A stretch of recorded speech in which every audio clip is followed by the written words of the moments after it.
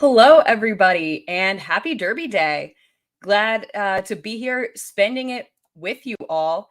We just finished up the Knicks Go Overnight Stakes, and we got 20 minutes until the next race at Churchill Downs. So, how is everyone doing today? Those of you who are here right now, thanks for being here.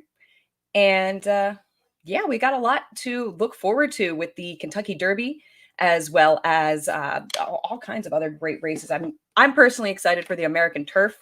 There's a horse in there who I think is pretty talented type, so I'm excited to see Set, the son of Oscar Performance, in that race.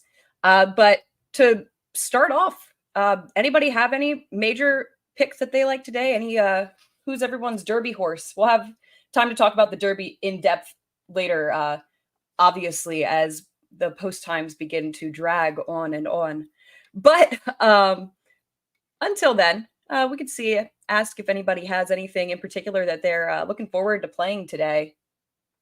See who's everyone got for this year's Derby. Riva's got Sierra Leone, and yeah, I can't argue with Sierra Leone.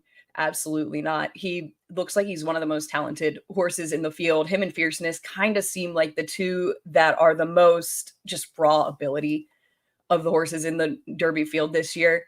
My concern with him is going to be if he can work out a trip from that inside two post. He's basically going to be on the rail since Dornock's going to go. And just whether he's going to be able to really work out the trip, because he's a big, strong horse, but he is not an agile horse. He's not the kind of horse who's going to be going in and out of tight hole. He's not going to get the mind that bird trip on the rail. He's going to have to swing probably 8 wide at the top of the stretch and run them all down. And he absolutely could have that kind of ability. But I kind of think he'll be the horse that's flying late and everyone says that's a Belmont horse. And then, he doesn't fire as well at 12 furlongs in the Belmont. I mean, he could get 12 furlongs in the Belmont, but I think that's the buzz after the Kentucky Derby is everyone will be saying, just wait for the Belmont with Sierra Leone. And yeah, Prima Donna's a good way to put it on Fierceness. He's kind of a horse who needs things. It's his way or the highway. If he doesn't get his way, he just doesn't run. So it'll be interesting to see if he does get his way this time. And if he does, he's the horse to beat. I mean, I don't like him. He's not a good favorite, but he's a horse that you have to consider the one to beat if he gets his trip, and he very well could. I think that the 17 post really helps him. If he had been drawn inside, he would be a toss for me. But from that 17 post, which now it'll be 16 with the scratch of Encino, I think that he looks tough. He's a horse that's going to be a tough one to get past. And we've got Colin here. What's up? How's it going? Happy Derby. Happy Derby Day. What's better than this? How are we doing today? Doing good. How are you doing? I'm doing good. We're off to a very good start for me. My success is always in the lower races on these big days. So today I'm going to try and basically not bet the big races that everyone's looking at, because those are the ones I usually struggle at. But nice little exacta there in the last race. I really thought that horse Strong Quality was the class of that race, and I thought the 7 was going to be closing late, and that's exactly how it played out. So good start. And we had Torpedo Annie yesterday, who was a horse that I was high on. I dropped that in the chat with you and Matt. I thought after watching that last race where the jockey barely moved coming around the turn, and then yesterday, again, barely had to move to really get to the front there and not really do a lot. And once you got into the stretch with a horse like that, who they had been saying was loaded all week in the workouts, was very, very happy about that pick too. But I know how quickly that can turn. This is horse racing. So you gloat about your couple nice races, but you don't say that I'm going to hammer the next couple just because I'm winning. And that's a lesson to be learned, right? Take them where you get them, and continue to play your game. Don't change your game just because you're doing good and get too cocky with it. Exactly. That's how you can get yourself into trouble. And even the opposite, changing things up because you're not doing well can sometimes also backfire and just cause you to lose more. And that's the worst feeling, right? You're like, let's just say, I'll make this really simple. Let's just say you're betting every horse number 7, right? and you're 0 for 7 through the first 7 races. In race 8, you go, all right, I'm going to switch it up. I'm going to go with the number 3. You know 7's winning, and you're going to feel right in the 10 winner's times circle. worse. Yep, exactly. Don't change. Don't change your bets, and don't change your strategies. Just stick to it. Yeah, exactly. You can adapt, but don't throw out your game plan entirely, because that usually doesn't end up working out for you. What do we got coming up here? The turf sprint, the Twin Spires turf sprint. I still got 15 minutes. Looks like the weather has been a big factor this weekend. So and it's still we're still muddy. Apparently the track's drying out. Sounds like they expect it to be fast in time for the Derby, from what I've heard. Whether it actually plays out that way still remains to be seen. But and the turf is good today, so also drying out a bit, but still not we're still not fast and firm at this point in the day. They will be on that turf course. I've been watching the news lately, and I've been thinking of you. Is all good down where you are? Because all I see on the news are these incredible floods. Oh, really? Are you in Texas? I am, but I have not noticed any flooding or heard about it or paid any attention to the news all week. So every morning it's all these rivers that are overflowing, and it looks terrible. And I've been meaning to text you and ask you that you're all good. So since you don't even know about it, I'm assuming you're all set. Yeah, I mean, the worst thing that's been happening right now for me is that my floor is just caked in mud, and I'm at the point of like, I'll just wait for the rain to pass. Keep sweeping, but I'm not mopping again until keep sweeping, keep vacuuming. But I'm just with 3 dogs. All that rain has done a number on my my floors, but other than that, no flooding. I thought this was a really tough race. This was the first one I came to where I struggled. In the video that I did the early 6 or 7 races.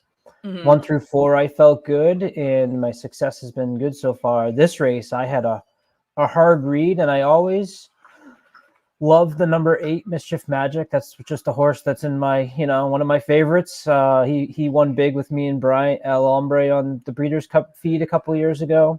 I picked him last out, on Doubling Down, and Vinny, my guest, made the point that William Buick wasn't here for that race. And sure enough, Mischief Magic got beat by Arzak that day. So he returns here, and it's always hard for me to go away from him, But I thought that you could go a variety of ways here. I wasn't too keen on the 1 Candyman Rocket trying turf for the first time. I don't know if your pedigree should be paying attention to that, but at 19, I wasn't particularly 17-1, thought he was a pass. Yeah, I didn't need him on turf. My notes, I had a bunch of horses, which shows how hard it was, but I was interested in the 3, the 4, the 8, the 12, Arrest Me Red. Were all places that I thought you maybe could go here, especially if you maybe didn't think Mischief Magic was 9-5. Yeah, that seems a little short. Although he is, I noticed on the feed, he's a first-time gelding, which is always an interesting angle. The choice to geld him here.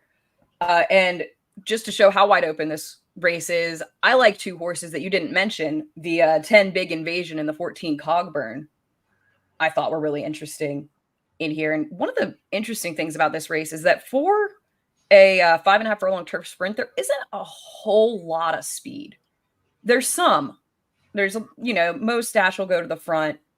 Mr. On the outside probably also goes to the front. But outside of those 2, there's a couple horses who probably want to sit like second. Horses like Coppola, Filo di Ariana, and Arrest Me Red all kind of want to be close. But it doesn't look like it's going to be like, sometimes in these turf sprints, you have 5 horses gunning for the lead. And it doesn't necessarily look like that's going to be the case in here, which is kind of why I thought Cogburn was a little bit interesting. The outside post isn't necessarily the best, but I think he can get over. He's shown that he can sit close or come from off it. And I noticed that race 2 back over that soft turf course at Saratoga in the Troy was his best career race. And I thought that, especially with the good turf course, that he was one who was a little bit interesting to me at a price that I really like at 10-1. It's funny as I start getting, and I looked over these races 2 nights ago, and sometimes you get to like 13 and 14, you just stop figuring that they're going to be not even in the race, and you get a little tired. You're like, I've already gone through 14 horses. I'm not going to continue. So poor handicapping on my behalf when I went through the race, but Cogburn's speed figures are really in the mix here as well. Yeah, absolutely. You may hear some background. That's my little boy playing. He's into video games now. Love it. So it's nice where you can he'll go and play them. It's also a double-edged sword because he'll start getting frustrated and you'll start hearing yelling. And oh, we've all been there. He's playing, he's a Crash Bandicoot guy right now. Oh, a classic. That's awesome. Yeah. You know what? Deserving of being frustrated with. I never beat that as a kid. So I played a lot, but I think I never beat the first couple levels. Daddy, it's a tricky one. I'm on the third one. And Big Invasion was the other horse in here that I thought was pretty interesting. Got beat by Coppola and Panther Island last time out. But I think that, if he runs back, improves second off the layoff, I think that would be a horse that makes a lot of sense in here. And I think 5-1 is about right on him if you wanted an alternative to the 8, who definitely, I think, makes sense as the favorite. But 2-1 feels just too short to me for Mystic Magic in a race that's super wide open.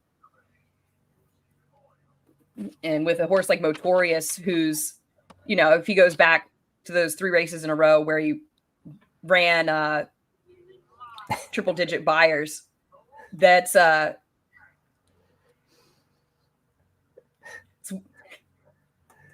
we love to see it. The next generation of gamers.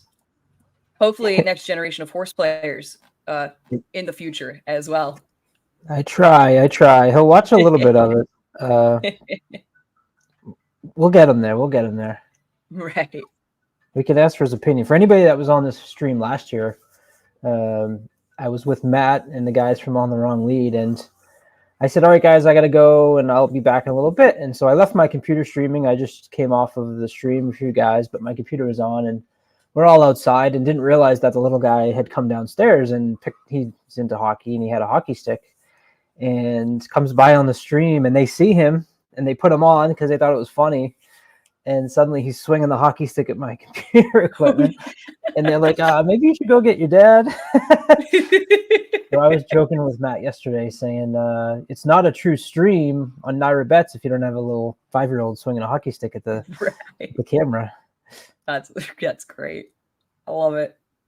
So you've only solidified my feelings that this race was as difficult as I had thought it was. And so trying to be the astute better gambler, we're going to tread lightly in this one. And then these are the types of races when I feel they're so open that the old me would just try to hammer some of those prices, and that's where you kind of get yourself in trouble, because especially if you're going against a horse like Mr. Magic. So we're going to wait because I get some stronger opinions in the next couple of races. Yeah, I think that's fair. We'll let this one go. Maybe we'll do a little $2 or $4 on something small just to have some fun in it. Yeah, I ended up with a little trifecta in here for 50 cents, $9, 4, 8, 10 with 4, 8, 10, 14 in the second and third spots. Just seems like those are the players, the main players. They are the top 4 choices, but with a race that is this wide open, I'm hoping that, I can pad the bankroll a little bit to start the day out. I've started using Race Lens a lot more, which has been very helpful in speeding up my handicapping time. And they have the top win percentages as the 10, the 8, the 4, the 14. So I hope they're right. They are right on line with your thoughts and not so much with mine. Yeah, hopefully. What I really need is for Big Invasion to at least hit the board here, because I'm in Shotty's Showdown contest, and I am tracking Vinny. I he's leading right now, but Wow. I'm like $5-6 behind him at this point. So I like should text him and tell him to get waiting. on here. You guys can have a little live Right. duel going on. Right. Yeah, no, send him the link. Did you have any interest in the 3 I, Coppola? And this is yeah. funny because there's an angle, and you can sound the horn if you want, but I always bet horses' names with people that I currently work with, because obviously you work with a lot of people over the years, right? This angle is, I'm telling you, on fire. So I work with someone whose last name is Coppola, and that's immediately what I thought of, and we call him Coppola. But aside from that, I'm not going to play the picking names here. Very consistent horse in stakes company, including 2 wins down at Gulfstream. Obviously, the Shakertown was well behind Arzak and Mischief Magic, where he stalked the front runners and really faded. That was his 3rd race off the layoff.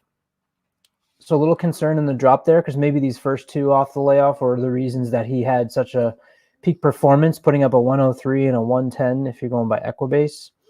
But I thought at a price, I mean, right now he is 15-1 for Dale Romans. This horse is Sired by Into Mischief. Obviously, this is a shorter race, a lot shorter than maybe you'd expect on there. But, Dale's hitting at 20% with a positive ROI. Did this horse pique your interest at all, or no? I looked at him. I definitely gave him a look. And I mean, if it weren't for that race in the Shakertown, this horse is probably half that price. Yeah. That 14-1 right now. Yeah. He's probably like 7-8-1 if he doesn't have that clunker last time out in the Shakertown. But if you draw a line through that, yeah, he absolutely fits in this race. The question of like, was it the step up? Was it the good turf course that day? Probably not. He had won on a good turf course in the Silks Run just before that. Or is it, was it the 5.5 furlongs? Was it, just a bad day for him? So there's a lot of questions there. If you go back last year, he was beaten ahead by Arzak in a optional claimer at Saratoga. So there's back class to go to here. The horse, I definitely wouldn't talk you off him. He could absolutely hit the board and mess up my trifecta. Yeah, and I don't want to do that, so I won't talk too much about him. But the other thing I had circled was that he's 2 for 2 on the Churchill Downs turf. So yeah, I noticed that too. I do love the horse for course angle. He's won over the dirt. He's won over the turf. He's won over a wet dirt. He's won over the wet turf.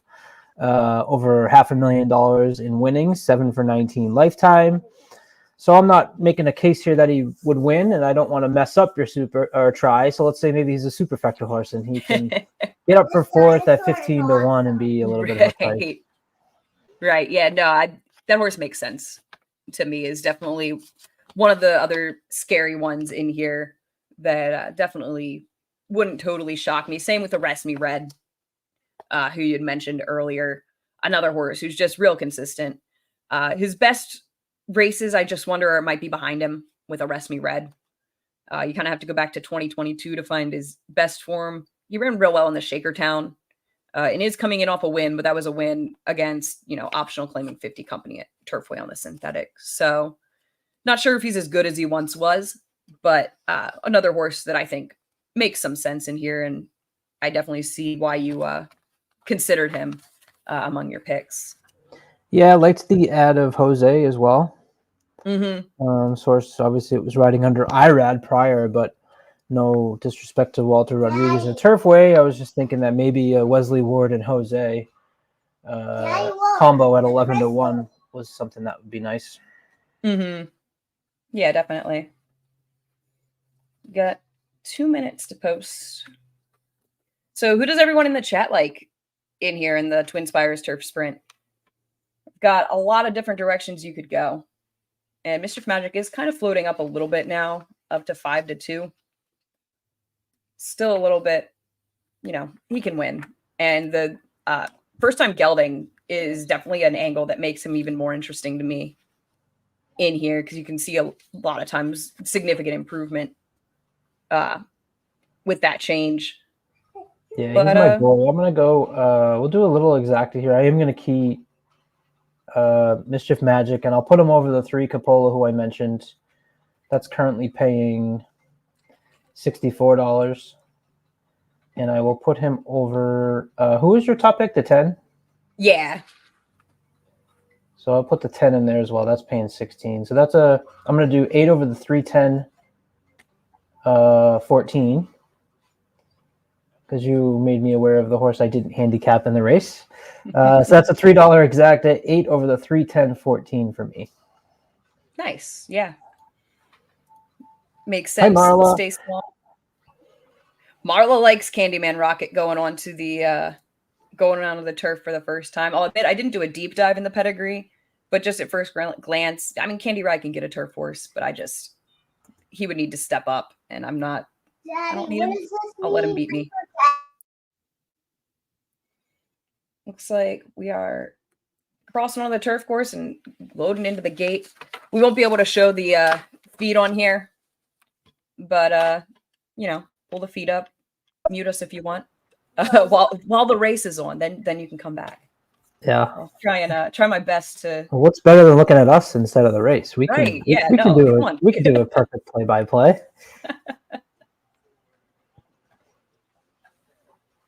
Very fair, Marla. Yeah, I'm hoping Mott and Junior have a good day today because I like resilience a lot in the Derby. Looks like we are loaded in and we're off. Daddy, the dinosaur. Out on the outside, that's the 14 going to the front, whose name I've already forgotten. Cogburn. That's Cogburn going to the front with Mr. and Mo's stash. Coppola now gets through on the inside to take the lead over Mo's stash and Cogburn. Then we go back. Mr.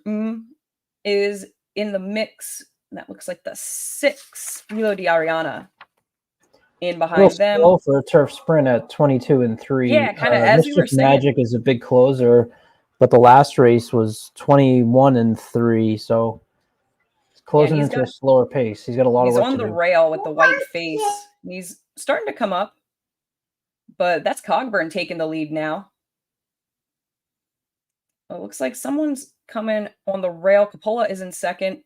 That's Filo di Ariana coming up the rail. Mischief Magic has gotten loose, and he might get up for second, but it's going to be close with Filo di Ariana for second. Not even. Cogburn pretty easily takes that over Filo di Ariana and Mischief Magic, and I went with the wrong horse in that show contest. Well, I just gave you guys the 4th horse in the Super, though, which was Coppola. That was what we said. Hey, we were saying use him 4th in the Super. We didn't really talk about that runner-up, though. I was a little concerned about the distance for this horse. I thought that 5 furlongs might have been a little short, or 5.5 might have been a little short for him. But clearly he liked that cutback, not necessarily from the last race, but from what he had been running, kind of going mile races up to that point in his career. And put in a nice effort to get second there. But Cogburn was really much the best, and kind of as we talked about, not a whole lot of speed. Like you said, they went pretty moderate up front for that turf sprint, and Cogburn was just in the perfect position to take over and get the job done. So hopefully y'all had a little bit better luck than we did. It could be, and I agree. That is how I feel about Filo di Ariana getting second. You should take a victory lap, though, because you jumped right on that 14 Cogburn. I mean, that was all you to win. So that was a great job by you picking off a 10-1, who actually made that look pretty easy. Was never really in jeopardy. Yeah, 8-1 when all is said and done. Couldn't make any money off it, but but that's all right. And we'll turn the page, at least. But yeah, nice win there from Cogburn, a horse to keep an eye on in this division through the rest of the year. That was just his first race of the year, so he should be one to keep an eye on. We move on to the fillies. Going 7 furlongs. He comes back from that angle that we love playing against, which of course it's been many, many months, right? What do we, hasn't raced in 8 months, I think, but the playback off of Kentucky Downs, that's always, never play the horse the second out after Kentucky Downs. I think that angle's probably passed by now as we're in May, but on the paper, it was his last race. So he overcomes that tricky bias. Yeah, absolutely. Grueling Kentucky Downs turf, which I think I'm going to this year. I think that's awesome. I think that's going to try to be a trip that me and my wife are going to make. She can have a day in Nashville, and I can have a day that we go over to Kentucky Downs. Have you been there before? No, I haven't. It seems like a really fun track to go to, though. Yeah, I love the uniqueness of the races that you get there. Obviously, the purses are huge. So that's kind of, I think that might be my first trip to Kentucky. That might be the first track I'm going to go to. We'll see. Nice. It's either that or maybe we do Toronto and Woodbine. So we're debating. Fair. Which either way would be a good trip for everybody involved. Love it. No kids. Jonathan's pointing out in the chat a couple of runners who are have done well on a wet track, including Chi-Town Lady, American Band, and Alva Star. American Band coming out of a key race. I'll admit, I'm not familiar with the runners who came out of that matron stakes. Didn't do as much of a deep dive into these undercard races as the Derby, so just kind of went with what was on paper there. But yeah, pretty much, I don't think the wet track hurts any of the favorites in here. Alva Star, Vava, and Red Carpet Ready have all won on a wet track. And Three Witches, though she's never run on a wet track, she's a daughter into mischief out of a tail of the cat mare. Kind of pedigree suggests that the little bit sloppy, drying out, muddy track or muddy won't be an issue. For her. I'm sure the pedigree expert that you are knows about Alva Star in the dam, correct? I have never looked at Alva Star's pedigree. Do you know sitting at the bar? Name rings a bell, but no. All right. I got to share this then because this is a horse that this dam is now on my radar, and I'm far from pedigree's kind of through my growth of a handicapper. Pedigree has been one of the last things I've really been focused on, and you've brought to the attention to me the importance of that. And through some of that, I've looked at this horse. Okay, this is sitting at the bar. It's had 4 horses. Can you see that? It might be small. Yep. 56 starts, 20 wins, 36% winnings, 80% in the money, a positive ROI of 34. Wow. Now, Alva Star, of course, has been a huge star lately on the stage at Keeneland, Oaklawn, and Saratoga. But this other horse, Scylla, with some wins up at Saratoga for Charlotte Baker at 10-1. Club Car, I don't know if you're familiar with the horse Club Car, who won at Keeneland. Scylla's on here as well. And Jack the Empire was a winner at Delaware. Four stakes winners from 4 starters. That's impressive. So I've put this horse on my radar of any horses, especially Game of Silks. I'm like, where can I find the first horse available next year or this year? Right. Looks like she's got Alva Star. I'm sorry, out of sitting at the bar. Looks like she's got a frosted filly this year, walking after midnight. Okay, so that's the one we're after. Keep an eye on that one in Silks, yeah. But yeah, that's the kind of mare. That's the dream type of horse. Looks like she was also a really good Louisiana bred herself. Won a couple of Louisiana bred stakes at 2 and 3 and 4. So nice mare, and has been a very productive producer for sure.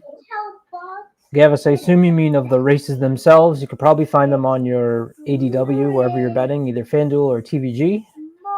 I watch mine on the TVG app. Yeah, I got them up via my ADW, so that's probably your best bet. How much time do we got to post? This is the time of the day where things start to get lengthy as far as the gap between races. Looks like we got about 30 minutes until the Derby City Distaff winner circle celebration going on there with Cogburn. And yeah, Jonathan's pointing out lots of speed in here for sure. Spirit Wind, American Band. I think kind of those three in the center, the 5, 6, 7 are the ones who go to the front. I think that Alva Star is the fastest of those. But then you have horses like Olivia Darling, who likes to be close. Three Witches wants to be fairly close, but she can come from a little further back. Same with Flying Connection. Then you got Vava. Will probably try and sit kind of, in this case, will end up being rather mid-pack. And Red Carpet Ready, of course, also has some stalking speed. I don't think that that trip she got last time in the Madison was really her best game. She was on the inside and kind of forced to go. Yeah, is this that race? Let's watch that back, because I think that this is obviously the race that you have to watch coming into here. And I don't think that Red Carpet Ready really wanted to do this, to go out this fast for Alva Star to not be on the lead.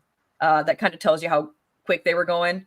But Red Carpet Ready didn't really have a choice but to go from the inside. Now she gets to the outside.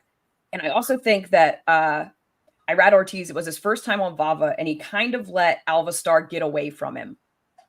And I don't think he's going to let that happen again this time.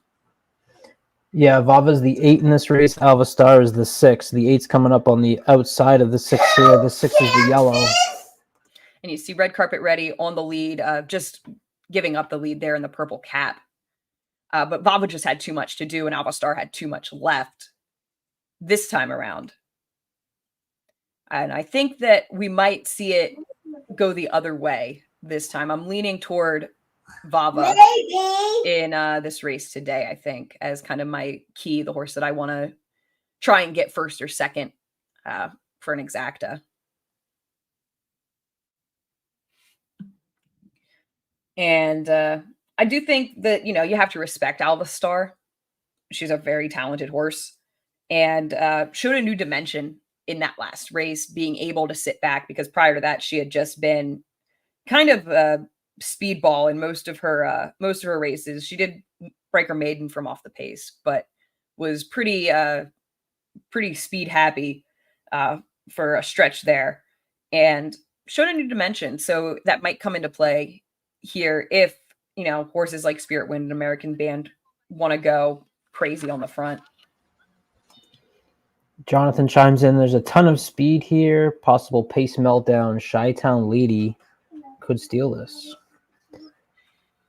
I'm going to share the Race Lens pace scenario, which has the 3, 7, 9, 10 on top early, and they do have Vava as your 23% possible winner. What you can do easily on Race Lens is sort by late pace, and Three Witches, Flying Connection, and Chi-Town Lady would be your 1, 2, 3 as far as what they consider the late pace here in this race. Yeah, and Three Witches was the horse outside of your three favorites that I was really interested in from a betting perspective in here. I think that she's the fresh shooter against this group. Ran a really bang up race at 34-1 in the Filly Mare Sprint. Came back this year and won the Santa Monica. So I think she's in good form and is a horse that is going to be dangerous in here and can kind of get that trip. She's on the inside, but she'll be able to, I think, to kind of get position and just kick out coming around the bend. And Chi-Town Lady is interesting. Personally, I'm just not sure she's up to this level at this point. She did win the test back in 2022, but only raced 2 times last year. Both of those were in optional claiming. Came back, won a little stakes at Tampa. I'm just not convinced. Oh, we've got a guest. We've got our first guest of the day. This is Rory. Right. Hello, Rory. Thanks for coming on. Can you say hello? You got to talk. What are you playing? Tell the people what you're playing. Crash Bandicoot. We love Crash Bandicoot. So Rory, there are 10 horses in the race. What number do you want? 10. Number 10? All right. Sounds like a good That's the pick. correct We'll finish answer. and we're going to look at it. We're going to see if the 10 is going to win, okay? There you go. So professional That's the right answer, handicapping Rory. right there. Absolutely. He picked a solid horse in the 10, which is Vava. Yeah, absolutely.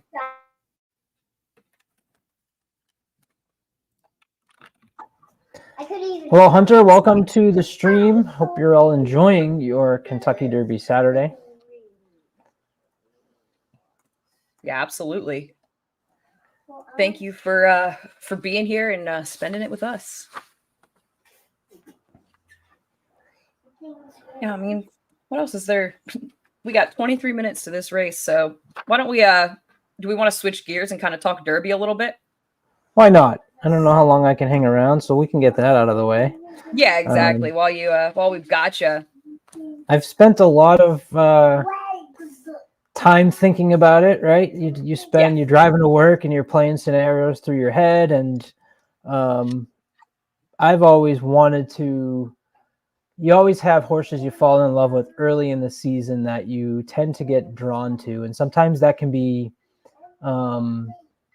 a hindrance when it comes to Derby Day, because you set up in your mind, well, I've been on this horse since January, so he's going to be the one that I want. And that was Dornoch and Track Phantom for me. Those were my two early horses that I was really intrigued by. Obviously, Dornoch in that race last year against Sierra Leone, which was just such a game race in the Remsen. The talent that I saw that day, I was like, man, this horse is the real deal, right?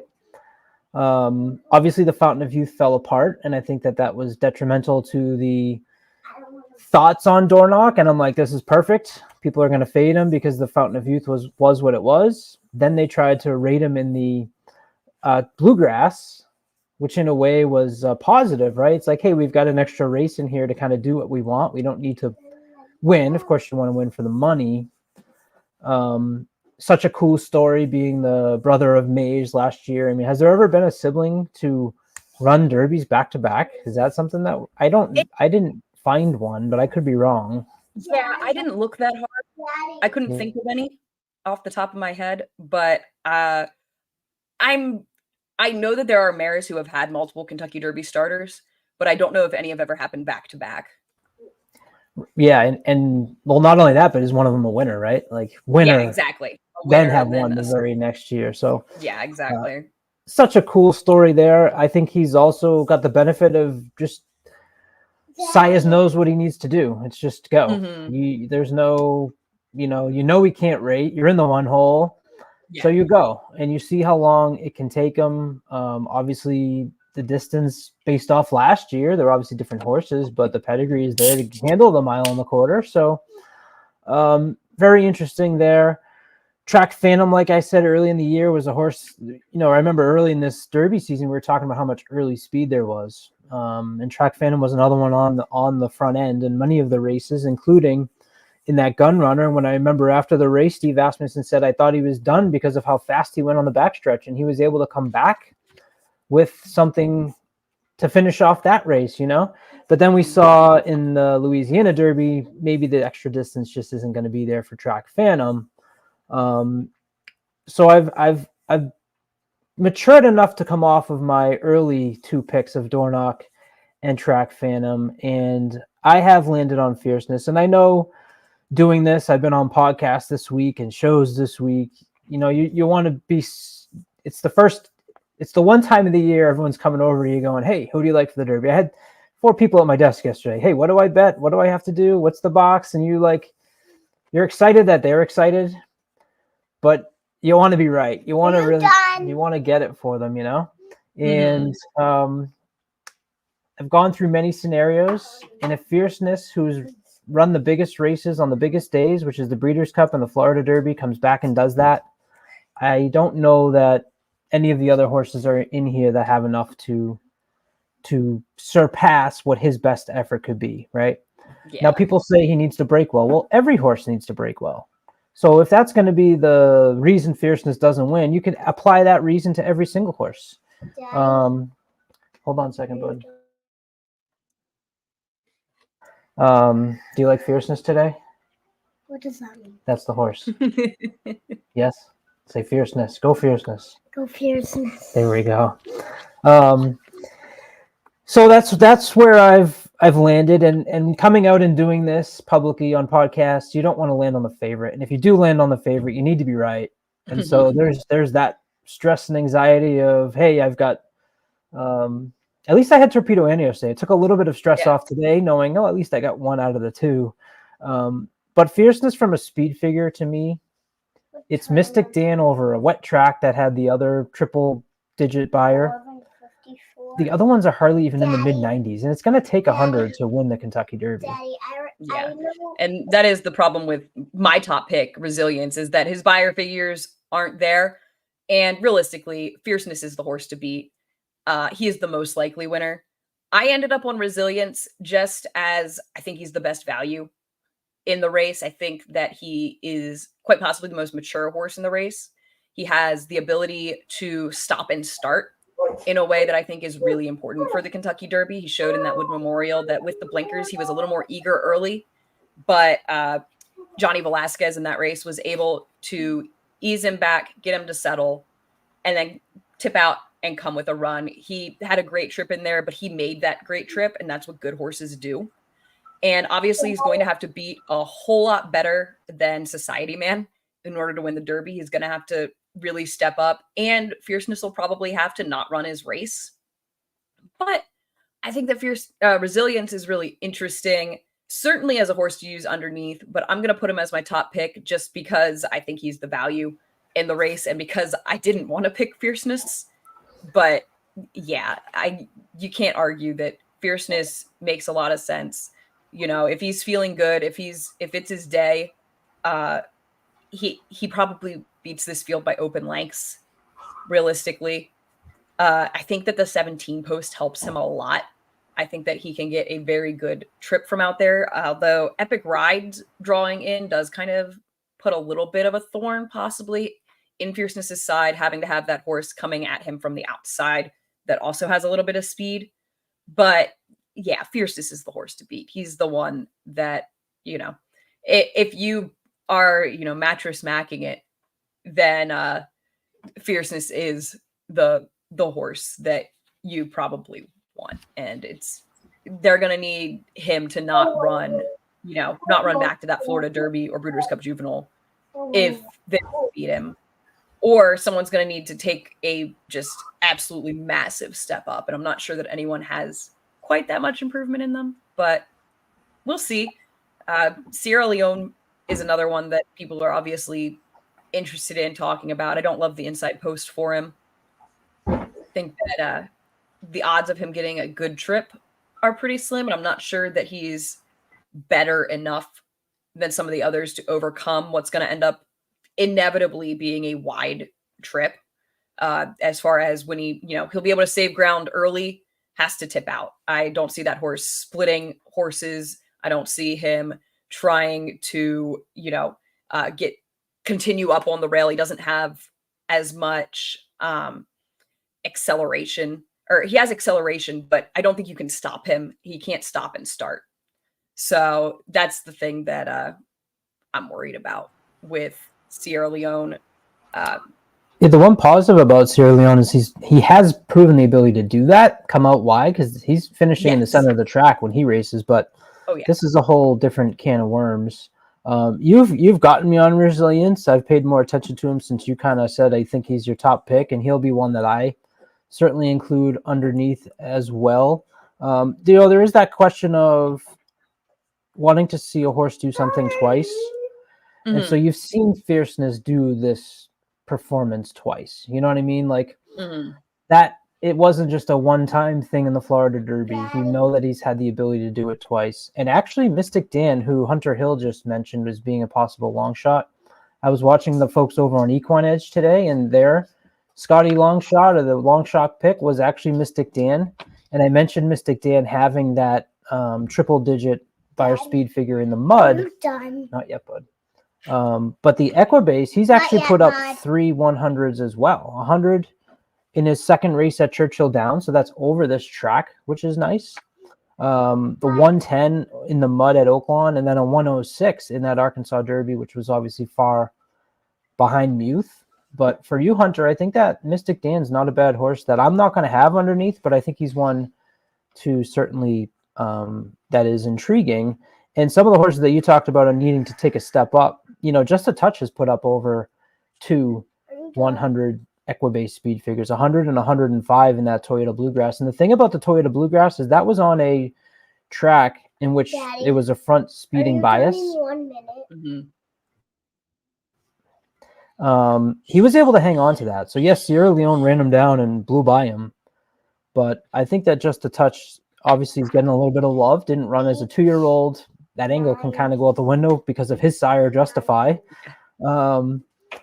But I think there's still a little bit of a concern with that as far as the foundation for this horse coming into the Derby. But if you're looking to take a shot that's not named Fierceness or Sierra Leone, Just a Touch is a horse that I want underneath. And I've used Endlessly. I'm gonna play the shot, take the angle that the talent that this horse showed. You were at the table. We've talked about this. Me and Sean talked about it, but you haven't been with us. You were at the picnic table in Saratoga when Sean came over that morning and said, "You guys got to watch this replay of Endlessly in California yesterday." And burst, the comment says burst between. This horse did more than burst between 2 horses in that maiden debut. And to us, we were like, wow, that's a talented horse, right? Now, of course, he's done that over the turf and over the synthetic. The biggest question is, can he do it on the dirt? Jessica, if he does ever so slightly show some of that talent from that maiden debut on the dirt, I think you've got a 30-1 horse here that very logical. Obviously a big question mark, but the talent to me from just apples to oranges is there, and a horse that I'm going to have in there to mix up my exactas tries as well. And I think that you have enough questions with a lot of the other horses to why can't my question of if he transferred that talent to the dirt is as logical as the trip that maybe, I won't say Sierra Leone or Catching Freedom, maybe like a horse like Honor Marie, who I also do love. I mean, I love Ben Curtis being on this horse. He's going to need to take a trip navigating through big fields. And so those are kind of the ones. I think I've talked about all the ones that I basically have put underneath. I didn't include, I got Forever Young in that ticket as well. You guys all make fun of me, but I'm not getting off that Japan bus until it stops at the winner's circle of the Kentucky Derby, and I'll just keep riding that wave until it happens. So the bets I kind of gave out on the podcast this week was Fierceness over Honor Marie, Just a Touch, Forever Young, Endlessly, and Resilience. That's kind of where I've landed. Then I'll mix up some exacta boxes with those combinations. I will bet Forever Young to win, to have that. Maybe that's down the drain, and that's okay. And then I will absolutely play, as we get into You Can Sound the Horn, I'm going to play my son's birthday, because the year my son was born was November 3rd, 2021. And I curse myself to this day because I broke up the 21 and I did 1, 2, 3, 11. Well, 21 ended up being Rich Strike over Epicenter. And so that $2,000 exacta, my dad called me saying, did you have it? And we both were gaga over Epicenter that day. He did the exacta key box. I didn't. And then I also split up my son's birthday. So I won't make that mistake now that we've got a 21 in the field again, because there's not many races you get to go to and bet the 21 horse, at least over here on this side, right? So yeah, exactly. The shots I get, I will play 3, 11, 21 for one son and 7, 15, 18 for the other. Nice. Yeah, I can't go wrong. It's the one day, the one race where you can kind of easily play birthdays and things. So yeah, why not? Why not? Why not? Absolutely. And I mean, like you said, yes. I mean, you get Forever Young, you get Mystic Dan, and Epic Ride could do something. He's a 30-1 shot for a reason, but Stranger Things, I think, there have been stranger 30+1 shots than Epic Ride coming out of the third behind 2 horses who are going to be among the betting choices in the Bluegrass Stakes, and that was his first time on traditional dirt. So, yeah, why not? All right, the little guy wants me to take him outside, so I got to adhere to that for a little bit. But I want to, before I jump off, I do want to show you something. Give me a second to pull it up I here. don't want to go outside. Oh, you don't? All right, then I'll keep going. No, I want you to try because like this dinosaur keeps getting me. Okay, give me 1 second. So here we go. Yeah, I want to look. I want dinosaur. to turn ahead to race 7 real quick, and I'm going to share my screen here. Okay, so one thing I came across using Race Lens, you can set up some angles that you might like, and you'll see here it pops green when it has an angle that's a very positive one. Okay, so 3 horses here in race 7 have the green pop, and they are all the Chad Brown horses. Okay, so this is an angle that I set up, and I'm going to show it to you on the number. I just got to find one of them as it's going a little slow. Hold on. 3. Number 6. We'll click the 6. Here we go. And so this angle, if you click on it, is going to show you on the turf, Chad Brown horses, 4-year-olds and older, in which their last race was their best speed figure. Okay. All 3 of these horses hit on that angle. Now, there's not a huge sample, but over 4 years, 86 starts with horses that have hit this angle, 24% win percentage with a positive ROI of 34%. And this is the highest success score I've seen in this platform of an 8.5. Now, we'll narrow that down to the last 6 months. Give me 1 second, bud.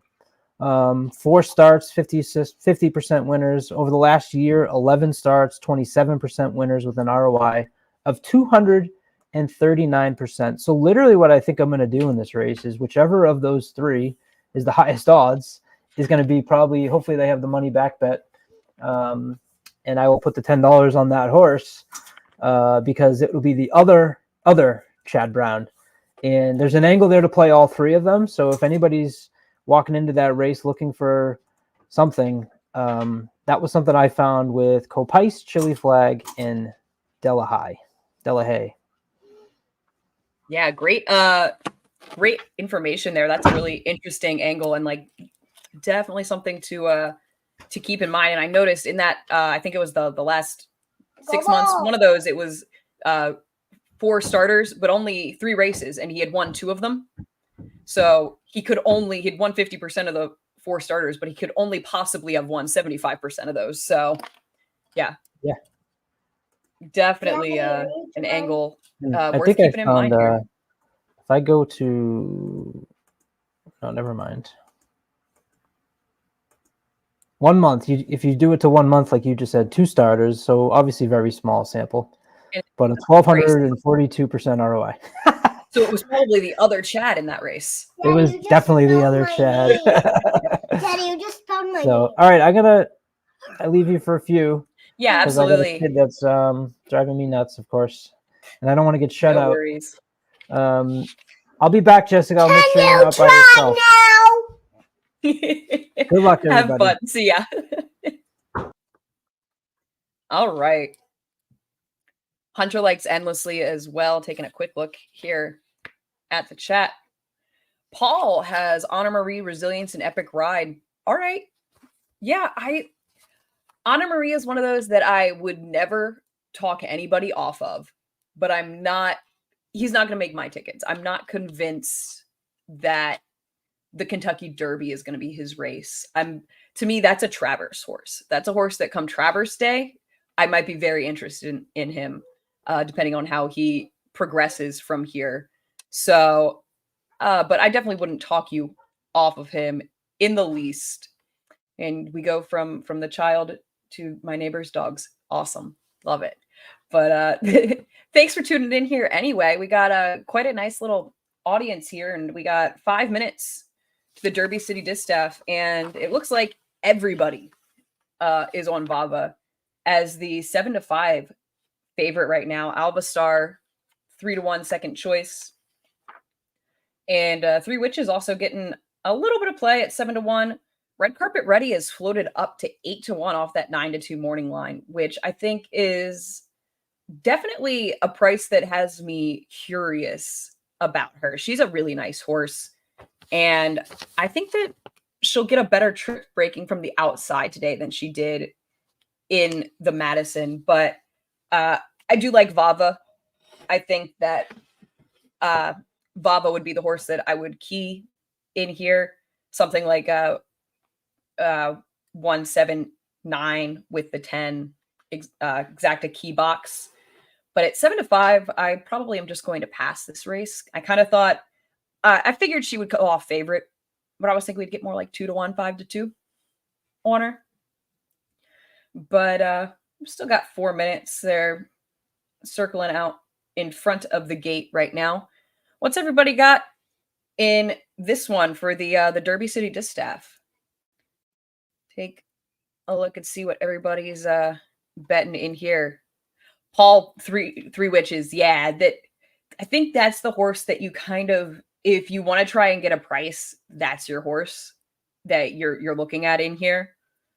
I do wonder a little bit about the rail, what kind of trip she's going to get, but she's shown the ability to kind of do a little bit of anything as far as trip goes. You know, yeah, she was right up on the pace in the Santa Monica, but that was a 5-horse field. So she's not going to be doing that. I think we might get more like the Breeders' Cup Filly and Mare Sprint type thing where she angled out and was coming late. I think that, yeah, it looks like everybody's jumping on three witches in here, which fair. Jonathan's got 110 over 12410.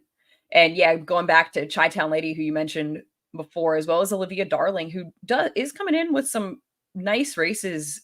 Those last three all make her competitive in here. And actually that 99 buyer that she got two back puts her third best in the field behind the two favorites. So definitely a horse that makes some sense. And 18-1, that's a nice price on Olivia Darling.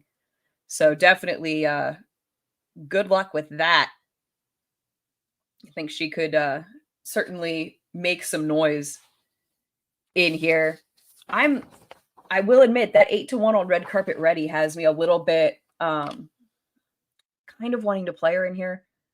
I will probably still just pass on this race personally, but I think 8-1, now 7-1, but I still think that's a pretty good price on Red Carpet Ready, a horse who is just she's a really good sprinter.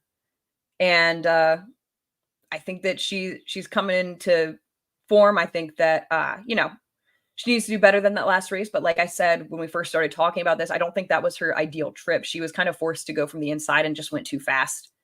And I don't think that, she'll be beaten 5 lengths by Vava this time.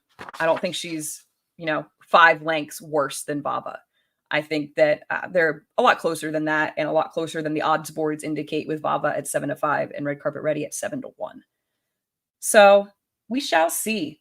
Looks like they are heading to the gate now. We got a minute left. Best of luck, everybody, here with everything you're doing. And it does look like the main track has been upgraded to good. It was listed as muddy earlier, and we are up to good at this point. So looks like we're on track to have a fast surface by the time the Kentucky Derby rolls around in, 6 hours from now? Something like that. Maybe not quite that long. 6 p.m. Yeah, about 6 hours from now, a little less.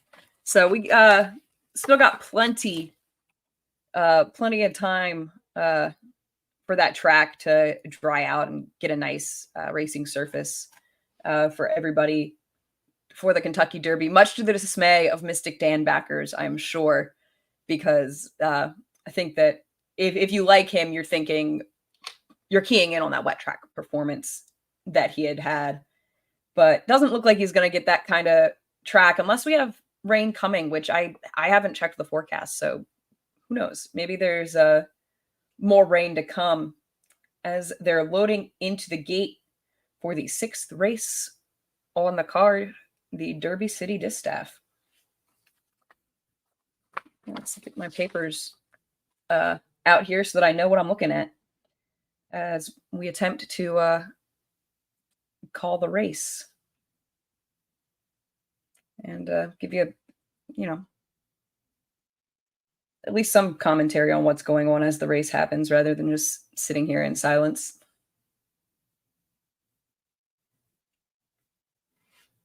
Attila likes the 7 in here, Alva Star, who, she's floated up a little bit off that morning line, so can't blame you on that at all. Actually, she is back at that morning line, and they're off.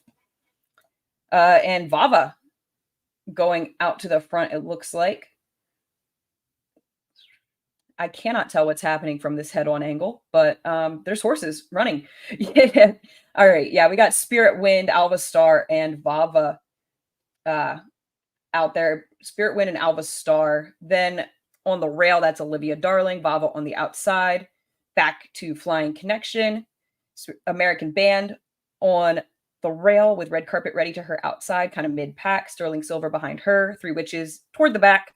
And Chi-Town Lady trailing through a first quarter of 22.3.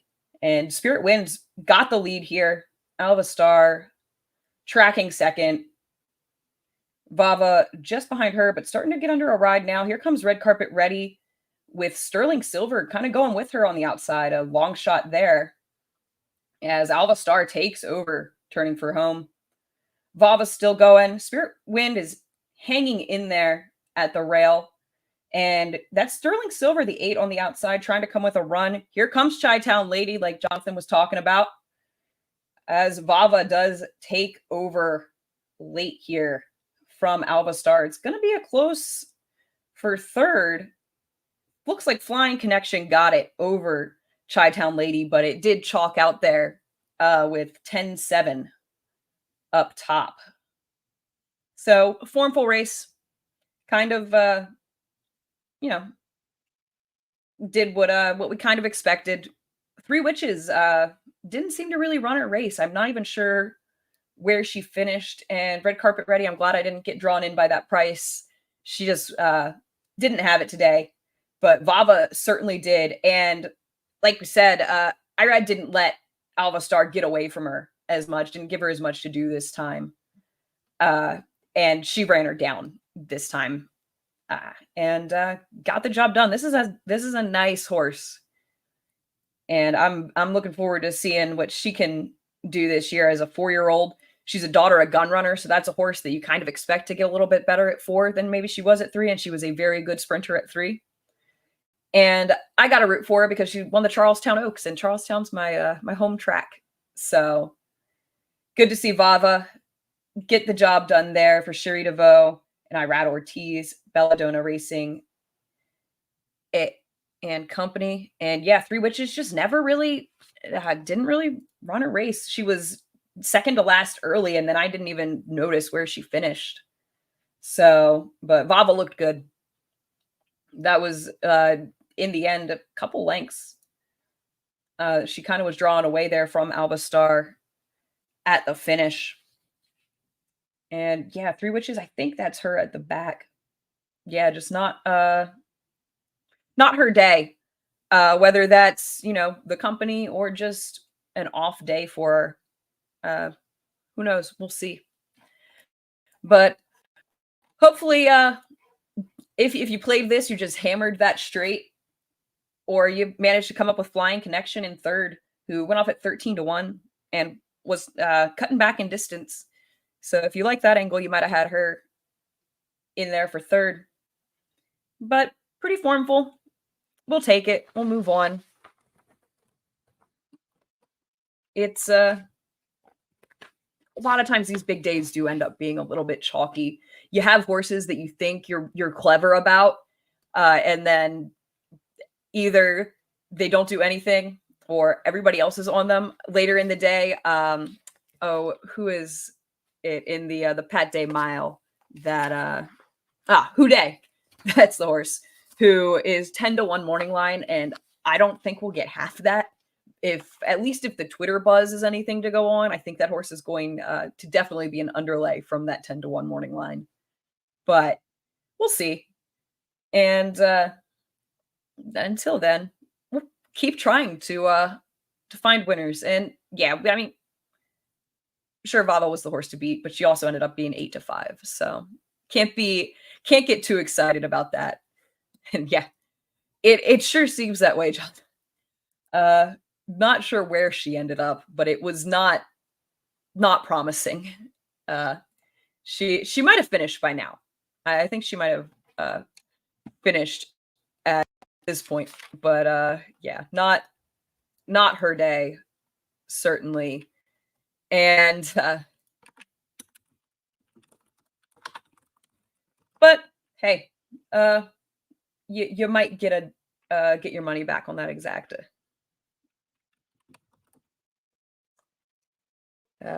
Definitely a chalky one, but a fun race. Some good horses in there who we'll be hearing from in the division moving forward. It has gone official. Let's see if the payouts want to show up for me. They don't. That's fine. We'll hang on a second then, I guess, and see if they decide to. There we go. Curious just to see what that exacta paid, because it can't have been much. All right, actually, $13.20 for $2 is actually not that bad. I feel like if you just took the two horses that made sense, I mean, it's not a good payout.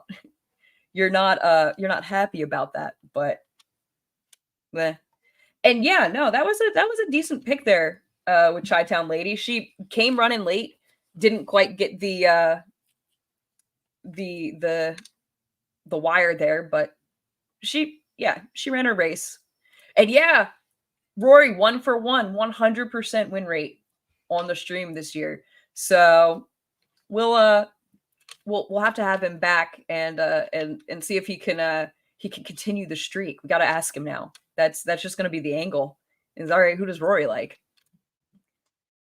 And yeah. So, all right, we'll move on. See if we can get something a little juicier in the Distaff Turf Mile, right?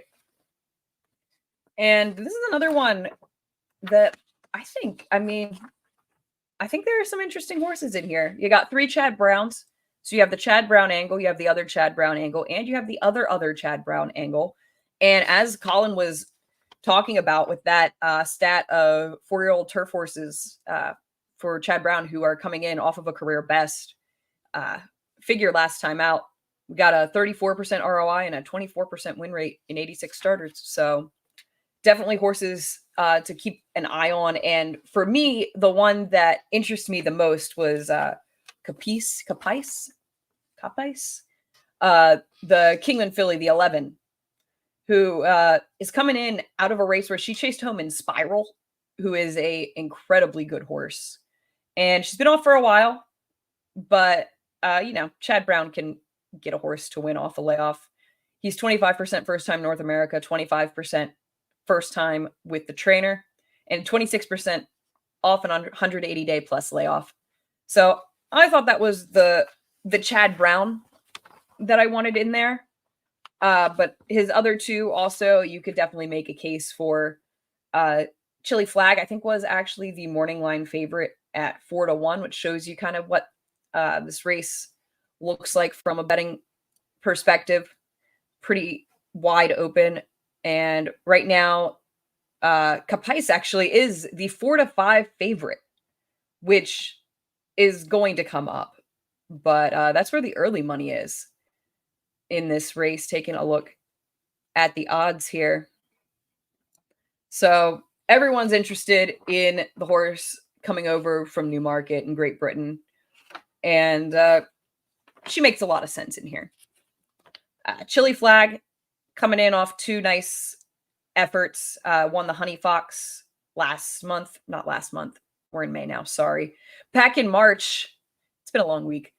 Back in March, she won the Honey Fox by a neck over Walkathon, who will be breaking just to her inside in here from the 2-hole. But prior to that, in the Pegasus Filly Mare World Cup Turf, she was behind a pretty nice field. Horses like Didia, surprisingly, who did disappoint yesterday, given, but could potentially just blame the off turf for that.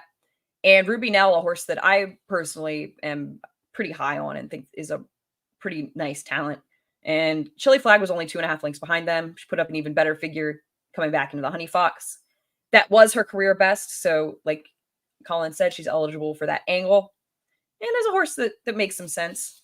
And the other one, De La Haye, figures aren't quite as high, but she's also more lightly raced with just 4 starts, and 3 of those were wins. The first one was a loss, but that was a loss by just a neck, and Ryder actually lost the whip in that race. So with a neck margin of victory, that could have been the difference maker. This might otherwise be a horse who's coming in here undefeated 4 for 4. The one I like in here, though, is the 7, Evie Jets. This was a horse who did good things for me out at Saratoga this summer in that Boston Spa. And I think that she's going to get a nice trip into here as a horse who has some tactical speed in a race that's going to be, it looks like on paper, isn't going to be too fast. Not so close. Looks like she'll probably get the lead like she wants without too much of a fight. Ag Bullet from the rail has a little bit of early foot that I expect her to show on the stretch out. So those would kind of be the two who I think are going to go to the front. And I think Evie Jets can just sit the nice stalking trip right behind them in third.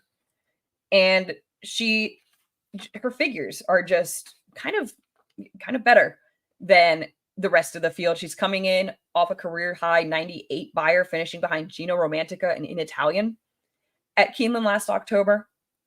Her trainer, Cantar Machi.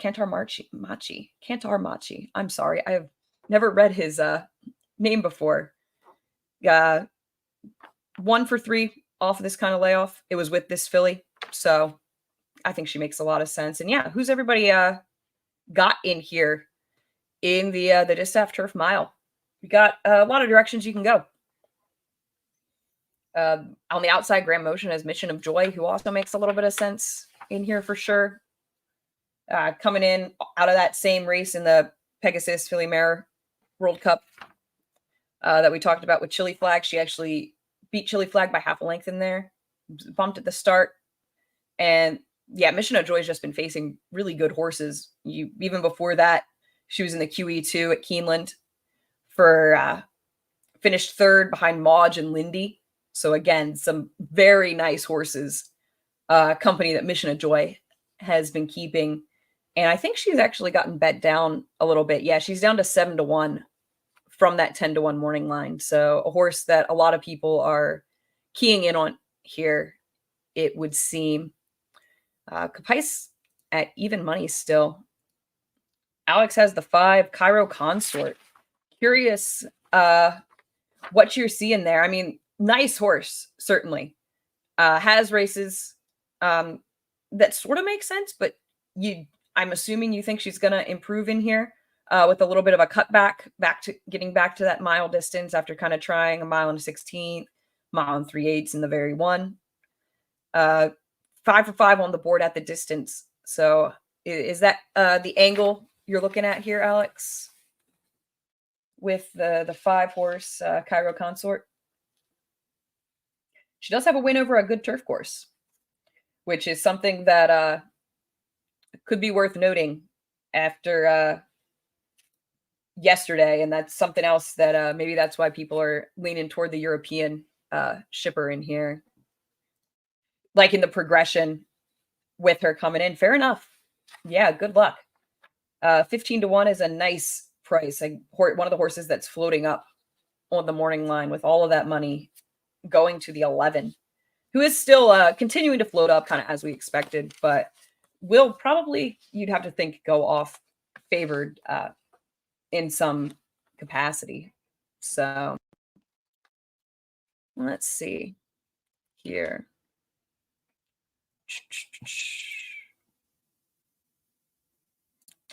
Yeah, anybody else have any picks in here? Trying to multitask a little bit.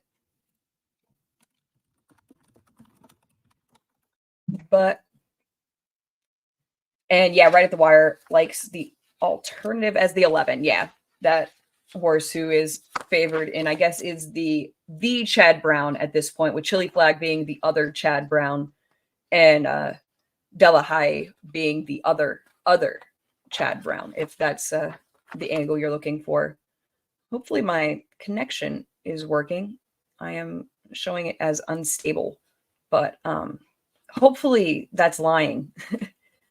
And that is not the case. But if it is, I'm very sorry. If things are, if the quality is poor right now. Yeah, Moo Trail passing this race. Okay, thank you, Moo. I'm glad that it's lying. I was worried for a second. It's flashing at me that my connection isn't good, but hopefully we can just keep going here. Paul, also trying to save money so you don't spend your early winnings. So that's very fair. This is a tough race to have a real strong opinion on, I think. At least for me, you know, I like Evie Jets, but I don't think that she's a lock by any means. And Jonathan saying the 6, the other Chad is one that looks interesting to him. And yeah, like I said, I mean, this horse, if it weren't for the jockey losing the whip, could be coming in here undefeated 4 for 4 as a improving 4-year-old filly for Chad Brown. So definitely a horse that makes sense. And Alex right at the wire is also scared of the 7 a bit in here. So horse that makes sense. Definitely the one that I'm kind of the most interested in. Not sure if I'm going to end up putting any money on this one either, just because the opinion isn't super strong. Might just throw a win bet on that 7, depending on what our odds look like at post time. But we'll see how things play out. Yeah, I see the full order of finish here. 3 Witches in that last race finished 7th. So she did beat Red Carpet Ready though. So glad I didn't get, like I said, glad I didn't get drawn in by that 6-1 price off that 9-2 morning line.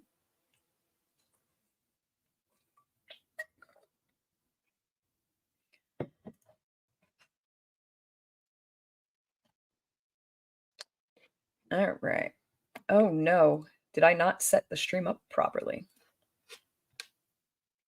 Trying to get some other people in here, and I might have messed up. I thought I just had to share the link, but that might not be the case. Well,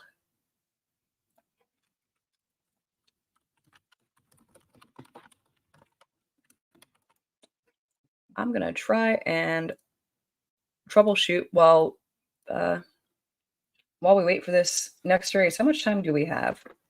Oh boy, almost 30 minutes. Not quite. Okay, 23. Still quite a while, which is just going to drag more and more as the day goes on. It's everyone's favorite. Yeah, no, Jonathan, I don't think it's operator error because you shouldn't need a code.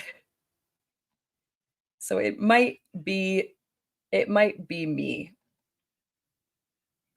But I do not know how to fix that either from my current state, unless can stream this. Guests can see. Guests do not have to authenticate. I have no idea why it would do that. Well, I'm sorry.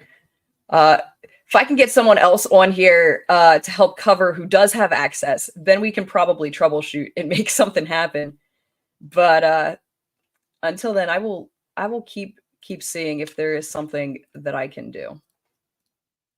Paul bringing up horse sired by Dubai won the 2000 guineas today at 16-1. I did not watch that race. Let me look up the winner real quick.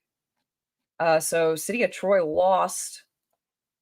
That was the Justify here. Charlie Appleby, notable speech by a length and a half. And City of Troy finished 9th.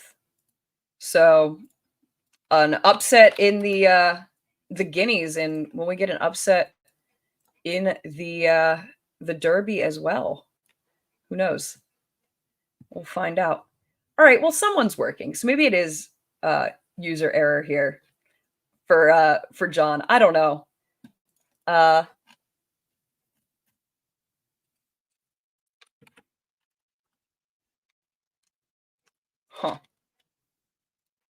But I think we have another guest. Alex, are you there? Yeah, I'm here. I just don't know why I'm not popping in here. Can you hear me? Yep, I can hear you.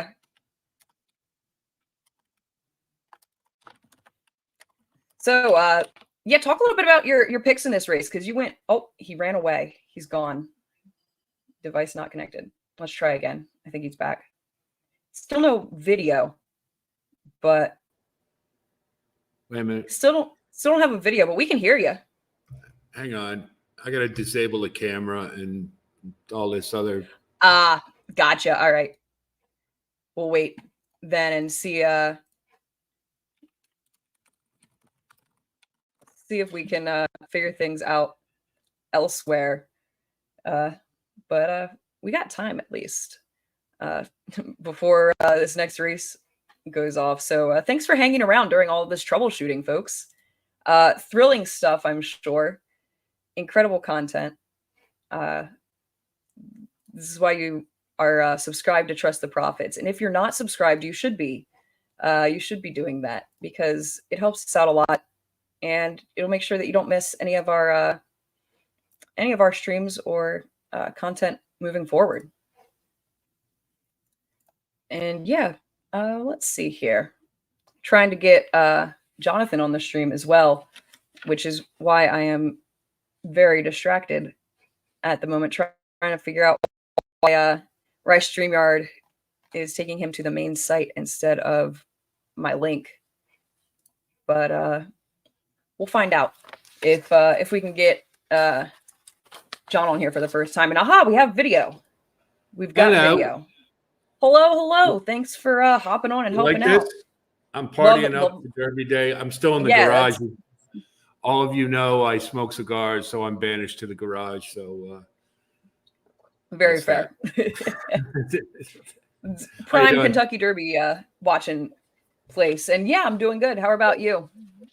That last race wasn't promising for me, but you were a good luck charm for me yesterday. So I'm hoping we have a similar flight.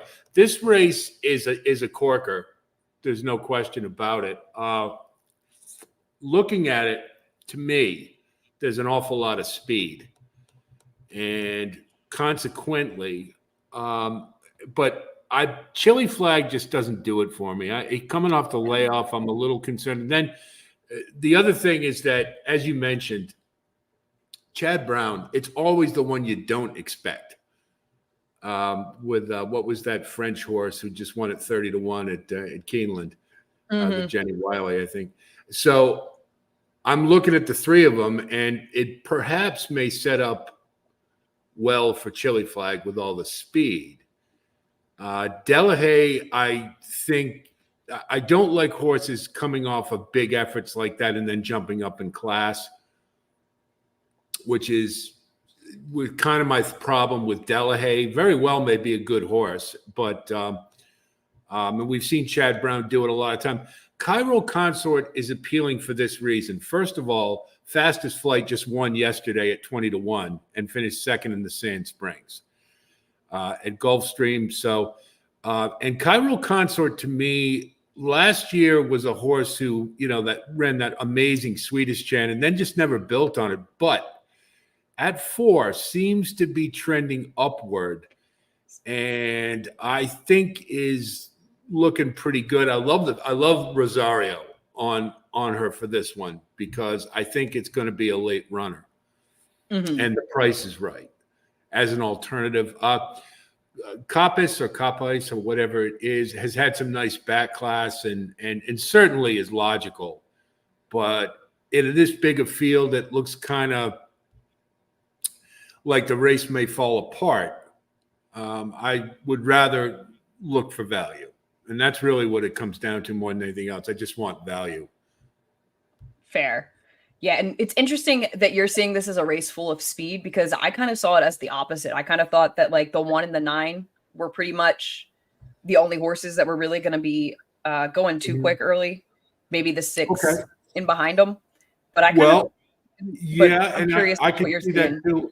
I mean, of the speed, I think the 1 is the one who's probably going to be on the lead. But if you look, Walkathon is one that likes to be up near the lead.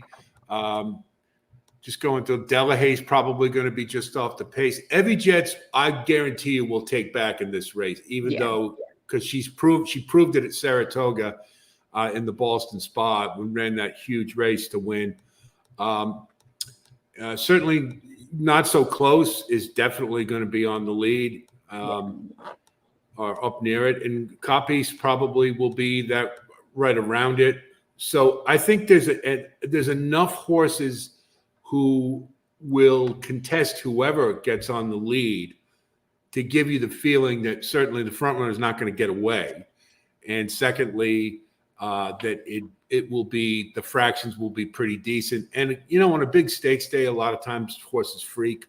And so that's the way I saw it. And, but I'm not necessarily sure it's going to be a closer, because I don't like having 2 or 3 back there. I like to have, because then there's traffic issues that can happen. And of course, it's a big field too. It's a wide open race. It really is. So why not go for a price? That's the way I look at it. Yeah, absolutely. And we got another guest here, and first timer. We got Jonathan. No, I have to have Jessica to myself. I'm under protest. All right. Hello, Jonathan. Well, thank you for having me. How are you doing? Thank you for I've never met you before. How are you, sir? Thank you for having me. Might having some issues there. Bear with me a second. I got to refuel. No worries.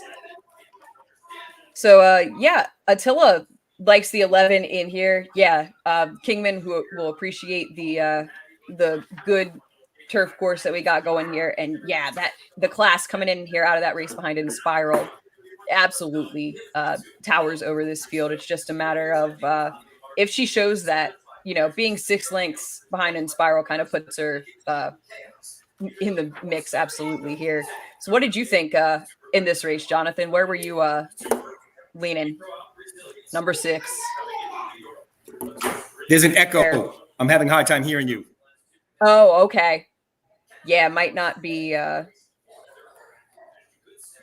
Seems like there's some background noise and stuff going on there. Yes. But going with the other Chad, who we were talking about, that right at the wire, Alex is against a little bit in here, just going the step up off the big effort, but a horse that makes sense, certainly. For those interested, it's a Casa Magna 15. If you smoke cigars and you have not tried a Colorado Casa Magna, you are missing out. They're excellent. I have 100% close ratio for those interested, so I just thought I'd throw that out there. I know Jessica's a big cigar smoker. So. But that's, we need some varied content on the stream. We can't just talk horse racing the whole time, right? Well, we got 7 hours. On my own channel, I've often thought about having a cigar segment, but there was a movement last year on YouTube where all the people who had cigar channels were basically just tossed. And I don't know what the thinking was, but I had a couple of them I used to watch for recommendations and stuff. Weird, because I'm hearing double. You know why? Because you have to mute YouTube and go to the studio. Oh, got it. Okay. Yes, that is Better? probably the issue that is going on. Oh my goodness! I told you it was operator error. I told you. No, it's because you're on amphetamines. Come on, admit it. Well, Jessica, it's so nice to see you in person. Yeah, absolutely. Thanks for coming on and helping out here. Oh, it's my pleasure. I told Matthew yesterday, if you need a mediocre horse player, I'm your man. So based on that first race, that's Living up to the title. Holding strong. Yes. Oh, and soon we'll have El Hombre on board. Fantastic. Yeah, he's. I'm not sure. Did you see his people to avoid video at the Kentucky Derby? Yes, of course. Hysterical. I ran into Trust Fund Baby frat guy at the San Diego Derby a couple weeks ago. I worry but that was before I saw the video. But when he posted that, that guy that I saw at the San Diego Derby just came right to my head. It's him. Yep, it was him. I'm worried that I am dressing like an adult for the first time guy. Or at least I was 10 years ago for sure when I was in Saratoga. To be fair, I had been way too drunk by 8 a.m. guy too. So, I mean, haven't we all though, especially on a big race day? Exactly. Okay. Yeah, no, I interned at Saratoga when I was 18 and 19 up in the press box. And I was quite literally, I dressed in band t-shirts and shorts or jeans every day up until that point. So I was like, I have to go buy dresses. So I went to Walmart and bought some dresses, some sundresses. And I was like, this will work, right? Yeah. And then I get there and it's people with money and dresses that clearly cost more than $8. Yes. I was like, well, at least I can talk horses with these people, right? Right. It all worked out. It was an incredible experience, but I was definitely that guy. I have to say that I toyed with the idea of putting on a 3-piece suit today, just for Derby Day. But then I said, you know what, you got to be you, and so I'm with Hawaiian shirts. That's all I want. I respect that. Right. Absolutely. I was like, if I had to do it if you want. We'll leave it up to you. So, quick question for you guys: how do you go about handicapping a race? Because I watch every single replay of every horse in the field, so it's a very time-consuming process for me. And then I go to advanced trainer stats, then I go to key races and things like that. So I can literally spend all night doing this. Literally. Jess, you want to start with that?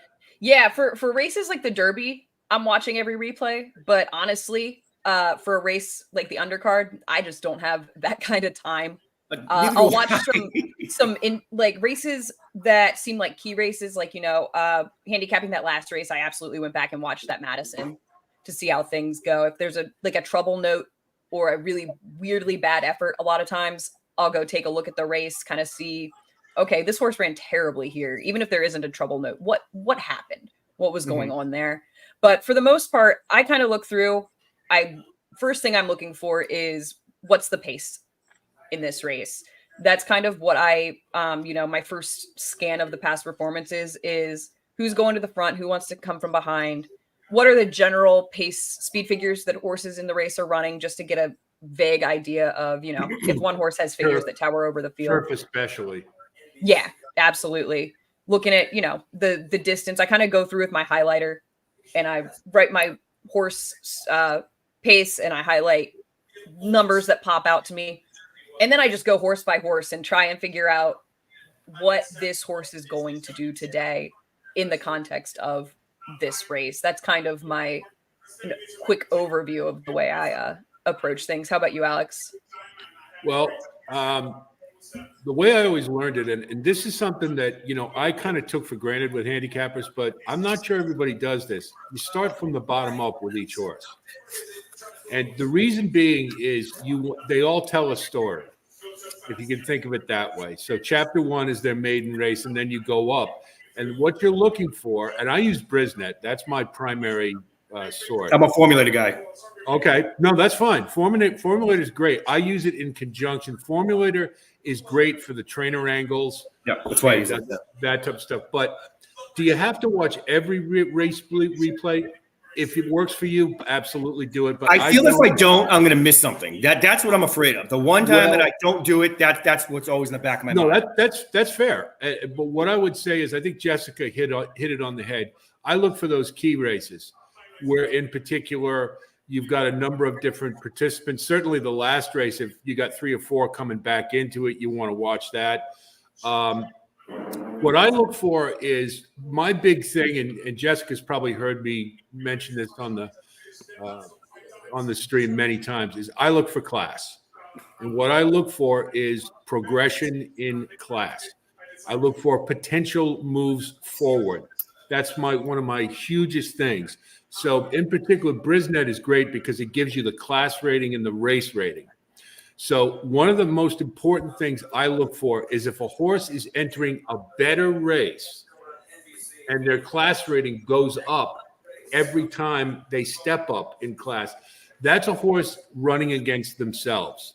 Okay. They're not running against the group. They're just improving. Now, Anna Marie in the Derby is a classic example of that. If you look at his 2-year-old form, class rating up, up, up, up, race rating up, up, up, up. And more importantly, his fractions, his early fractions were getting better while his late fractions were getting better. Okay. That's the mark of a horse who's ready to explode. Now, he's been doing that at 3 years old as well. So class and race rating progression is one of my big things. Certainly that's probably the most important thing I look for. And then, of course, you want to see the race shape. And this is something I think that maybe is overlooked sometimes, is what's the race shape? What does it look like? What's the theme of the race? And a lot of times the reason you'll find a long shot is if you can't really find a theme. Yep. Or you're always, of course, looking for vulnerability. So, you got a horse with 12 horses, race with 12 horses in it, and maybe the prime ones, all 5 are vulnerable. Well, is there really a shape? There probably isn't one, but it looks like there might be one. So it's illusory. I am paying attention to you. I just have to put my bets in right now. So. No, that's fine. But those are the things that I look for. And of course, angles, formulator, you can't get better than that. I love filtering. And the race replays. I watch the race replays when when they're significant. I don't watch them all. Now, Jessica's right. For a race like the Derby, I watch every single one.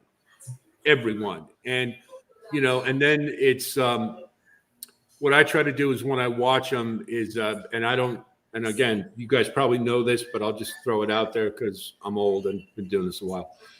One of the most important things with watching a race replay, and I don't know if you do this, but is look at it from the middle. Don't look on the front end. Don't look on the back end. Don't look at your horse. Okay, that's what I do with my horse. Okay. Look at it at the middle and see what's going on. And I can tell you there are some race callers out there at tracks. They don't do that. I know they don't. I can tell by listening to them. I won't mention names, but I have it's a good a idea. really important way to give you a sense of what the race is all about. If you just key on one horse, you miss a lot. So that's just a little thing for me. But no, I appreciate that. I do. Hope that gives you an idea. Yeah, absolutely. And of course, I'm always looking for value. I hate betting favorites. I absolutely hate it. More often than not, if a horse is 6-5, I don't care. Unless I can get 30-1 underneath for a cold exacta that'll pay, I'm looking for value. And that's, again, this race coming up is a great example of it. On paper, Coppice looks pretty damn good, but it's a big field and it's Derby day.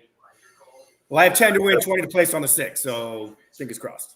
Okay. Let me go back and take a look on Delahaye. Yeah, see, here's a great example. Okay. Now, Delahaye on the Brisnet is coming off a career high off the layoff, which is an excellent. If you know Chad Brown, that's a good thing. There are a lot of trainers it's not a good thing. But Chad Brown has a way of, getting his horses to pop, and once they're going well, they stay that way. Mm-hmm. My only concern with Delahaye is it's a big jump on a big day, and he could very well be capable. But the other thing about it is, like, if you ever use Thorograph? No. Okay. Well, a big thing with Thorograph is it's a very comprehensive speed figure chart. And it accounts for everything: ground loss, wind, race shape. And what you look for are patterns of how the horses run, because all horses have a speed pattern. Now, a horse like Delahaye, if you look, 81, 86, and then 77, but his class level went up. So you see that race rating and class level are both increasing, and he came off the layoff and he ran huge with another bump up in class. So those are all good signs. The only thing that was a little bit of a knock to me was he ran his career high number, and it was Do you think he could bounce? and it was significantly higher than he has run. But again, it's Chad Brown, so this horse just might be ready to pop. A great angle, particularly with 3-year-olds from their 2-year-old to 3-year-old year. When they debut at 3, if they run their career high, that's a great sign because they're ready to pop or near it. So anyway, So to your point, Alex, he's run 4 straight buyers, and they've gotten better every race. So, but there's the rub. It's Yeah. a buyer, right? Yeah. Now buyers are based on the final time. Yep. And there's so many things that have to do with pace makes the race. I mean, it's all about how that's why I like the Brisnet numbers. Okay. Maybe I'll have to check that out. I use buyers in comparison. Like I'll after I look at the Brisnet numbers, I say, all right, well, what kind of buyer did he get? And you know why you want to know that is because people key on buyer speed numbers, and Brisnet is a more accurate number. Yeah. Okay. You may be able to find a sleeper. Yeah. And so when I was, that was the only option we had when I was younger and I started. We had the racing form. That was it. So we all did buyers. But once I discovered Brisnet, I was like, oh my God, you find so much value that's sleeping, that's hidden. And it's just my little. Well, for Breeders' Cup weekend, I'm watching these replays in Japanese. Okay, I have no idea what they're saying. And I have a hard time finding out where my horse is because they don't have the names of the horses like they do, like on Formulator. Those replays and the numbers and things. Well, like the that. shitty thing that the Japanese do is the camera, the way they pan all the way to the back. See, it's hard to follow a race that way. You have to look at the other screen. Yep. Because you can't watch it from the middle because they force you to follow it. Yeah. And my wife thinks I'm crazy for staying up all night doing this. Just to let you know that she thinks I'm absolutely insane. So there's nothing wrong with it. Listen, there's nothing. We are in the gate, guys. I would never knock anybody's technique. I'm just telling you some things. I'm streaming this. I'm streaming this. I'm streaming this. So I'll be right back. Yep. All right, here we go. Yep. Ag Bullet out to the front as expected with not so close. A couple of them in there in that second flight. Walkathon, that's Evie Jets, and then behind that, Ascendancy. Then we go back a little bit to who we got there. That is Della Hay and Mission of Joy. Then that's probably Capice with the Juddmonte Silks and Chili Flag, and that leaves Cairo Consort at the back. Ag Bullet, easy lead here. Yeah. Over Walkathon. Yeah. And that kind of scared me a little bit because a lot of times that'll happen when there's a lot of speed. They'll all back off, but they're catching them now. 47 is solid. That's solid pace. Yeah, they're not going too slow. Walkathon's making a move here. Jockey's asking on not so close. We've got a nice tent. Nice view of the tent. Come on, Cairo. Come on, Cairo. Come up the rail. That's it. Save ground. Walkathon still. There it is. Go. All right. Walkathon is who they got to catch. Here comes the 11 Capice, though. That's Della Hay as well, running with her. And Chili Flag. So it's going to be a Chad Brown. Come on. Come on, 11. Get up there for the pick 6. Get up there. Sorry. Oof. Shit. So Chad Brown trifecta, 3-11-6. So that angle that Colin was talking about with Chad Brown horses coming off their rear bed, got you the trifecta there. And Chad Brown sweeps another graded stakes on the turf. All right. Another race that ended up pretty formful. Chili Flag, the morning line favorite, got the edge just barely over your post-time favorite, Capice. But hopefully, Colin, you had that try because it was that angle just straight up. Well done, Colin. How about our bees tonight? What do you think? Are we going to do it? Game 7, baby. No bueno there. 10 to win, 20 to place, and you came in third. Hope that's not a good omen. 0 for 2 there. She ran a good race. She did. Yeah, she absolutely did. I think just the Deb's on season. She stumbled at the start, though. I don't think that made a difference, but she did not have a great break. I don't think. Mm-hmm. Jonathan, where are you? California, Temecula. You don't sound like it. Sound like you're from New England, like me. Originally, I am from Haverhill, Mass. Haverhill, okay, up northwest, right? Northwest of Boston. It's north, about 30 miles north of the city on the New Hampshire border. But Yeah. I live in California now. Okay, smart guy. About an hour north of Del Mar. That's my home track now. Nice. Sweet. But I used to go to Saratoga quite a bit, Jess, when I was living back there. Mm-hmm. You're going there. Yeah, one day I'll every make it year out to for Del Mar. 20 years. Oh, it's great. It's great. So I turned 50 in October, and I got to go to Keeneland, closing day, Churchill Downs, opening day. That was quite a trip. Nice. And for Christmas, my wife got me a trip to any track that I wanted to, so I picked Gulfstream last March, a month ago, or 2 months ago. Cool. So Canterbury is on the list. Canterbury. I don't know if you guys that. I Hey, don't know. It's Hey, definitely on the list. listen, if you do go to Canterbury, look up Ted Gravelis. I went to Okay. college with him. I think he's from Peabody, Where are you from? Where are you right now? Rhode Island. Okay, Providence. Warren. Okay. You know how Rhode Island's shaped like a beer mug? Yep. I'm on the handle, Okay. about midway. Okay. But Ted Gravelis is a good friend of mine. I went to college with him, and he's a big guy at Canterbury. If you try to find him, I'm sure they'll know who he is. But tell him I sent you. He's a good guy. Will do. So was that Chad Brown 1, 2, 3 there? I was. It sure was. It was the other Chad over the Chad over the other other Chad. Chad. Yes. Yeah. Okay. Well. Yeah. Sounds like we need to get Colin back on because he's apparently been doing well today. And we got Tim in the chat. Should I copy his picks? Right, apparently. Yeah. Apparently So that's the move. all the work that I did is just off a knot now, and I should just copy his picks. Right. This is a reversal of form. Tim is in the chat, and I'm on the air. Certainly an upgrade in looks. Sorry. Yeah, Tim. Where? Just kidding. Okay. Yeah. Did you ever go to Who the do you Rock, like, Alex, when it was there? You know, I never did. I never went to Rockingham. Oh, Never that's, did. Jessica, that's a now closed track that was in New Hampshire that used to be great. Oh, but, okay. Yeah, I've heard of Rockingham Park, but Yeah, I used to go. I went to Suffolk quite a bit, Yep. which was unique, different. Yes, well, the Rock was too. So Now I give the. I haven't been. I've been basically to all the New York tracks. how is Finger Lakes? I'd like to check that one out too. I haven't been. Well, that's one I haven't been to. That's just a little too far up. But Anthony Stabile is the race caller now there, so I bet it's hilarious. Yeah. He's so New York. He just he's a character. But yeah, no, I got.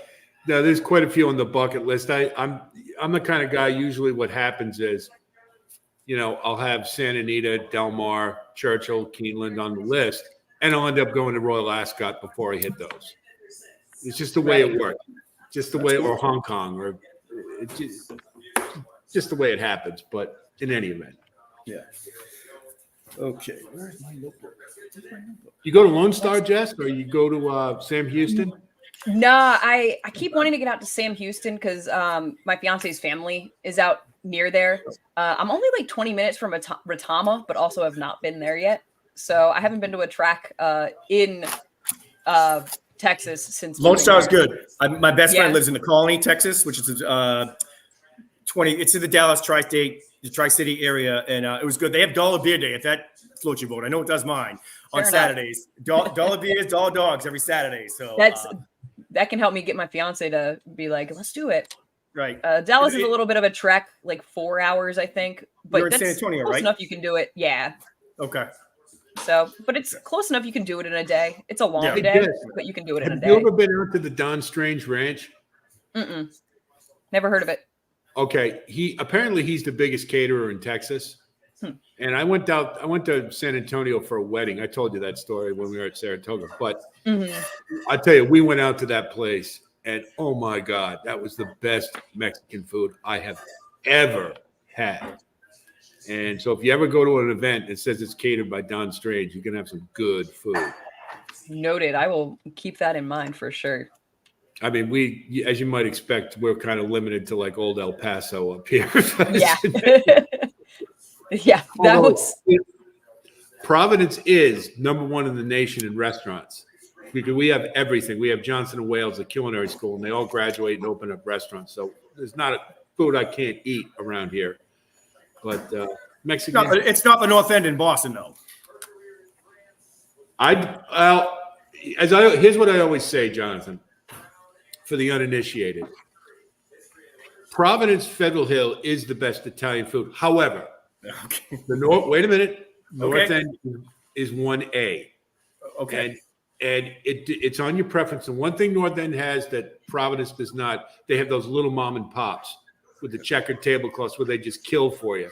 Yep. And no, the North End's great. I love.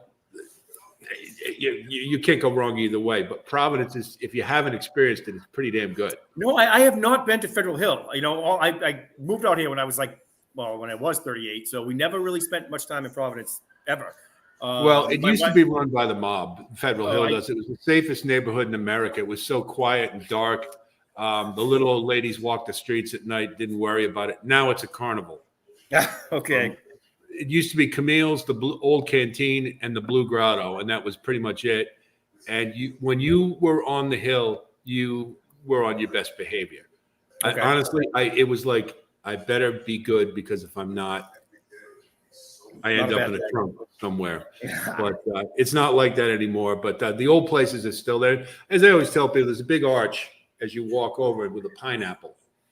And I just say, go under the pineapple and walk in somewhere, and you'll be fine. You'll be happy. Okay. Little cultural lesson about Rhode Island for those of you who are uninitiated. And from the Northeast, yes, for other ones joining the us. biggest little state in the union. Yes. As we said. We got a nice race yes. coming up here in the Pat Day Mile. Well, who wants to talk about racing today? Some interesting horses coming up, and unsurprisingly, Houdet, we were never going to get 10-1 on the morning line. He is co-favorite right now with Nash on the outside. I thought Nash was a stone cold single, personally. Really? Yep. If I'm not going to do multi-race rages right now because the budget is where I thought it would be at this point. But if I was going to, I probably would have singled him. But to me, this race is Flauhaus is good. Flauhaus is good too. This race is completely wide open to the point of almost a pass. Really? Honestly. Yeah, because they all want to do the same thing. That's one of the problems. And so I think a horse like Frosty Indulgence is kind of interesting for that reason. But and then the worry is, of course, is Top Connor going to bounce after running that huge bluegrass? Yeah, I didn't need him personally. Yeah, I mean, it's to me, last year it was so form fitting because you had General Jim and Fort Bragg, and it was pretty much that was it. But to me, I look here, and again, Houdet fits that kind of mold where just ran a big race off the bench, could be jumping forward. Tom Drury's really good at that, and but he's also going to have to deal with Top Connor, who's going to be pretty keyed up. But so it might get salty. And after and then you got the Kenny McPeak factor with Northern Flame because you just never know with him. Never know. Yeah, this 21 on the morning line. That's well. There's a lot of ways to go. And it's to me, it's almost a pass race. It was the fact that it was in the pick six. I had to look at it, but I was like, geez, I don't know. Yeah, that price on Houdet, I knew we were never going to get 10-1, but I was hoping we might get 5-1. That might have been wishful thinking because I just thought that horse was going to get the good trip right in behind all of this speed that seems to be signed on in here. I mean, Top Connor's quick. Beeline probably has to go. Northern Flame is quick. Otto the Conqueror last time was nowhere near the pace and didn't show up, so I think they're going to probably try and send him. Carbone from the rail has speed. Guanair has a little bit of speed as well. The 6. Obviously, Vlahos went wire to wire in his only start, so you assume that he has a wildly high time form early pace rating of a 134 stretching out. And Nash wants to be close. So, but I felt the thing about Nash is, to me, he certainly has ability. There's absolutely no doubt about it. Killer instinct is really what I wonder about, because he had 2 races against Track Phantom that for the Lecomte, I was like, he's just going to blow this horse away. And he just sat there and he never moved. He was a statue. I was like, what are you doing? And so he may be a horse that just kind of likes to run around the track. Like Verified was kind of one of those last year. He never finished out of the money, though. I mean, that's true. And he Jonathan, there's no doubt about it in my mind. He could absolutely bolt, get to the lead, and be gone. It could absolutely happen. But his MO, he makes him hard to trust, in my opinion. sure. I think he's tough to trust as well. You know, he's kind of a fierceness type. He's got just the trustworthiness angle. It's really hard to get excited about horses like that. But I can see the appeal without a doubt. Without a doubt. One that kind of is interesting a little bit is Beeline. I was at that race. I was at that race in Gulfstream. Were you? Yes, Okay. that was when I was at Gulfstream. That was the Hutchison, I believe. Well, And- I know Jess is going to back me up on this, in that she knows better than I, but B Jersey is a sire. He barely held on into a 25 to 1 shot. And he was blood and guts, and he won. Don't get me wrong, but I just think, in my opinion, I'm not using him anywhere near my tickets. He's I got a worry lot about the of- fact that he might need the lead, Yeah, I agreed. mean, but No. I think he's a very talented horse. I liked the guts in that race. I know it, he won. He won. yeah, so I can't he won. Yeah, he won. and I think the So- mile is okay for him. But yeah, I worry about the class and the pace scenario in this race. I think just doesn't really work out well for him. That's why Frosty Indulgence has some appeal to me.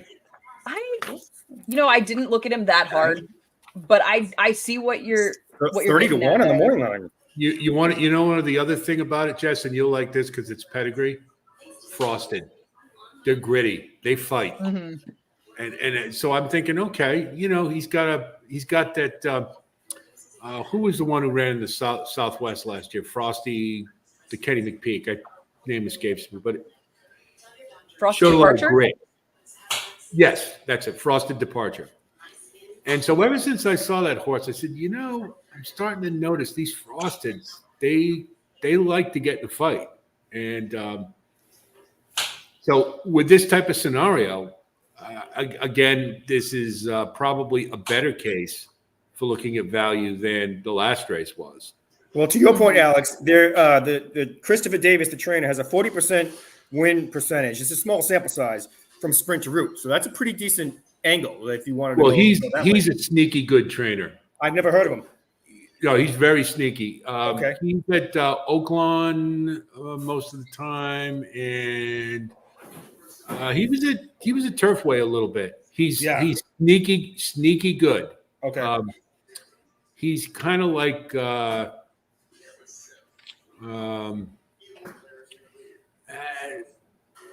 he's kind of, well, there's 3 trainers to me that like all have the same MO, and it starts with Nick Zito. Whenever Nick Zito had a favorite, throw him out. If he's underneath, that's when you want him. And he's that kind of guy. He flies under the radar. Doug O'Neill is like that too. They place their horses very well, but it's usually when they're not favored is when you want them. And Christopher Davis is that kind of guy that he flies under the radar. The bigger names always get more attention, and they drive the odds down. And he'll throw in a 10 to 1 shot that is just as good or better.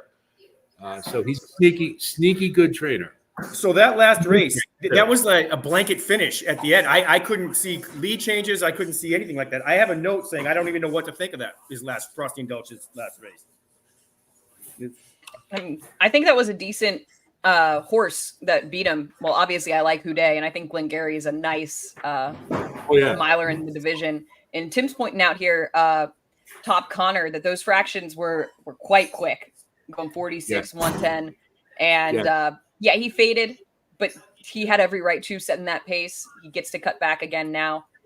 Thinking speed could hold. And I mean, it's either Top Connor or Vlahos, you think probably they make it to the front in here. Vlahos stretching out, Top Connor cutting back. But there's going to be a lot of company. And I just don't. I don't like taking lightly raced horses and putting them into Grade 1 stakes races. I just have a thing about that. The only time I made an exception was Catalytic. I just because I watched his race before and I was like, this horse closed like a freight train after braking terribly. And guess what female family is Catalytic from? La Troyenne. That was the only reason in the Derby I thought about using him. I said, he's got enough class. But I tossed him. But he's going to be interesting to watch because. To me, it's race shape more than anything else. I don't know that Frosty Indulgence got. If I go back and take a look at it, the fractions were pretty quick. But he gets an extra panel. And the Biscuit is a good rider. He's a really good rider at Turfway. And probably what the angle was, he went from synthetic to dirt. And that's my favorite angle going away. That's how I got Rich Strike. And endlessly?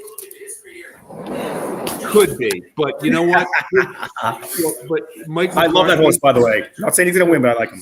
No, he's a nice horse. He is. Oh, yeah. But I'll tell you, Mike McCarthy, you never hear trainers do this, ever.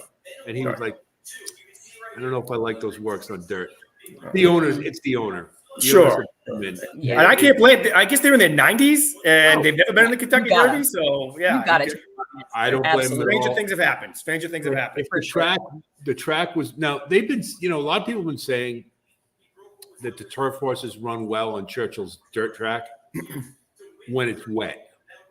That's a big qualification because I'll tell you, a couple years ago, Patio Prado, Dale Roman was a turf horse, finished third in the Derby. It was muddy that day.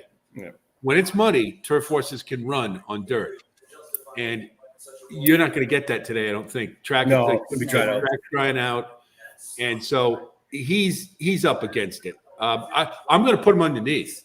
Yeah, because of his odds, he's classy enough. He may just keep running. And I really think T.O. Password is going to bolt from the gate and just set suicidal fractions. Look at what that Japanese horse did yesterday, T.O. Saint-Denis. He flew out of the gate. Now, he may have just liked the muddy track. I don't know. But what other choice does the horse have? He has no chance otherwise. And so it's going to be interesting. Yeah, for sure. I think that pace could end up being a lot. And I mean, I think Track Phantom adding blinkers is a little bit, you worry about him just going kind of nuts too, kind of pulling a Palace Malice comes to mind. I worry about that with Track Phantom. I'm not worried about him at all. I'm not, he runs 23:48. And when he does, he fades. I don't think the distance, he wants the distance. Oh, not as a win contender, but as a horse who's going to contest the front end and go way too fast. Sure. But will he get the lead? Nothing to do with will he get the lead? That's the question. That is the question. And that's what I wonder with the blinkers is he going to show enough extra speed with the blinkers on? And I don't like horses making big equipment changes in big races. Oh, it's terrible. I mean, if it's a master horseman like Asmussen does that, it can't be good. It can't be. The pace is, I've been going back and forth all week because I said to myself, well, I really like Catching Freedom a lot. And the main reason is I think he's going to be more forwardly placed because Brad Cox said prior to the Louisiana Derby, if he hadn't hit his head, on the gate, he would have been more forwardly placed. And he's a horse who's getting good at the right time, so he should be tactically in a better position than the deep closers on a Marine season, Sierra Leone. But I keep looking at it. I go, well, is there any speedball on the front end? And I'm assuming it's TO password. But if it isn't, then the pace becomes extremely moderate. And if it does, that has to favor fierceness if he runs his game, which is a big question mark. Yeah, that is an if, certainly. You know, I mean, and the other thing is, if it ends up being like 46 and 110, fierceness has never run that fast before on the front end. His pace fractions are a horse who's just been cruising without under his own power. Yeah, he's just been allowed to do what he wants to, and that's of course the MO for fierceness. So I'm tossing him completely. I think you just have to. Fierceness you're talking about? Yeah, he's either going to win or he's off the board. That's what I was just about to say, because I just about everyone has that opinion. It's you're either all in, you're all out. Yeah, I mean, what else can you do? I mean, is he really going to finish second or third? No, if he wins this race, he's going to blow the field away. Does my distaste for Mike Rapoli, should that come into me picking him or going against him? No, it shouldn't. I know, but I just the self-appointed commissioner of racing, the disruptor. He's like, I'm disrupting racing. I'm like, dude, what have you done? Name one meaningful thing you've done. Do you know how many times I have wanted to go on X and just say, you want to do something for racing, Mike? Shut the fuck up. Or buy Santa Anita. Buy it. Okay. You can afford it. I can't. You can. And then because California racing is going down the drain. That's a guy that can do something about it. So, it really bothers me. I agree with what you just said. I don't want to curse, but yes. I'm sorry, I shouldn't have. But no. My kids are in the other room. That's why. Well, it's like John Stewart, right? Resolute Racing. He's trying to kind of positing himself as the holy roller. I'm like, well, John, if you were, then shut up on Twitter. Yeah, just shut up. Yeah, just do what you do. Don't. I mean, you guys getting in all it does is emphasize what's wrong with racing is egos and nobody united. No, and to me, it's just such a complete waste of time when they could be doing something constructive. And you know, Mike Rapoli has a lot of good ideas. I don't want to say he doesn't because he does. Yeah. But anyway, I don't want to get presentation of those ideas leaves something to be desired. There it is. There it is. Right there. Absolutely. Tim wondering if mind frame winning is a sign of things to come since Rapoli had that double at the Florida Derby. And mind frame got kind of the trip that Rapoli's hoping fierceness will get. So we'll see. Any better question. That remains to be seen. I haven't taken a look at Mindframe's pedigree actually, to get a feel for what he might have come a Constitution colt out of Mary's produced a stakes horse. Jess, who's the freshman sire coming up who you're excited about? McKinsey. No doubt. What about him do you like? What about him do you like, Jess? Everything. Versatility. Grit, raw ability, son of Street Sense, huge. He brings in that La Troyenne family that Street Sense works with so well on the bottom. He's free of AP Indy, who Street Sense works with very well. Unlike the other top sons of Street Sense that are retiring to stud, horses like Maxfield and Speaker's Corner. So he has the option of going to those AP Indy mares that have worked so well with his sire. And they're just good looking horses. He's my absolute, without a doubt, the horse I'm looking forward to most as a freshman sire. Authentic has the volume. He has the mares. He'll get good horses. But I was allowed to a pick 4 in that Derby, and with Tis the Law, the favorite, and of course, Authentic. Yeah, don't even go there. About that Derby. Sorry. I was beyond furious that day. My friends will tell you, I was beside myself. More so than when Medina Spirit won, because I had 2 through 6, and I had Mandaloon on top, so that cost me about $100,000. Okay. Anyway. I wanted to ask you, Jess, one of the things I always look for in terms of in racing, because I'm a historian, I've read a lot about Pedigree back in the day, and talking about Bull Hancock when he used to syndicate and bring over Polaris, and they brought over Niarco. Have you heard anything about that? Because I haven't. I'm waiting for them to bring some European bloodlines over.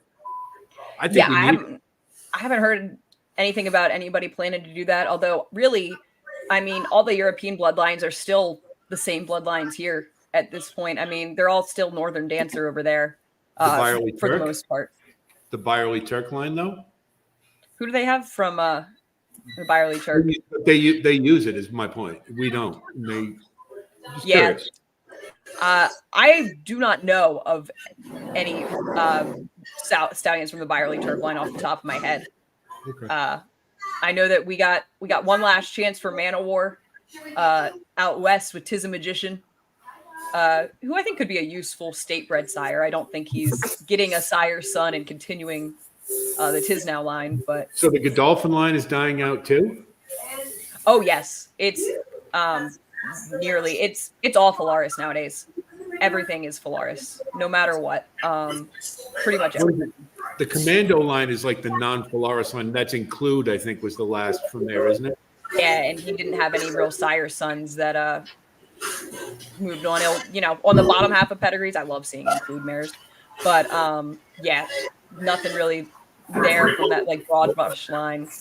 Wasn't Holy Bull part of that line? Yeah, I believe so. And sorry, Paul, tried to. We got we'll pop you out for a second. Yeah, seize the gray in the next race.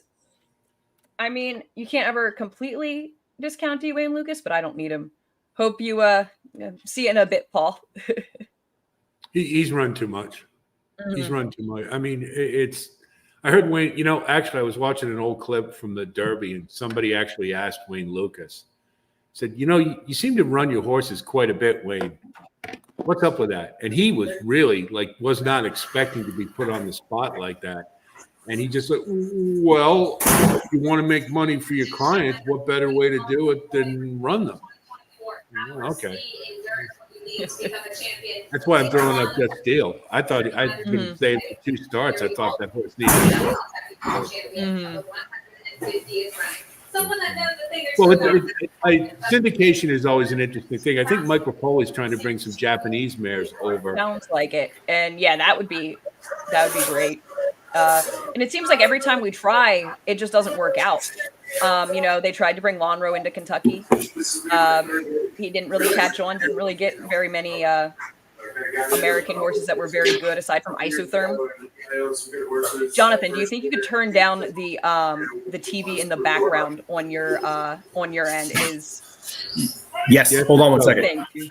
A little bit loud there. Thank you. I'm getting distracted. I am a highly distractible individual, to be fair. But I kind of was too. Thanks so much. Yeah, absolutely. Thanks so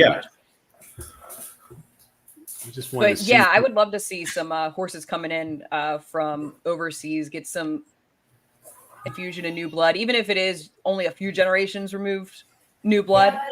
Just something a little different would be good for the breed, I think, because at this point, in a lot of ways, the inbreeding problem is kind of too far gone to really make a difference unless you're willing to breed a few generations of bad horses or mediocre, at least, horses, which nobody's trying to breed a mediocre horse for their babies to be better. No one has that kind of time or money. Well, that's why I really wish they would make it so you can't be a stallion unless you race at 4, like the old days, and bump up the handicap division because there's so many of those 3-year-olds, you just don't know if they can carry weight. And there was such a huge, it was a huge deal. Because, I mean, that you wanted to see. You had horses like, I think it was Forgo. Now, he was a gelding, but, I mean, he carried 138 pounds and won a graded stakes race. Now, they used to do that. The only time they would retire a horse at 3 was Man of War, because on the experimental free handicap, he would have been at 139 pounds. And his trainer was like, owner was like, I'm just not going to do that to him. But it was such a great determinant because you could tell the horse is sturdy, you know, he's going to be a good sire. And now they all go to stud, and you just don't know. And consequently, the breed suffers. Yeah, absolutely. And unfortunately, Ruth, we aren't going to be able to show the race live. We'll be talking about all of them, but you will have to pull that up on your ADW or whatnot in order to watch the actual stream of the race, because we don't want the stream rights holders to come after us. So do you guys think that going to the Derby would be an enjoyable experience? Because I don't. I don't Not think for I could me. deal with that many. No way. I'm with you. One time, just to do it. Just to Fair. say, Well, let me tell you, I've been to the Belmont. I go to the Belmont probably every year. And every year I say the same thing. You know, my buddy and I, we go to the Travers every year. And we go to the Belmont. And his deal was, when we can see a Triple Crown, let's go to the Belmont. So in 2012, we thought I'll Have Another was going to do it. oh, we're kicking the nuts. What up? He scratched, but we went. And the whole time, because there was no Triple Crown, we were like, God, these New York people just won't quit. All the kids, all the people going to the betting window 10 at a time and pulling out the racing form. And then, you know, insane.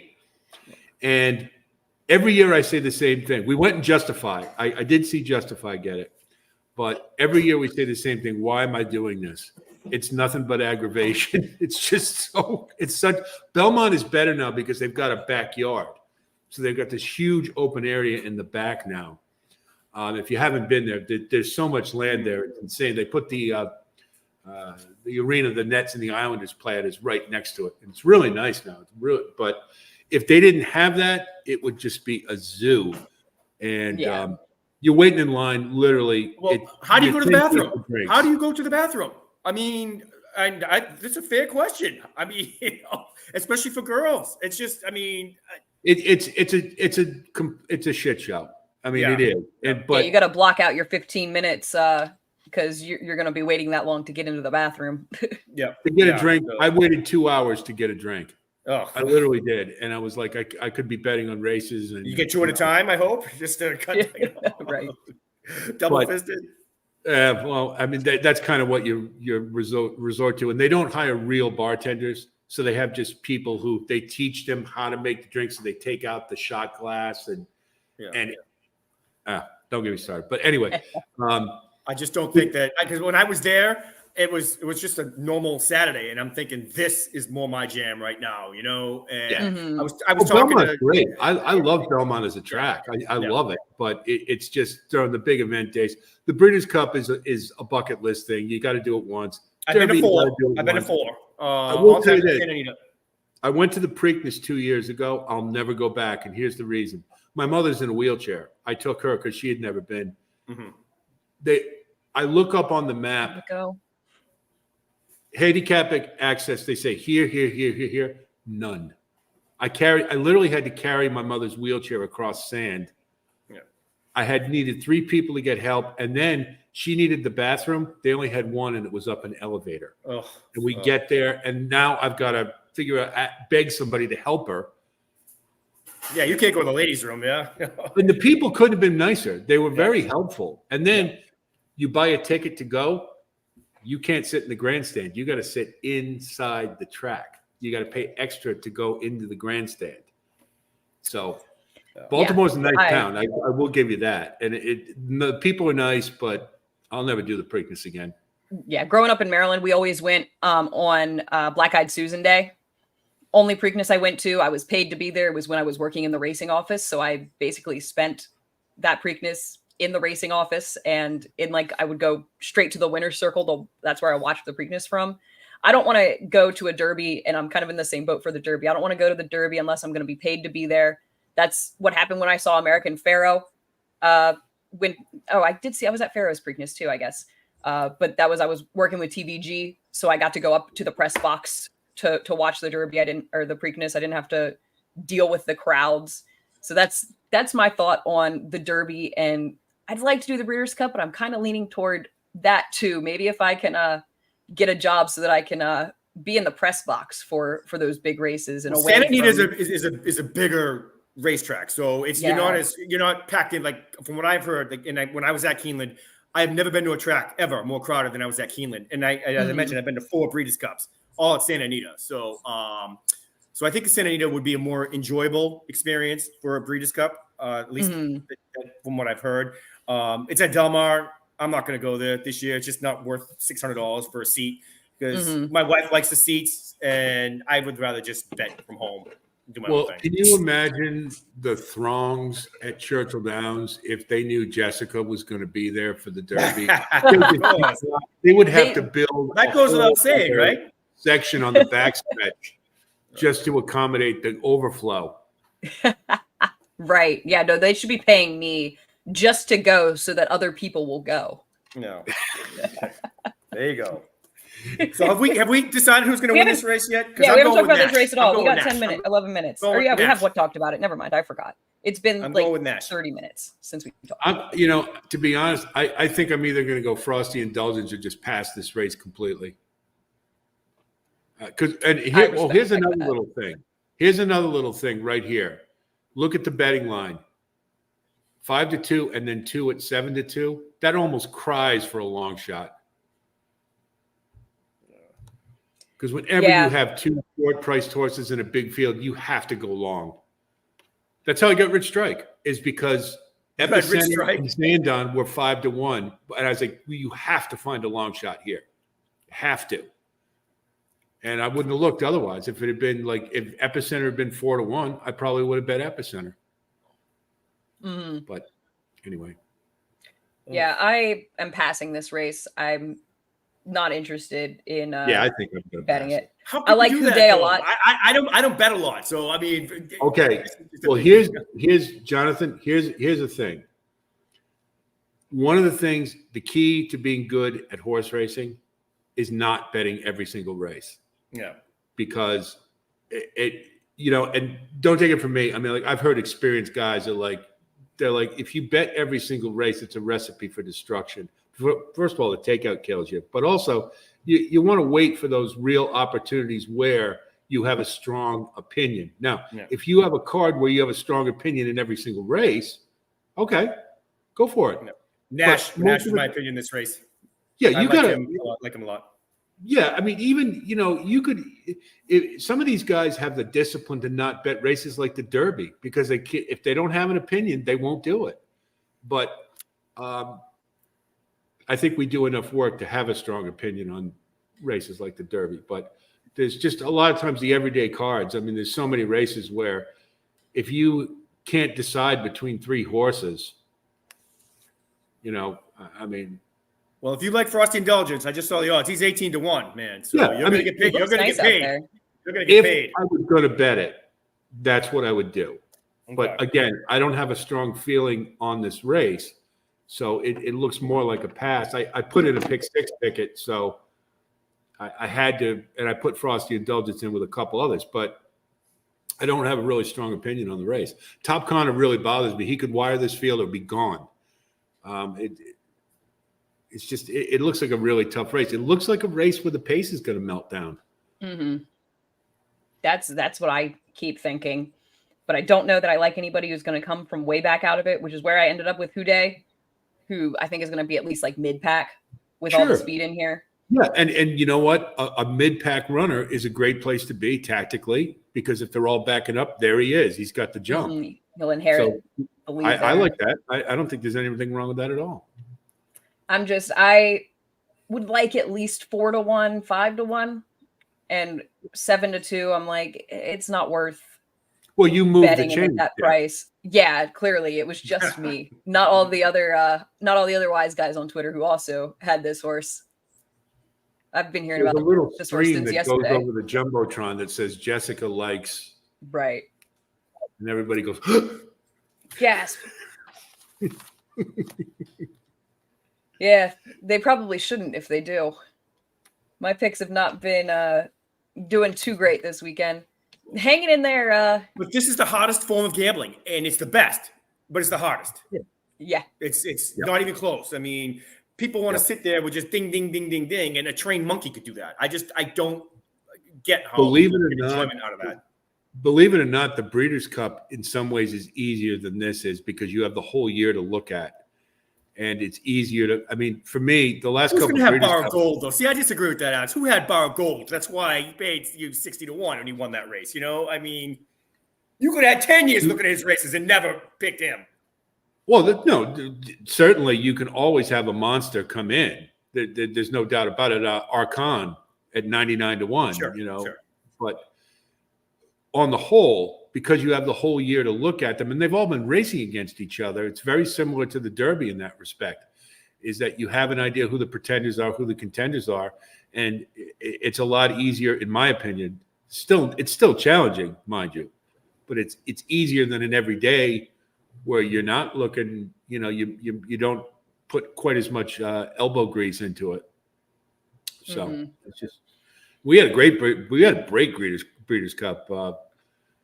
The stream we did the all day, the infamous all day. That was Jessica. That was awesome. That I had more fun on that Breeders' Cup because I'm in California, so you guys are 3 hours ahead of me. So it was like 3 o'clock in the morning where you guys were, and I'm like, wow, this is really good. You know, We're just my hanging out. starkest image was watching Caitlin Free at 1 o'clock in the morning, struggling to stay awake. And I must have put on the chat at least 3 times. Caitlin, just go to bed, please. Bless her for trying for hanging in there. And Ombre having a beer an hour, was that his goal? To have a beer an hour? Ombre was. We got our stream taken down. Was he even alive the next day? That was like, was anyone checked on that guy? Right.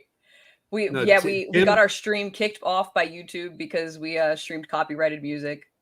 Is that what the problem was? That's what happened. Yes, we. Okay, I didn't know that. I was like, I'm not sure we can do this. He was like, you just play it. We'll watch it together. Who cares? And that's what knocked the stream off. And then we came back, and then it was like 5 a.m. and I had gone and gotten like 2 hours of sleep between the time I had signed off, and then I like came back at midnight. It was like 5 a.m. and I was like, all right, I need to sleep for a little bit. But so did whoever. I don't remember who was on with me. Because there was no one on. When I woke up the next day, there was no one on. I was like, we had a video to play. Like, where is everybody? Where's the stream? Yes, we had like something to play on loop, and I have never left a stream running before. So what I did was I put the thing on loop, and then I left the studio. And I should not have left the studio because when I left the studio, the whole stream shut down. So then I woke up the next morning and I saw the tweets, and I was like, oh God, let me get back on it real quick. Oh, no big deal. That was a lot of fun. I love that. I'll do it. I'm looking forward to it again. I'll be there. What was hysterical was finally seeing Matthew run out of gas. I didn't think that was humanly possible. Right. He did a stream yesterday. What was he on for 4 hours? And he just, the man has an endless reservoir of energy. And all of a sudden, where's Matthew? We finally did it. We tired him out. I like Attila's point here about Otto the Conqueror, who caught my eye in the post parade. I worry about pace scenario for this horse, but you're getting your price at 27-1 off a 12-1 morning line. So good luck with that, Attila. And Jose sees the gray, who we kind of touched on. I worry about class with Otto the Conqueror. He doesn't look like a horse who's progressed from 2. Yeah, as a 2-year-old, I thought that this was a horse who might be interesting this year. Horse for the course. He's won twice here at Churchill, so there's that, and he's won at the distance. I mean, the buyers, at least at the distance, aren't great, but but I don't think I there's a bad option in this 27-1 shot. Yeah, I don't think there's a bad option in this race. I really don't. Except maybe Gettysburg Address, because if Brad Cox couldn't figure him out, Dallas Stewart, God bless him, I don't know that he can figure him out either. But and everybody loves the horse. God, everybody's like, yo, Gettysburg Address. I'm like, are you seeing the same things I am? That horse might be the name. Legitimately, it might be the name. It's a cool name. People might gravitate toward that, Oh, yeah. No. How many people you think are going to bet Anna Marie and Mystic Dan today just on their name? Right. And I guarantee you there'll be a ton of any couple, Dan and Marie, is going to bet the Mystic Dan Anna Marie exacta box, right? Right. Yep. Or they'll bet it cold either way, so they can have bragging rights if it comes in. Right. Yeah, that's what you do. Dan bets it Mystic Dan, Honor Marie, and then Marie bets at Honor Marie, Mystic Dan, and then you just see. Exactly. What you need to do instead is just do a bet, a head-to-head bet instead. Colin is pointing out Dallas Stewart on those big days, especially the undercards. But yeah, this horse is tough to get to. It can happen. Usually there's something to go back to on those horses, though. There's that there's this one race. If they run that race, and I had the California Chrome commanding curve exacta, so I have nothing but love for Dallas Stewart. Right. Yeah, I had bet last minute that Derby, watching the post parade. I was like, I'm gonna throw a show bet on commanding curve. So which worked out well enough. Yep. Didn't have the exacta or anything, but made a few bucks. I got lucky for someone who, bet $20 for the whole day back then. I remember the one that was the craziest was in 2005 when Giacomo won it, because everybody forgets closing argument was second at 71 to 1. Mm-hmm. Oh, you had that? Bigger shot.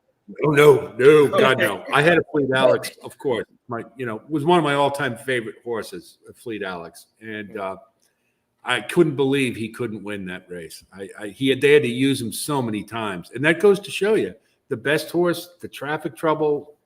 I mean, Super Saver was a bum. He was a bum. Looking at Lucky, he was 10 Super times. Saver was.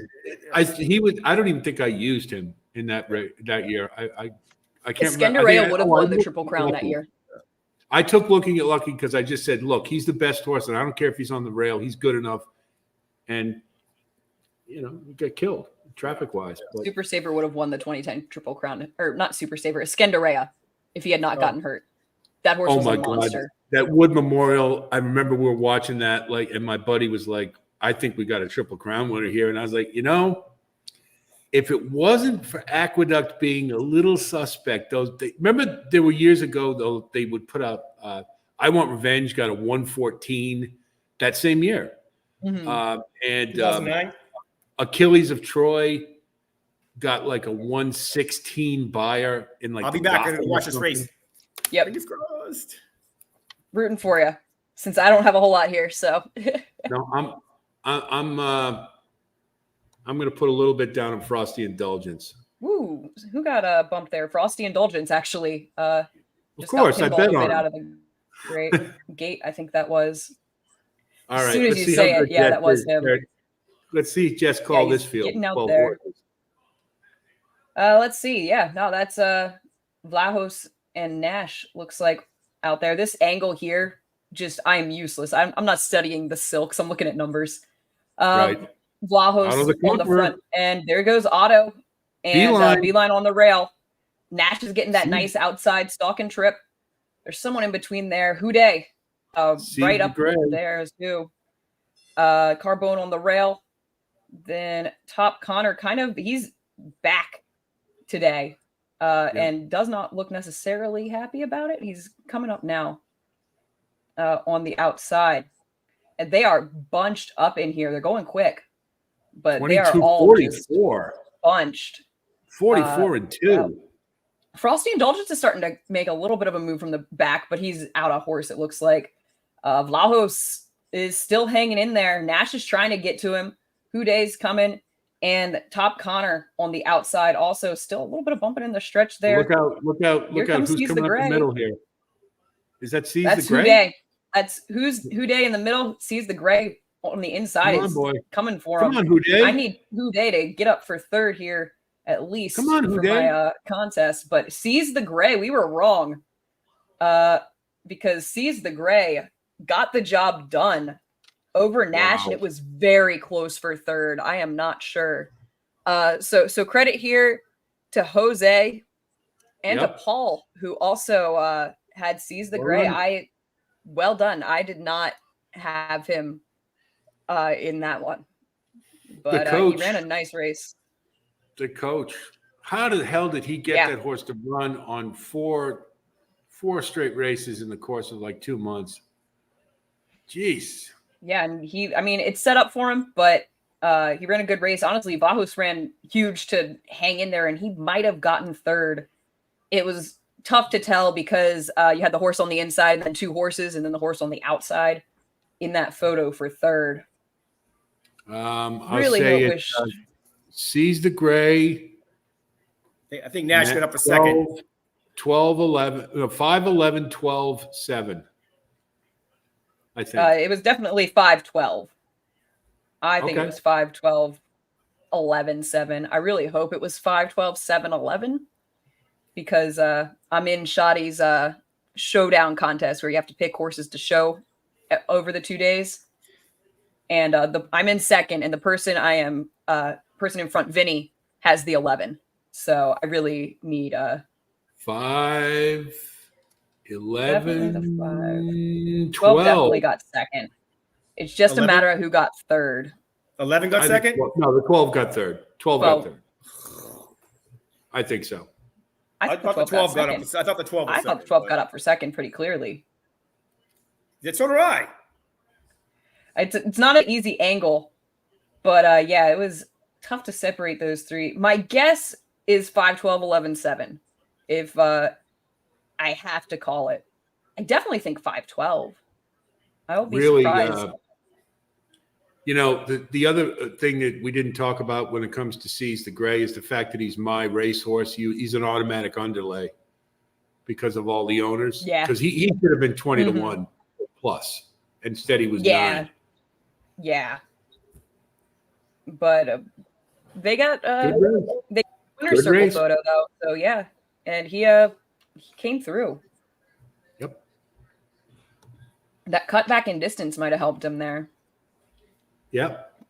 First time going a mile since the Iroquois. Yep. Photo sign is still up.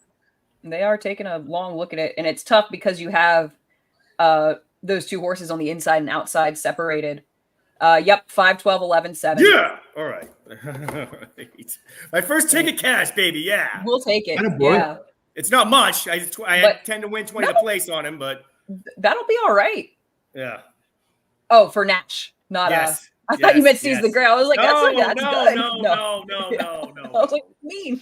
Hey, no, but if I found $20 on the ground, I'm going to pick it up. Yeah, right. Exactly. Way to be, Jonathan, brother. Yeah. Right. Guys, I got to sign off. I'm going to be back. My in-laws are coming over, but I'll be back. Do I just sounds good to come back? Nice meeting you, I'll take you out. Thanks so much for hanging out with us. Is it okay if I come back? Absolutely. Just do the same thing? Just use the same link. Yep. All right. I'll see you guys. Right, see ya. All right. Good man. Good guy. Yeah, absolutely. And looks like Michael also had that exacta, which that's going to be nice. Sweet. Well done, Michael. 5, 12, 11, 7, 8. Top corner. Yeah, I had a sneaky feeling. I just didn't. He didn't get the lead. He was really like middle pack. Yeah, good job on everyone who had that. I really think Chad used him as a rabbit in the bluegrass. I really do. And I tell you, to be honest, that's one of the reasons I'm a little down on Sierra Leone. I think he needs pace. He may get it today. He may. But is he really athletic enough to pick his way through? He's not. I don't think he is. I think that his race, he's going to have to swing 8 wide. And I don't think he's better enough than anybody else in the field to do that and win. I think I said when I opened the stream, I think what I said was, I think that's going to be the horse who's running at the end. And everyone's going to go, that's a Belmont horse. Immediately following the race. Everyone who doesn't know how deep closers fare in the Belmont as a rule is going to be the other thing is that this was something that quite often you see when a horse wins his maiden first out and then goes into a graded stakes and runs as big as he does. He looks quirky.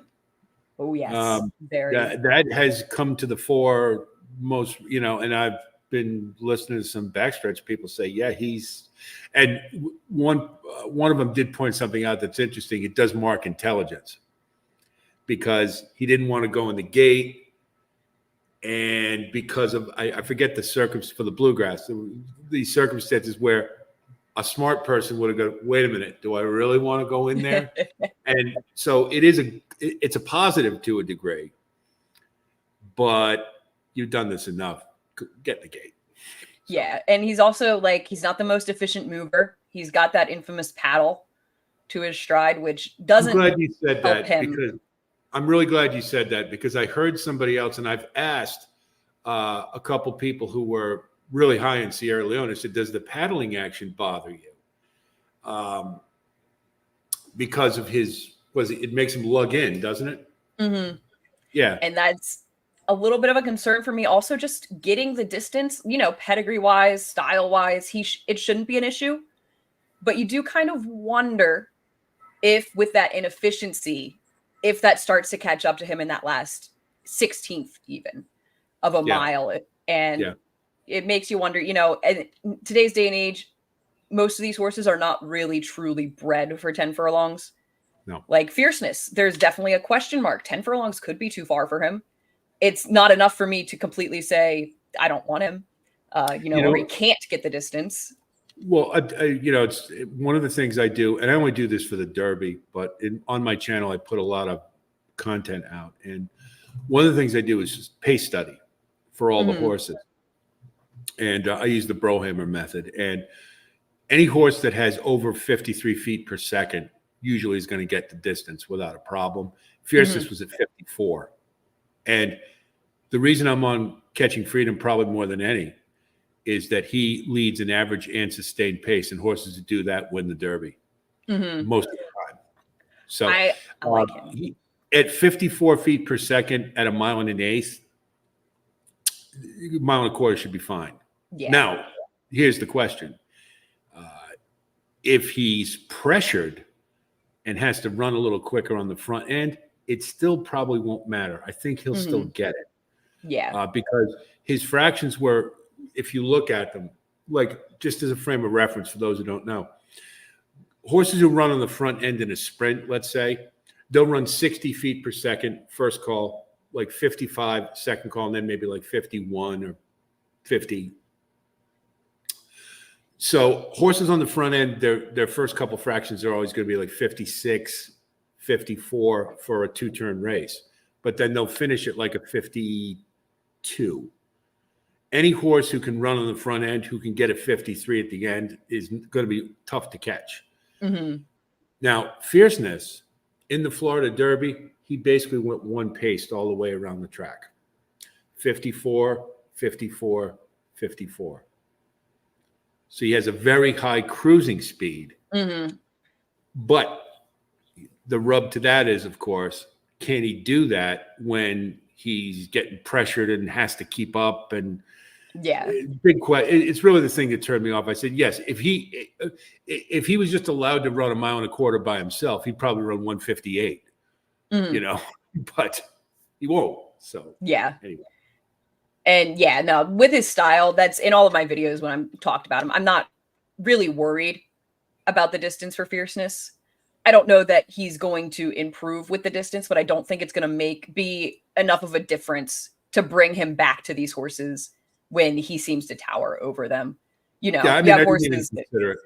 I didn't even consider it, to be honest. I was like, he's going to get the distance. He's too fast. I mean, it's not like Bellamy Road, who ran that 128 Wood Memorial, and I threw him out immediately. I was like, there's no way he's going to go back and do that again. Not at a mile and a quarter by Concerto, but he shouldn't have any problem. I don't think the distance is an issue at all.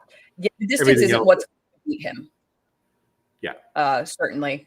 Moo making a point here with, I assume this is about Sierra Leone, potentially making a move, then drifting in and ending up DQ'd if he ends up causing issues. And that's definitely not completely out of the question with the way that horse has drifted in his races. So definitely, go ahead. The thing is, Jess, is that remember last year, those of us who were down on Tapit Trice, and I was big time one of them. One of the big issues was I said this. Now, this is kind of sacrilege, but I did say in one of my postings, he doesn't break poorly. He breaks slowly. Secretariat did not break poorly. He broke slowly. And what they did was they would keep Secretariat all the way outside, let him gather his stride, and get going, and then the freight train would happen. Now, Tapper Trice is not Secretariat, was not, we know this, but he ran the same way. Sierra Leone, very similar. They need to get him out of the gate, let him gather himself, and then swing him out for the freight train. But if that freight train gets stopped, he's done. He's not getting started again. Exactly. So Just Deal and Sierra Leone, to me, are both horses that if they get stopped, it's it. Mm-hmm. You know? Yeah, exactly. And from that 2-post, I think the 2-post hurts Sierra Leone a lot, because from there, if he had broken mid-pack, he might have been able to sit, 18th, 17th. But I think from where he is, with the fact that he's going to need to get his feet under him, he's going to be stuck on the rail last and then have to circle 19 horses. And that's asking too much. He's a talented horse that I think we're going to see a lot from moving forward. But I don't really need him in the Derby. He could get, third. He could get second. But I wouldn't be shocked if he won, obviously. But I would be very impressed. Well, I'll tell you what, I've been touting this theory, and I may be way off. I don't think I can't validate it really, but I think domestic product, they're going to send him, and they're going to use him as a rabbit. Now, Seth Klosterman is a very smart owner, and he's Chad Brown's primary client, but he's been in the game long enough. I think Chad could go to him and say, listen, the horse, he's by practical joke. He is not going to get the distance. So why don't we just send him and see what happens? He's been training that way. He's been training like a horse who wants to get up on the engine, and he's been ranking every race when he hasn't got the lead, including the Remsen in 1 1/8, I might add. And, and everybody's touting, well, his late pace fractions are so awesome. Well, of course they are. Look at the Tampa Derby, ran 51 and 116. Yeah. If he was so good, why didn't he just take command and blow that field away? Mm-hmm. So I think Sierra Leone needs a rabbit. I really do. I think that's why Top Connor was in the Bluegrass. And I love Anna Marie, but I think he needs pace too. I actually think Anna Marie has a better shot at finishing ahead of Sierra Leone. I really, at the price you're getting is just phenomenal. Yeah, price it's worth. I'm leaning against Anna Marie in here. Okay. I'm just not convinced on him yet. I think that there's more to come from him. I want to see him at the Traverse, but I don't need him today. For me, I can see that. No, that's fine. To me, this is going to be what I keep thinking back to for some reason is Always Dreaming. I don't know why, but I just have a feeling this could be just like on Always Dreaming, the only one with a clean set of silks in the group, got up to the lead, nobody caught him, and it could I think if I was Johnny V, I would be setting Fiercest right to the lead and just try to walk. Mm-hmm. But whether he can do that or not, I don't know. But and there's certainly nobody better at it than Johnny V. But it's the race shape. There's two race shapes. There's the fierceness good, and then there's the fierceness bad. Mm-hmm. Which one do you believe? Yeah, and that's the question. There is no answer until we find out. Yeah. It's one of those classic examples of, I think there's a premium on being right for the Derby. Like everybody's over preoccupied with being right. And that's what you want more than anything is the bragging rights. Hey, I picked the right horse. But, as I always say, when it comes to handicapping, one of the things I love about it is everybody's picks are always based on logic. Everybody's they use logic. So there's no wrong answer per se. I mean, there are times where you could say, yeah, you're crazy to pick that. But for the most part, we could all be right some days. We could all be wrong some days. And, it's just such a 20 horse field is just such a crapshoot. It's like Royal Ascot with those 28 horse races. What are you supposed to do in a race like that? You I mean, what do? You roll the dice. Well, what else can you do? I mean, I was watching. I was like, how am I supposed to handicap a 28 horse straightaway Yeah. sprint without pace fractions? Mm-hmm. You know? Right. Yeah. Without knowing where. Yeah. Those are. I do not is the answer. No, I loved Royal Ascot. Was a lot of fun this year, but I didn't know what to do with those races. I was like, I just can't. Mm-hmm. Look at this, Yeah. and I say all this. And every year I get a text from a guy I've known for about 50 years, and what do you think he's asking me? Who do you like today? Who do I bet in the Derby? I gave him Mage last year, and so now you've got something to live up to. That's the worst. Well, you know, and I know everybody on this stream right now has had this situation. Because they know we do horse racing, who do you like? And you tell them, and they finish second, and it's a good second. Like there was traffic trouble or whatnot. You don't know anything about horse racing because you didn't pick the winner. Right, exactly. I used to do a corporate Derby superfecta. I used to sell shares, $10 a share. First year, Big Brown. 1, 2, 3, Tail of Acadi kills it by a hair. We miss it for $80,000. And I put in the qualifier when I sent the email out.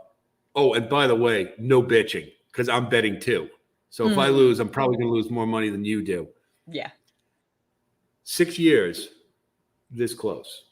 Every time. Finally win it with Orb. Friend of mine said, guy who I excluded, the only person I threw out of the pool, I said, you can never do this again. Because he said to me, you're only 1 for 6. And I quietly reminded him, I said, well, if you had bought a share for $10 for 6 straight years, and guess what the payout was for the superfecta for a $10 share? It was $640. You made 1,000% profit. Pretty good. Yeah. Okay. So, and if it was that easy, everybody would do it. Right. You wouldn't make any money. And you can have the race cold, and so many things can happen. I can't tell you how many times I had a horse come up for 4th. That, you know, like how why I gotten to that horse. Sorry. Yeah. So I know a lot of people, you know, who go, if they bet the superfecta, they take the winner, they take like 2 or 3 other horses, then they go all, which I won't do on principle. I just can't. You should be able to throw out horses, and that's that. But this is not easy what we do. It is not easy. So to knock anybody for a pick, I'll never do it. No, exactly. Yeah, exactly.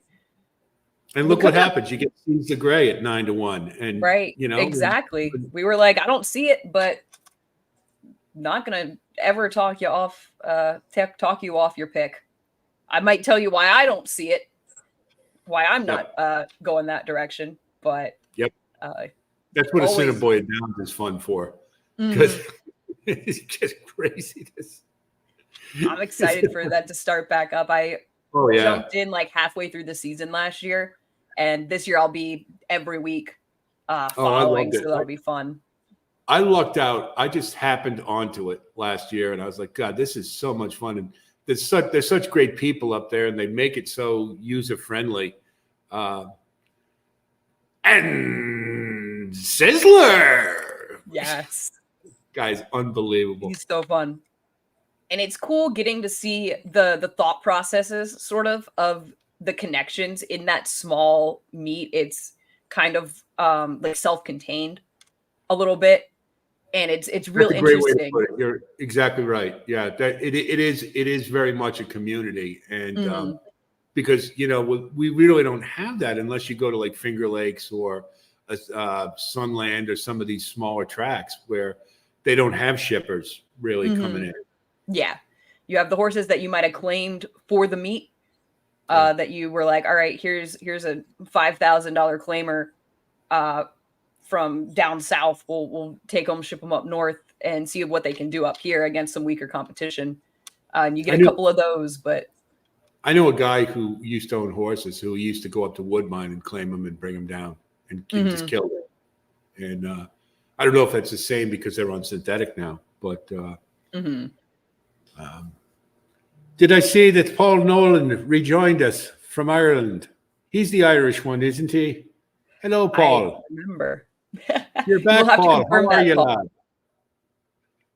Glad you didn't let us talk you off. Hopefully, sees the gray, because that was a very good pick there Yep, that was. for that race. I absolute props, because I didn't see it. This one, this race looks like fun. I think there's some really interesting young horses in this race. The American Turf that we got coming up in 30 minutes, Now, but now here is a scenario right here. We just got it. Can you really now? Legend of Time, Charlie Appleby. We all know this, Frankie Dettori, but a 14 horse field, 3-2. right. You have to find a way to beat him. You Absolutely. have to. And there are Now, plenty of Kingley, options. when I was looking at this race,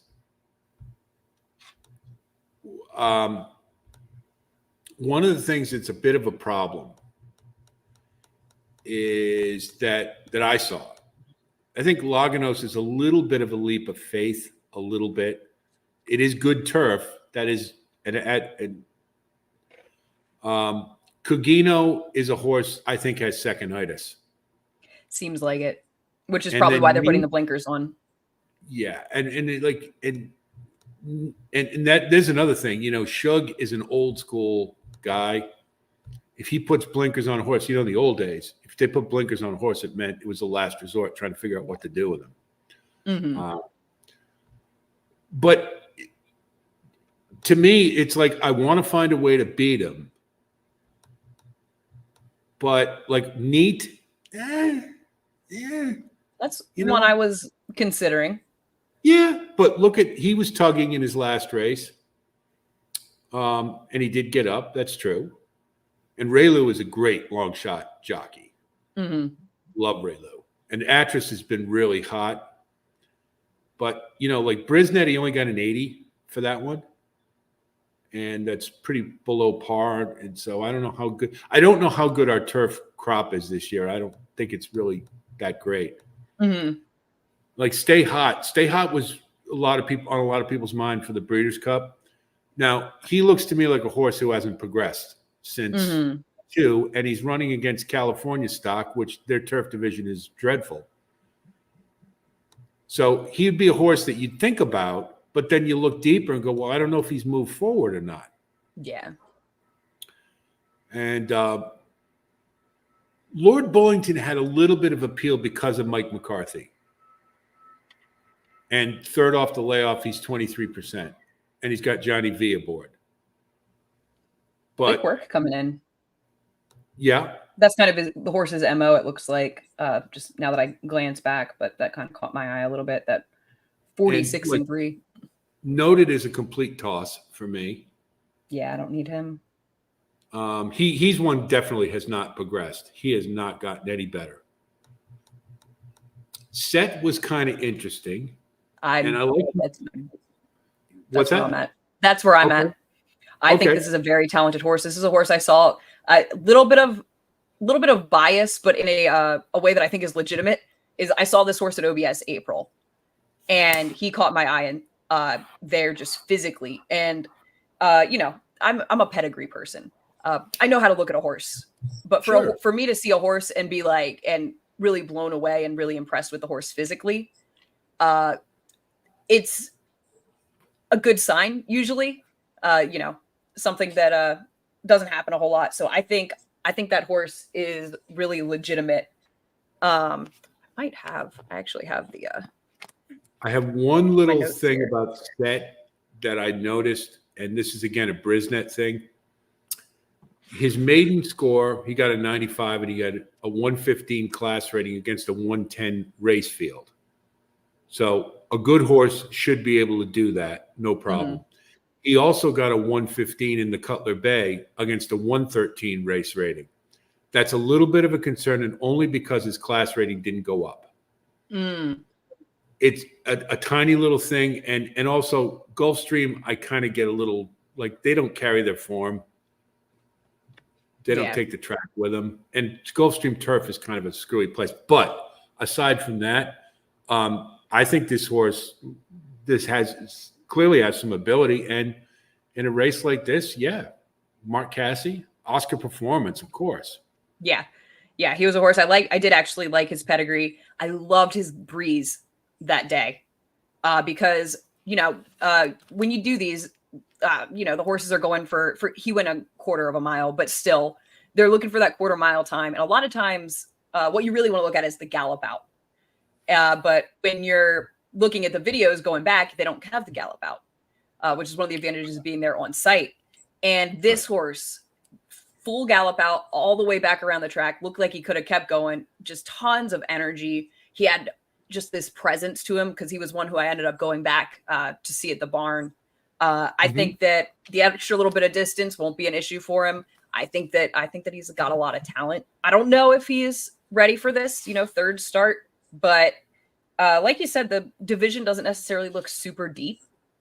Well, you take a horse like Abramar. Now, Cogino lost to him twice, and he's won 3 in a row, but popped at the gate, fractious behind the gate. What's he going to do with 150,000 people there?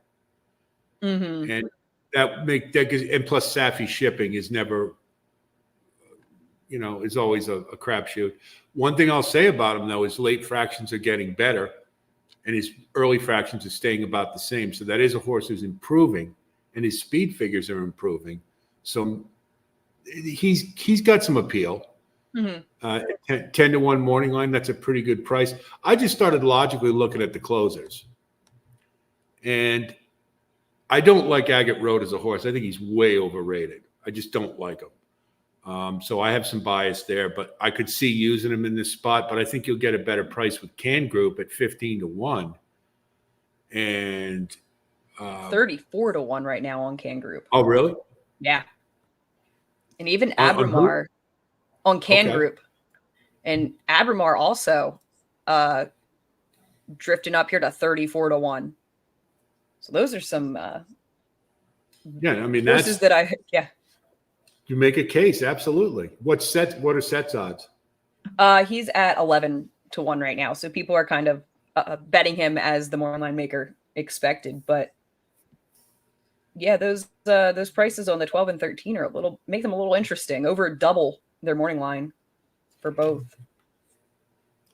Well, that's the, to me, it's like when you have a 3-2 favorite in a 14 horse field, you're going to get some great prices. Yeah, absolutely.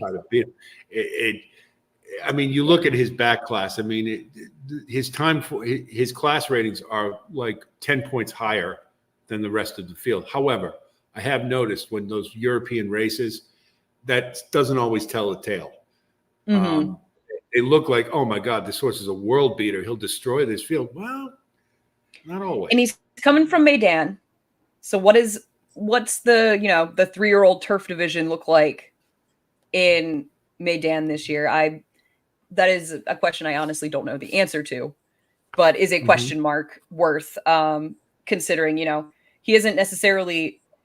I feel like if Charlie Appleby thought he was really good, he would be in Europe. So he could very well be another Warren Point. Yeah, horse that can we find a spot for him over here against the Americans, because he's not going to fit with the best of what we have overseas. That was a big Charlie Appleby angle I had last year, was that I think he's getting cocky and he thinks he can bring anything here and win. And I started noticing that, Warren Point was the first one. It's like he's a handful. And this horse, he's starting to think, well, I can just bring my JV or my third team here and my freshman team and they can win. And I think he started smartening up towards the end of the year about that. Was it Magic Mischief or Mischief Magic? Horse who won the juvenile turf sprint. He didn't win yesterday. Mm-hmm. So that was earlier today. Yeah. Oh, was it? Okay. Was the Mischief Magic, I think was his name. Mischief Magic. Yeah. Yeah. And then I'll tell you That was another fun one that I stuff. thought was interesting. Was tell me what you think is Blue Eyed George. I don't know. Let me And I'll tell you why. First of all, he's an AE drawing in, which always have to pay attention. He's by Flame Away, your turf I like sire. those. Yeah. And he's just coming off a dirt race. And Blind prior through to that. that, he had an improving pattern prior to that race. I think he's ready for a move forward. The question is, from that hole, can he get to where he needs to? But that's another one that's, again, I think is an interesting value play. We've been chasing Epic Ride, who doesn't really have a huge shot in the Derby, but is in the Derby. Came I out of think that John Battaglia. He's going to be a huge pace factor. He's going to be the 'Cause thorn in Fierceness's side from the outside. He tries hard. I like that horse. I mean, he's a competitor. The fun horse. I would have liked to have had him moving from synthetic to the Derby for the synthetic to dirt angle, because I think maybe we got his best race in the bluegrass. But he doesn't have to. He doesn't have to run big to help us. Mm-hmm. He just gets up on the pace and bothers Fierceness, right? Yeah, he's going to play a role. The fact that he drew in is significant. Maybe not for him, but for the other horses in the race, for sure. Let me step away for just a sec. I'll be right back. Yep. Sounds good. So who's everybody watching like in the American turf? I am going with Set on top, I think. I think Neat is a little bit interesting. I think you kind of have to use Agate Road a little bit in here. I am leaning against Legend of Time, especially at 7-5. At 7-2, I was like, okay, I get it. It's Charlie Appleby, but with Frankie Dettori. But at 7-5, that just seems way too short for my taste on this horse. Who, like I said, I think there's questions about. I think this is probably the B or C team for the Appleby barn, and maybe that's good enough to win this. He could win. He's favored for a reason, but I would definitely prefer others in here, and that's where I think, to me, Set is the horse that we don't know how good he's going to be yet, and I think that the ceiling is very high with that horse, and I think that that he's the one I want. James saying if Clement has one. I don't think. Is there a Clement horse in here? I don't believe there is. We got Motion, Asmussen, McCarthy, Appleby, Atris, Urton, McCarthy again, Pletcher, Cassie, Shug, Staffy, Cassie, Pletcher, and another McCarthy. Wow, Michael McCarthy with 3 in here. I didn't even realize that. So yeah, no Clement on the turf in here, but got some good lineup anyway. And yeah, that's Stay Hot was a horse. I was one of those people who really was interested in him in the Breeders' Cup Juvenile Turf, and I think that Alex hit the nail on the head with that horse. Just not sure that he's really getting better. He did run a career best buyer last time out in that field out in California, but I'm not sure totally what he beat. Lord Bullington did get 4th, beaten a length and a half by Neat. So, hey Chris, thanks for tuning in. We've kind of been talking Derby on and off throughout the stream. We will absolutely start talking Derby after the Turf Classic, but this is where you will find me and my opinions on the Derby. And yeah, we've been talking about it on and off kind of throughout the day, but we'll definitely kind of go deep on it. We got good hour and a half between the Turf Classic and the Derby, so we'll definitely be touching on the Derby in depth. We will say everything there is to say about the Derby, and then some in that time, I'm sure. I have a side project for our viewers. What do we got? In lieu of that, look to the left of Fierceness and to the right of Fierceness and tell me who has gate issues. Now I'm curious to see what you're looking for. Well, he's got to get out of the gate, right? Yeah, absolutely. I don't think needs to anybody's going to cut over. Maybe Epic Ride will to a degree and get him to shuffle back. But what I'm more concerned about is anybody who's going to bobble, jostle, and if he gets bumped or anything like that. He seems like he's like a glass horse. You know, it's like just one little thing and oh no. And this guy's gonna fall. And it's interesting. Grandmo the First has a couple of those little bit of issues, stickiness, kind of out of the gate. Bumped at the start last time out in the Florida Derby. Hit the gate on debut. Bit slow in the Zuma Beach. So that's the horse that might be a little bit of the kind of horse who could throw Fierceness off his game just by virtue of his own insecurity and inefficiency out of the gate. We're looking for fuel. That's all I need, really. I mean, it's just. Yeah, absolutely. I mean, definitely don't blame you for trying to find a way to beat Fierceness in here. He's so hard to trust.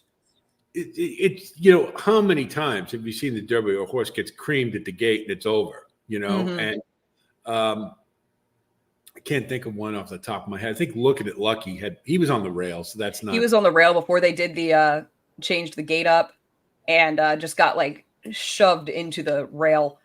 We got Colin back. Colin Sheehan, how are you? What's up, Alex? How are you? Good to see you. Good to see you. How's everybody doing? Yeah, it sounds like not as good as you. Well, I wish it was more. I just I'm really mad because I was out cutting the grass and the kids are driving me nuts, and I came in and I saw the last race was going off, but I was watching the NBC feed, and so they're going the gate, and I'm like, all right, I had the 4 horses in a box, and I hit send, and I get the red letters, and I realize, the delay. So you get tricked by that NBC feed every year. Yeah. Colin, I actually have a bone to pick with you. You have never asked me to do doubling down, and I am rather disappointed. You're up. Cool. You want to do Preak this week? How's that sound? That works. So they're going to have a Black-Eyed Susan Preakness double? That sounds nice. And we will looking at something for Belmont at Saratoga. I'll be up there. If anybody in the chat's going to be up there. You going up, Alex? Gonna try. So maybe we'll do that one live from the picnic table Friday morning. That would be fun. That'd be fun. It's going to be funky this year to whether or not I can do anything. I mean, I'd like to be, if I have to choose one, I know I'll be going to the Travers, but Belmont, I mean, I don't know.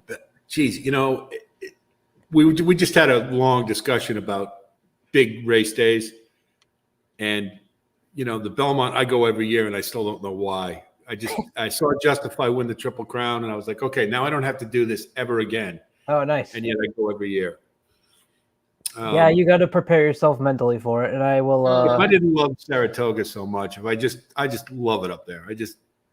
Super nice people. I mean, what a town, But everything fell into the right order. I got a place nice and close, and I got a friend that's never been that wants to go. So it'll be fun. But I know mentally Saturday you got to prepare yourself for everything that I hate about everything in this world, which is do some meditation before you go. Like get zen. While I have you, Colin, in lieu of the Bruins tonight, which we are going to do it and win the fourth straight Game 7 against the Leafs. What's with Nesson 360? It keeps cutting out. Oh, was that yesterday? Yeah. The last Bruins game, my buddy and I, we watch in his garage, and he's got a man cave set up, and it's like every time we watch Nesson 360, like what? It cuts out. Well, we are doing our best behind the scenes. There's a lot to get that up and running on our own. It's not in my world. anybody was yesterday- going to remedy the problem, it would be you, of course. That's an app, so I'm more on the linear side of things. So I will pass your complaints along to the appropriate people. But we had Meltdown City last night. Nobody works the show like Colin. I'm not worried about it at all. I just had to, as soon as I voiced the concern, the text has been made already, and people are running and jumping and There you go. working furiously. So, no worries. Mario, the Bruins are going down. I actually wouldn't mind that from a stress in my life standpoint. So, did you know that if the Bruins lose, they'll be the first team to lose back-to-back series when they're up 3-1. And if Toronto loses, it'll be the first team to lose 7 straight Game 7s. So the 2 choke jobs, one of them is going to be a little bit worse than the other. Well, I'll tell you this: the Bruins have had a problem keeping leads all year, and but the Leafs look like a completely different Leafs team in Game 6. They were playing defense, they were hitting, they were astonishing. Well, and no Austin Matthews. We shall see. All after the most important race, which is the speedy one at 7:00 at Hawthorne Park tonight. So I got some Game of Silks action going on just moments before the Kentucky Derby. So we'll be switching channels.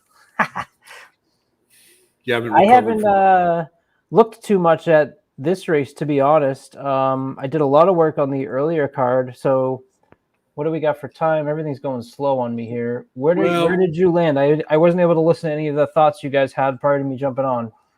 Well, to be honest, I think this is a head scratcher to a degree. Really, more than anything else, it has to do, from my standpoint, with a 3-2 favorite in a 14-horse field. We have to find a way to beat them. Okay. And then looking at our 3-year-old division, I don't know. I don't see horses springboarding or progressing the way I'd like to see it. If I had to settle on one, I think Can Group, because I want a late runner. I'm going to get a price, and I don't like Agate Road. I just don't like that horse. So I maybe have a bias against it, but I think Can Group has upside. And if you consider the Breeders' Cup Juvenile, he was the only American horse who was running that day, I believe.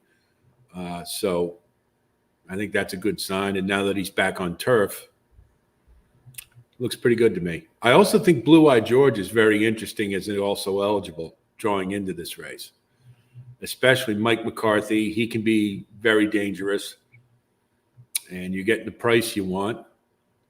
And we always know we got to pay attention to horses drawing in. Yes. And James Graham actually was aboard this horse in July for a victory at the maiden special weight level of 70,000, then stepping up. He won an allowance at 110,000 at Keeneland, going a mile and a 16th. Cut back in distance. Maybe wasn't a fan of that. Well, the thing about him is that, like I talked about, progression. He has, prior to the dirt race, which of course is not his preferred surface, I don't think. Prior to that dirt race, he had a steady progression class-wise, and his class was getting better as the race rating was getting better. And he had his career high in the Battaglia. Now, granted, it was on synthetic, but I think this is a horse who has upside, and that's a lot of them don't really appear to have that, where they have that forward moving potential. So at 34-1, and he's on the also eligible for a reason, I think he's got as good a chance as anybody of beating Legend of Time. Certainly going to need some help. I mean, there's things, we're going to need some help to beat him. But what was it, Magical Mischief or Mischief Magic? He didn't win earlier today. That was a Charlie Appleby. Yeah, he had a bad trouble trip. He was coming late, and I think it was just too far behind, too much work to do. And we talked on this stream that they went too slow from Mischief Magic in that race. They went a full second slower than when he lost his race previously when he didn't have Buick aboard. And this race is another one that looks like the pace could be a little bit on the slower side to me. You basically have 2 like confirmed speed horses and then a handful of stalker types, I feel like. So I wouldn't be surprised if we end up with another kind of situation where you have the 1 horse who either the 11 or the 12 kind of takes the lead. Horses like the 2 and the 4 have a little bit of early foot. The 6. But that's where I kind of like set the 10 and the 6 neat. I think that they kind of get that stalking trip in just behind what I think is going to be a moderate pace. I don't think they're going to go too quick in here. Well, Set is actually who I was just looking at. Actually, in Racelands, this 10 Set is their top win percentage horse. Now, there's some factors that you can adjust on that, and I have right now class as the highest factor, so it figures out you can put in as a class, speed, or form or pace that you want to look at. And so, considering this is a stakes race, obviously I put the class at the highest, and this system actually likes the 10. Coming off of 2 races, that's interesting. But the bigger thing that I saw was that Set, they have as 7-1 would be a good price. I'm sorry, 4-1 would be the good price, and you're currently getting 12-1. So from a value performance, and every time we see Oscar performance, we pour a little out for Sean, right? So maybe we can get an Oscar performance on the undercard. Jessica's definitely warmed me to Set to a degree. I it's always good to hear these ancillary things to the paper, because that's obviously, a lot of times that makes the difference. And I don't know if you were listening at the time, Colin, but I saw this horse at OBS April and liked him a lot. I didn't, but now you're making me like him a lot more now. Yeah, I'm not. And then the other thing is they have to think about who they have to beat, right? So, who do they consider? Do the trainers consider Legend of Time the one to beat? I'll assume they do in Agate Road, and maybe they think they have to beat the closers. So, of course, if they're going to do that, they want to slow it down. And that would fall right into Set's wheelhouse because he'll be just off. So, makes sense. He's, the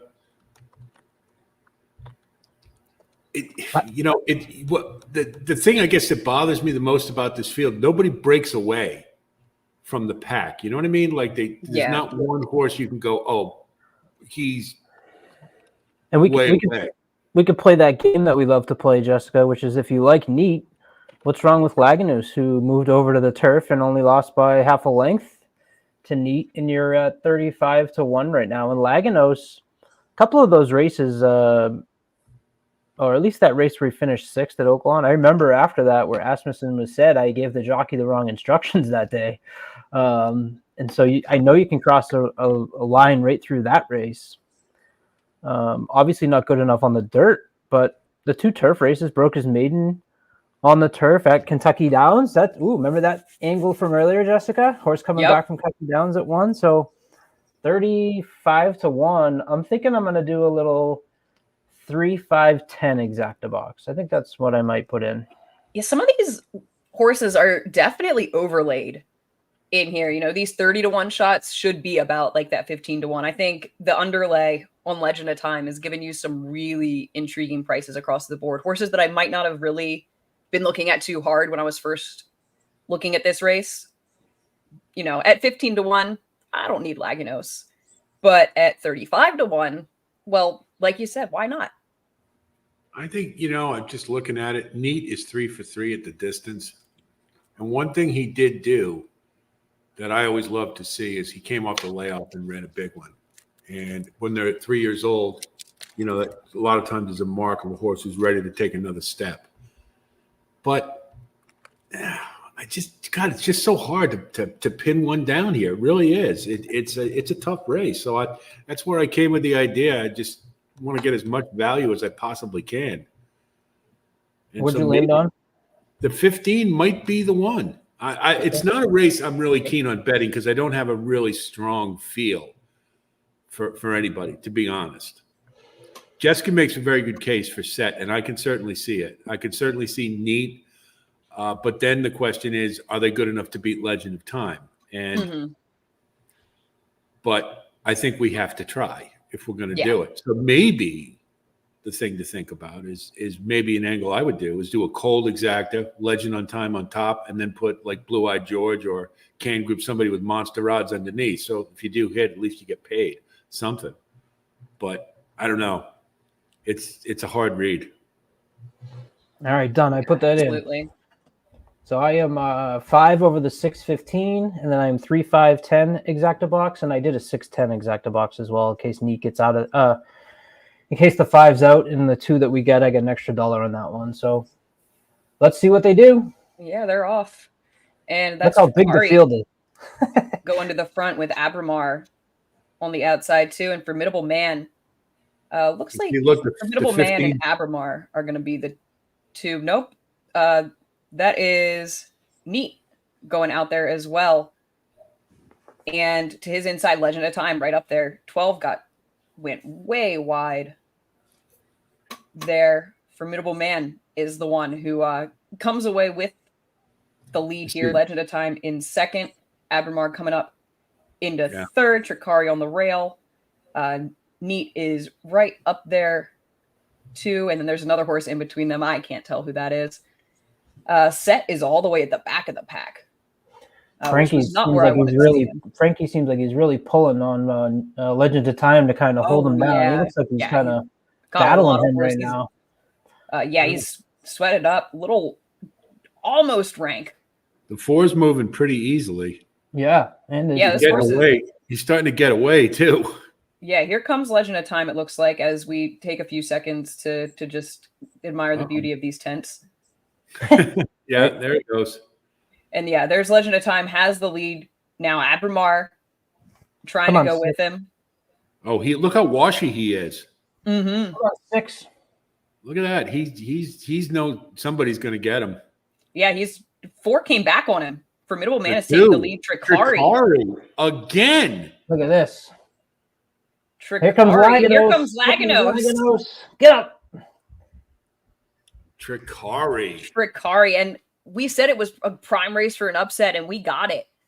We got Tricari over Formidable Man over Laganos. He won at Turfway, and I couldn't believe it, and I'm incredulous again. I guess I'll take him seriously from now on. But this is going to be a wild trifecta. We've got 47-1, over 24-1, over 36-1.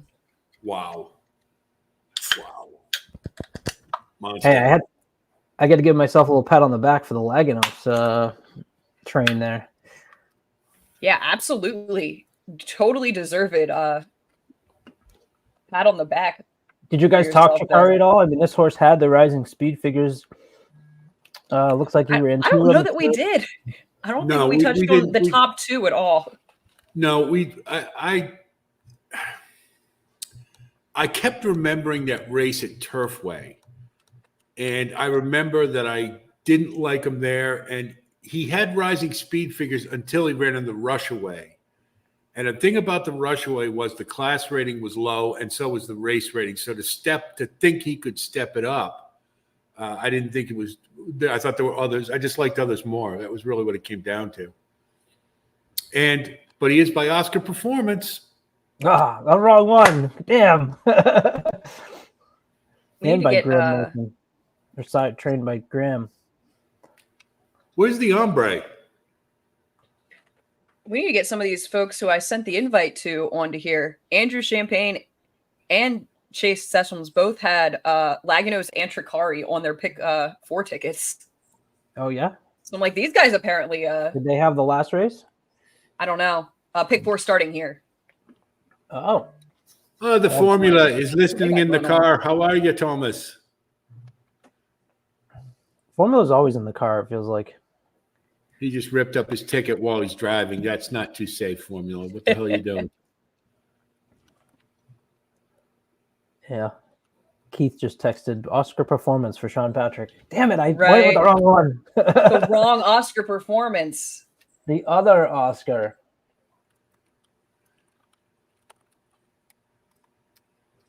But yeah, legitimate performance there. And just massive prices all over. We did talk about the 4th place finisher a little bit, but we're No, not that- on that race- Chikari or That race was begging for a price. It just was Yeah, we begging just- for it. yeah, we didn't find the right ones, but hopefully Nope. someone else out there did. No, and there's the pace was moderate, so it eliminated the closers and set. I don't know what that might have been the jockey trying to outsmart himself. Is that it's going to be a lot of pace? I'll keep him back and kept him right out of the race. Yeah. The Disappointing. Set did not run very well at all. So we'll see where he comes back out of that. Looks like he had trouble getting out of the gate. Ended up way further back than I expected on that one. All right, what do you guys think? Because we're gonna have what do we got? Like 17 hours for the next race. Right. Should 45 we try? minutes. Do we try to bring a little lounge concept to our stream and maybe try to do a pick 3 with the budget that we set? That maybe the viewers can tell us what the budget is. Just throw the budget in the chat. What do you guys think? Does that sound like an idea? Sounds good to me. We could do that. I'm down. Let me take a look here and see what I'll see here. So we got okay. 10 Yeah. runners by obviously 20 by 10. So 10 by 10 by 20. Alex, do you do pick 3s much? Yeah, I did yesterday. I hit a couple. What's your strategy, especially on a day like today? How much do you normally spend? I'm only doing a pick 3 if I have if I can single one of the races. Okay. And yesterday was easy because it was chalky. Although I did get fastest flight at 20-1, which was nice. That made for a really nice score. But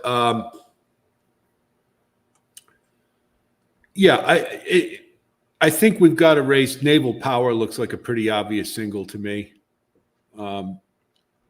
So that allows us. We should probably can spread a little bit in the 10th, and then the Derby. Honestly, I think it's either you just pick the horse you like and add fierceness, and that's it. As a saver, to me, fierce. You just throw them in as a saver. So to me, like for the Derby, I would go Catching Freedom and fierceness, and that's it. Because otherwise, we can go 6 deep in that race if we wanted to. So why bother? Why not just plant your flag and go for it? But this race, the 10th, I believe, if I'm not mistaken, let me take a look. I like prices in this race. I like the 7 and I like the 10. So the coach with Trackmate and Gun Pilot is improving. And I think he looks pretty good. So those are the 2 for that race. And then Naval Power single, and then Catching Freedom and Fierceness. So 417. Prices are in for race 9. $1 exacta, $662. 50-cent trifecta, $2,985. $1 superfecta, $69,493. Carryover of $40,000 on the super high 5. Daily double pays $285. The pick 5 going into that race paid $84,000. So that was your leg of your prices right there. Just like the Breeders' Cup, all you got to do is hit 1. Yeah. Mm-hmm. Yeah, even if it chalks out from here, if you had those moving forward in your this Derby, the Derby City 6 is going to pay monster. With 47-1 in there, it's going to pay huge. Huge, as we used to say. Yeah. 250 people on the stream right now. We thank you for your support. I want to throw out some support for SureBet Coffee. Right now we have a promo going on. TTP20 at surebetcoffee.com. You'll get 20% off your ground coffee. I love it. Alex, I sent you some. You love it. I do. I do. It's very good. Gets that giddy up for a day like today. Jessica, have you tried it? You don't drink coffee, do you? I don't drink coffee. I'm a tea drinker, so I haven't tried it. But if I were to, I would go to SureBet. If I drank coffee, I would absolutely, because every purchase gives $1 to aftercare and other equine charities. I'm not Absolutely. a doctor. I play one on TV. But if I was, If I were a coffee drinker, I would drink sherbet coffee because of because everything I've heard about it is that it's delicious, and I love the charity equine charities aspect of it too, so you can feel good about it. Alex, your 7's taking a lot of money here for the coach. I was just looking at this horse who's got those rising speed figures that you talk about. Going a little bit shorter generally, though. The longer races, this race is going 7 furlongs. This horse has done well at 6 furlongs, so maybe a little concern going longer there. But at your 12-1 morning line, he's currently 7-2 on the number 7 track mate. well, you got to believe a lot of that is because Seize the Gray won 2 races back. So they're thinking, oh, the coach is working his magic. But what I like is he just had his career high Brisnet figure in a race that was the highest race level that he had faced to date. Now, 7 furlongs, granted, is an added panel, and his one effort there wasn't terribly good. But he runs from off the pace, and he should be able to settle. And he looks like a horse to me who's heading in the right direction. And the price. And the same can be said for Gun Pilot. He looks like a horse who's heading in the right direction. I watched that race at Oaklawn on March 10th, and I was really impressed. He looked awful sharp. And he followed it back with a decent second in a stakes race. Edge to Edge is a really good horse on the front end. But I think this is another race. I think you need prices here because, and 7 furlongs is a funky distance anyway.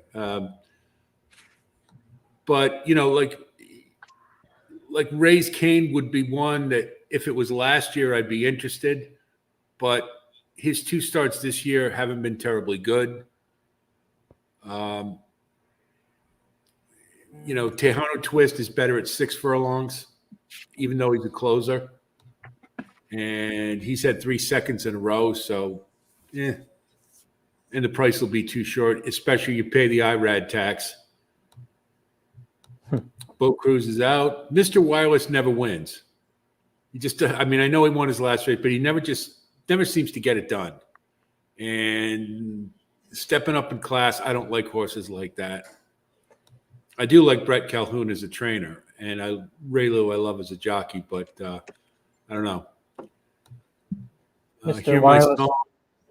Wireless reminds me of Mr. Automatic, who's a legend in the chat here.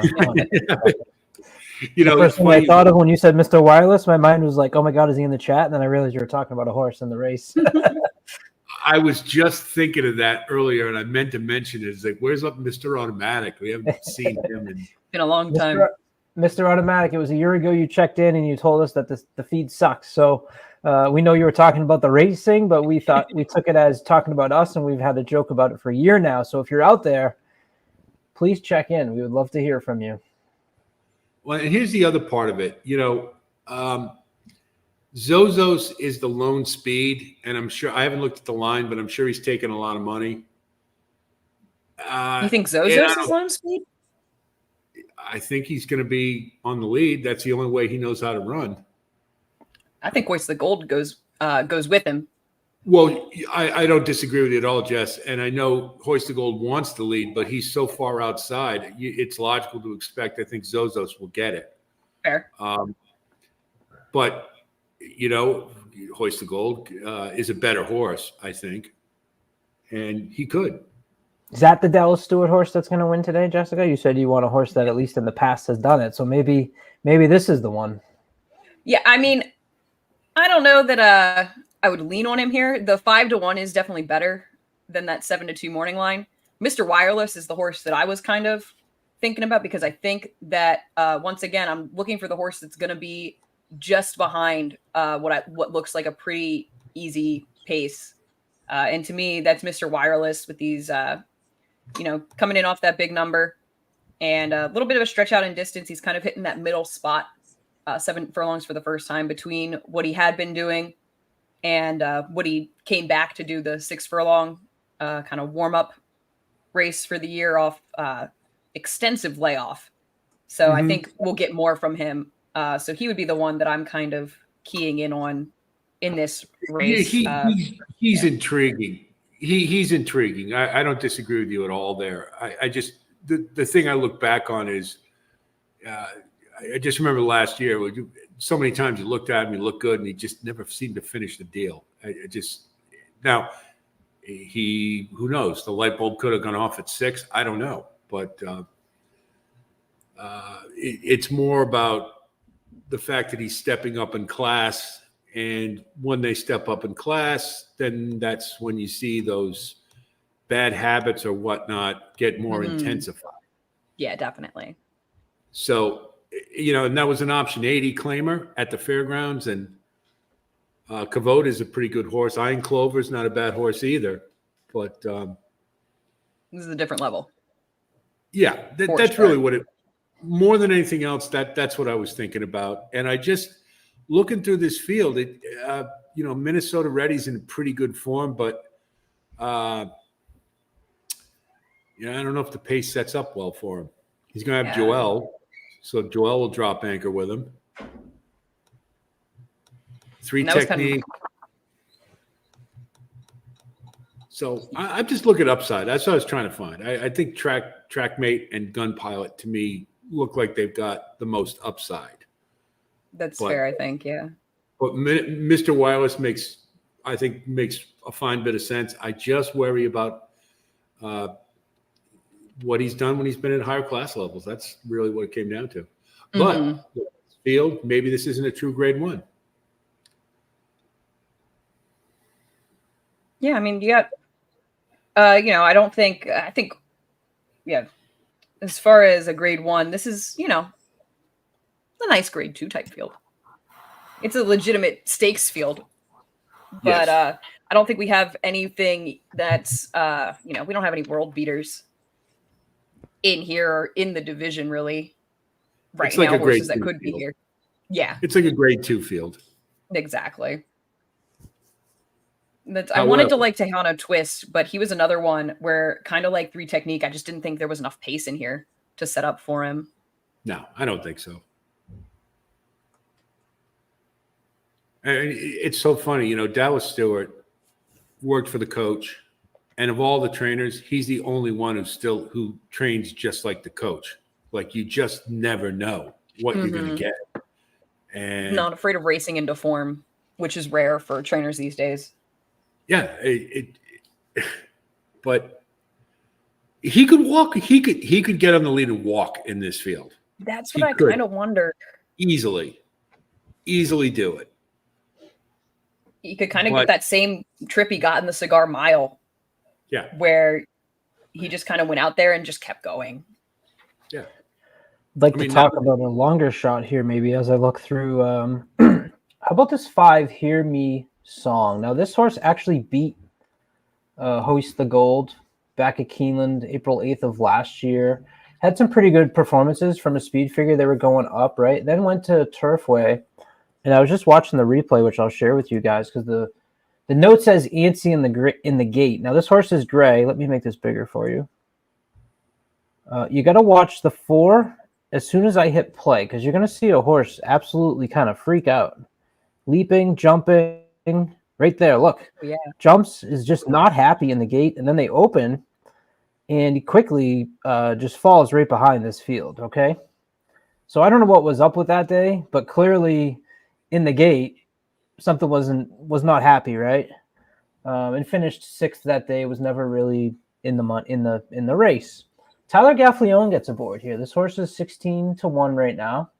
He's also raced 5 times at Churchill, has a first and 2 seconds, and has raced at this distance 5 times with 2 victories. To me, in a second. To me, the synth to dirt angle is a little intriguing. As a good one or as a bad one? For Hear My Song. As a good angle or a bad angle? Oh, good one. Good okay. one. Well, but there's been a little time lapse between. If this was April, like a month later, I'd be a little more confident about it. But he actually so I'm actually looking. He actually scratched on April 6th at Keeneland. It says in the gate, at the gate. So he's obviously something's happened. Was that a bad scratch? Not too happy. It just says gate, so I'm not sure. I think it probably was. I didn't watch the race there, but so it sounds like they were trying to do the same thing to get to this race that they did last year, where they finished fourth behind Cody's Wish, Hoist the Goat, and Teano Twist. Hang on, I can he tell was actually you. banned off last year. Yeah, they gave no reason for it. He just scratched out, and so usually they tell you in Brisnet they give you the vet or AE or whatever, but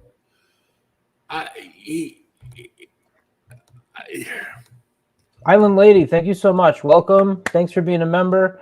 We have live shows Thursday, shows all week. Welcome. Tell us who you like today. Yes, thank you for your support. He's got 2 wins at 7 furlongs in a second out of 5 starts. Mm-hmm. So he likes the distance. He sounds like he was a Keith Value play.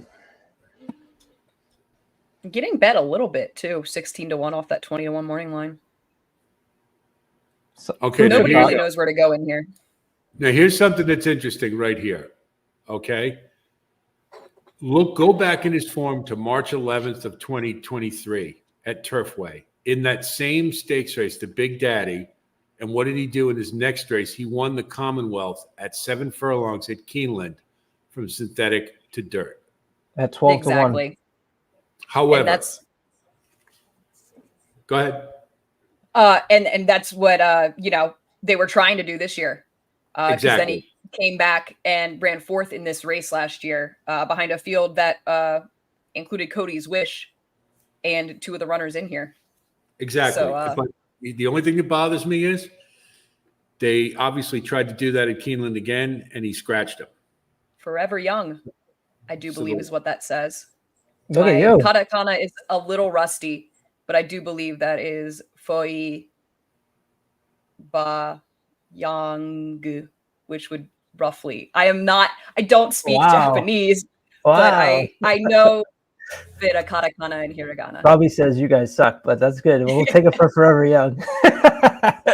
the endless reservoir of hidden talents that is Jessica Tugwell. Oh my God, that's definitely what it says. Actually, I'm confident now. I've sounded it out.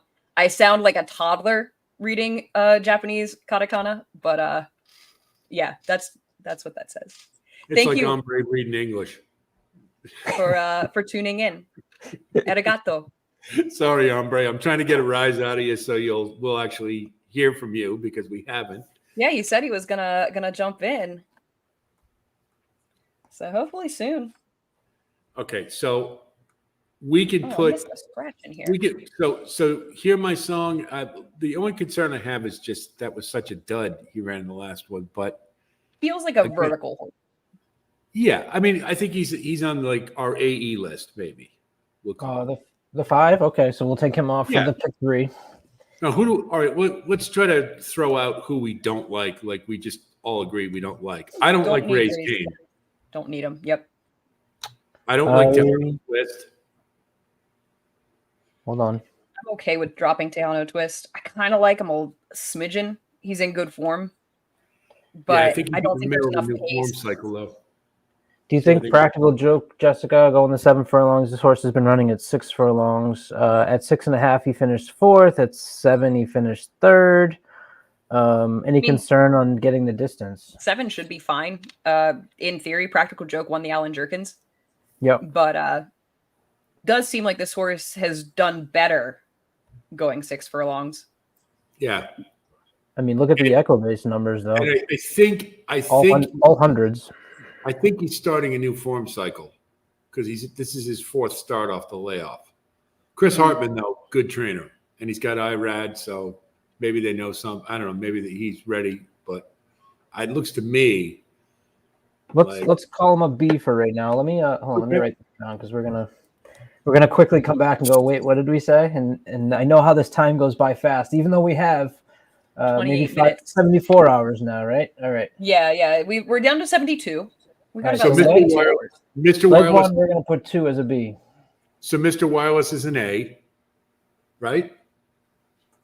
Yes, I think he has. I'm to be fine an with A. that. I'm completely okay with Mr. Wireless. I just look to me like a race for value, but I can see it. I can certainly see. Yeah, using it. and I mean 4-1 favorite. Nobody knows where to go in here, so Right. So, hear Is he my fast song. enough shorter though? Do you think he's going to be fast? Is he going to be fast enough at the shorter distance? it's a longer distance than his last race. True. That's true. I Okay. think it hits him Well- kind of between the eyes in what he had No. been doing and what he came back on. I tell you the other thing about Mr. Wireless I didn't mention. One of the things that he's been running at 2 turns consistently, and it seems like they're trying to jumpstart his career, if you will. They're trying to find another slot for him because it's not working at 2 turns, so they moved him back to sprints. Yeah, that does seem So to be 7 the furlongs might be a dream distance for him. That's kind of what I'm wondering. Okay. Came back off the layoff with that sprint. Yeah. Won very Won, easily too. against Yeah. a field that wasn't bad for an optional claimer. This is obviously a step up from that. Yep. And I mean, even his route races before that, he was doing okay, just not quite as as good as they would like. So I think that the 7 furlongs I think he's really interesting with that 7 Yep. furlongs, that elongated sprint where he's kind of cutting the middle of what he had been doing and what they brought him back at. Okay. We'll put the So- 5 as a B as well, just because I like him and Yeah, we talked about him enough. So how about that's- Zozos? Are we in or out on Zozos? Toss. Yeah, I don't care for this horse. Just let him Really? beat me. Okay. Do I you like like track. Zozos? We'll keep going. I like Trackmate third off the layoff. I like it a lot. I think he's ready for a big one. Like, I could be talked on to Zozos, but he's the kind of horse that just, I guess he's not really a money burner, but he feels like he is. Good way to put it. Good He way to really put has won a lot of races where he's been favored, but he's also not multiple times as a heavy favorite. And I just love horses that are 1-1-1 on the past performances, cutting back from a mile and a Fair. 16th to 7 furlongs. I just think that's that fair. like I'm more interested in a horse like that than a horse like Mr. Wireless, who okay, I'll give you the last race, but a horse that had been going longer and is not always there. And sometimes I feel like he might need that longer distance to get there. So we'll hold off on Zozos for now. We'll drop him. Think about him. We'll drop him. We'll see where our ticket goes, and I'll put him between the A and the B right now. Yeah. We know Alex is on Trackmate. He said 7 and 10 earlier. Jessica, do you like Trackmate? I'm okay with Trackmate. I think I prefer Trackmate to Gun Pilot. I could see that too. I can understand. Really, I'll tell you what I'm going on more than anything. Gun Pilot's a gun runner. Showed some precocity last year, and he really looks like he's getting it. Yeah, that's fair. Looks like Trackmate kind of woke up with the blinkers on these last 2 races. I mean, So he I'm not started off the against layoff, him. and he just ran a big one. I think he's sitting on another one. I really do. But I there's other options. I agree. D-Wayne's gotten it done already today. So with a horse who looked much less logical, at least to me, than this.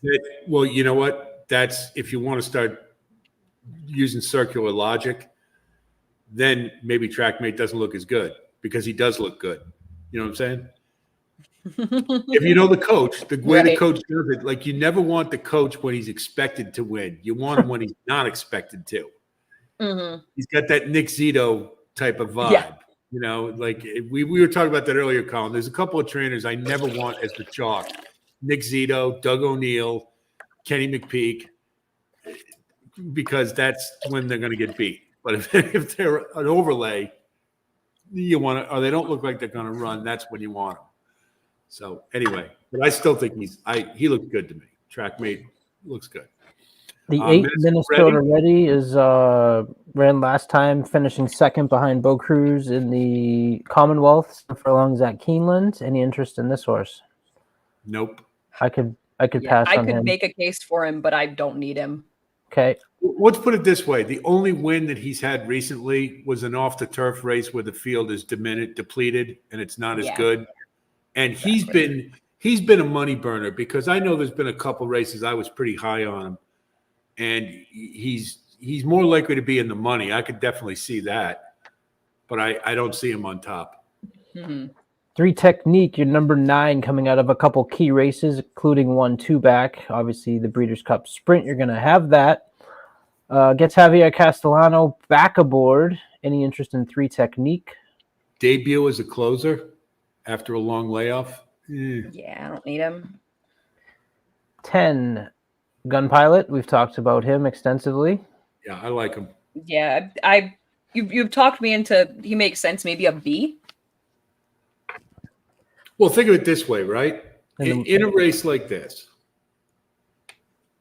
what kind of exacta do you get if it goes 7-10? And it could happen. It could very well happen. It could be very plausible. Because I can't get excited about Zozos. And really, Hoist the Gold, this is probably a good race for him, except from the 11 hole. You know, I mean, 7 furlongs is, to me, a perfect distance for Hoist the Gold because he runs at the mile, he runs at sprints, perfect.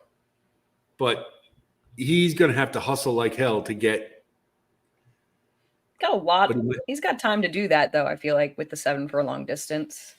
Yeah, and there's not a lot of speed in the race, so that's he's just got to pass Zozos early. And he's got the Arab curse too, coming back off from the Arabs. Well, he didn't really do much of anything that day, so not sure how much it took out of him. So we'll start off with, we'll keep what we have right now, which is 4, 6, 7, 10, 11. I'm sorry, is Hoist the Gold in or out? I kind of want him, but I can be persuaded otherwise. I think he's a damned if you do, damned if you don't. Dallas Stewart's going to burn us because we've talked about it. Exactly. No, in a key box, I think he's a horse you can throw in. Well, this is for the pick 3, so we'll keep him on, and we'll move to race 11. Race 11, we got another field of 10 with a scratch. The number 9, they're going 1 1/8 miles. This is on the turf, the Old Forester Bourbon turf for 4-year-olds and up. You said you had a standout, Alex. Pardon? I think it's Naval Power. We're all going to be different. He showed me enough in the Maker's Mile that, and he did not break well in that race. He had trouble, and he closed pretty damn well. And Master of the Seas is the only one who beat him. So, all right, Alex wasn't here earlier, Jessica, but I'm going to bring this up, and you can do my explaining for me, okay? Yeah, no, and you know where I'm going, right? This means we're on the same horse in here. This is okay. This is that Chad Brown with a 4-year-old and up who is on the turf, who is coming off of a career best speed figure. Okay, we already got killed by that earlier because we didn't go with it. So exactly, I will gladly defer in this instance because we have precedent and Colin's on a roll today. So I absolutely will defer. Colin's opinions today have been better than ours have been so far. Yeah, I know it's the bizarro world. Yeah, I know. Hey, it only matters if you're right on the big days, Alex. You only need to be right on the big days. Only when people are watching, it's all that matters. That's it. But you know what's going to happen in the Derby, which is the one that they all tune in for me. Fierceless is going to finish last. So it terrifies me leaving Siege of Boston off, but we can't go too crazy. So are we good? I'm sorry, Alex. Which horse? I'm trying to find who you. Farbridge? The 11. The 11. There he is. Look at all the closers in this race. There's a lot of them. Naval Power ran from behind last time. I think that was only because he broke poorly. I expect him to be more forwardly placed because if you look at his back form, that's the way he used to run. Now, he has been gelded, so obviously they were afraid he was getting a little too keen. But he can rate, and I think that's probably where he's going to be, and that should put him in very good position. However, who's the Chad Brown? Which is the one that you're excited about? Well, I'm excited about that angle, which I found and has been on fire lately. That's the 5 program trading. Oh, no problem with that at all. I like program trading a lot in this race. Yeah. No problem at all. No problem. I like the other Chad as well. I'm very busy. I'm a little. It's more again. Don't think so. I didn't like him when he beat me in the last race, or the 2 races back. So I guess I'm still a little biased. He just doesn't look like he's as good as he's been running. I don't know. Can't explain it, but I'm fine with that. Program trading, I like a lot in this race. I like the trip he figures to get. Yes, So and let's not forget he can go on the front end too if he needs to. And I think that might be a pretty good place to be with all these late runners. Definitely. All right, we'll make the 6 a B, and we will. I want to ask you guys, what's the time check? We got like 18 minutes, I think. Yep, 17. So web slinger. Any interest in web slinger? Not on top. Nope. Okay. All right. The 2 for 2 on Churchill is interesting, but. How about Far Bridge? Far Bridge is your Christophe Clement trained with Jose Ortiz, who's been on this horse his last 4 times. They're going. He's a reach. I think he's a little bit of a reach myself, but 4 for 8 on the turf. Christophe Clement second off the layoff is a pretty good angle. And that horse did display some talent last year, although he was a little green. He had that funky running. He always was ducking to the inside. Mm-hmm. At 8-1, I'll make him a B for sure. Okay. Yeah, that works. All right. Now we want to save some time because we know this will be a little bit of a discussion. You had mentioned pretty quickly off your opening statement that Catching Freedom, is that your top pick, Alex? Yes, sir. That's fair. I have no problem with that horse. I really think he's going to be more forwardly placed this time. I really do. And I think he's athletic enough that if he has to work out a trip, he can. And it'd be revenge for me having Angel of Empire last year and just missing, because this is the exact same connections. And he took pretty much the exact same route that Angel of Empire did, except he ran the Louisiana Derby as opposed to Arkansas. I've learned to like him. I just like him more and more. And I mentioned this to Jessica, Colin. I do a pace study for the Derby, and one of the things to know is it's using the Brohammer technique. When a horse leads an average and sustained pace, they usually win the Derby. He leads in both considerably, and that's a mark of a horse who's ready for a big one. And the only thing that was a little bit of a bother was that his layoff between it is third off the layoff, but the layoff between his Smarty Jones and the Risen Star was not that big, so you don't get that true third off the layoff like you're getting with Honor Marie. But I just think I really like him. I think and the fact that he solved the maturity issues in the Louisiana Derby, didn't look green at all. Mm-hmm. And so Christophe Clement, first off layoff, money burner. I agree, LOL. Well, this is second off the layoff. So perhaps. So maybe there's a chance. Jessica, I know where you're going. Yeah, I like resilience. I think he has a legitimate shot to win. I'd like to see Bill Mott get a legitimate Derby, and it would be, and I like the horse a lot too. The 19 post is my. That's my problem with it too. But if he can follow Fierceness, tuck in right behind him, or even Stronghold, if he can just follow them, and who knows? But I like his ability to start and stop that he kind of showed in that Wood Memorial, where he was real keen out of there. He was like ready to go. And John Velasquez, it is a jockey change this time because obviously Johnny V went with Fierceness, but he'll have Junior on. I'm not worried about Junior's ability to be able to get him to relax, chill. I think you get a nice mid-pack type of trip with him this time, but I think he can use him to get position and then turn off, which is just huge. He's an extremely interesting horse. He really is. And I tell you, if he was in the 9 hole, somewhere like that, I would really like him a lot. All over him. I kind of am anyway, but like with a lot more confidence. At this point, it's kind of if Fierceness doesn't run, I think this is the horse. But can he beat Fierceness? Oh boy. I've publicly gone on the record in many places of fierceness. It's I've okay. gone through it many times. I've talked about my Japan angle, and I'm not going to give up on that one. I was between fierceness, Forever Young, and I'm really intrigued by the interest in Just a Touch. But for a ticket like this, I'm happy using R3 because I know you two would be happy including fierceness on it as well. So that I gets think us you have by to. with I think you have to. I mean, for the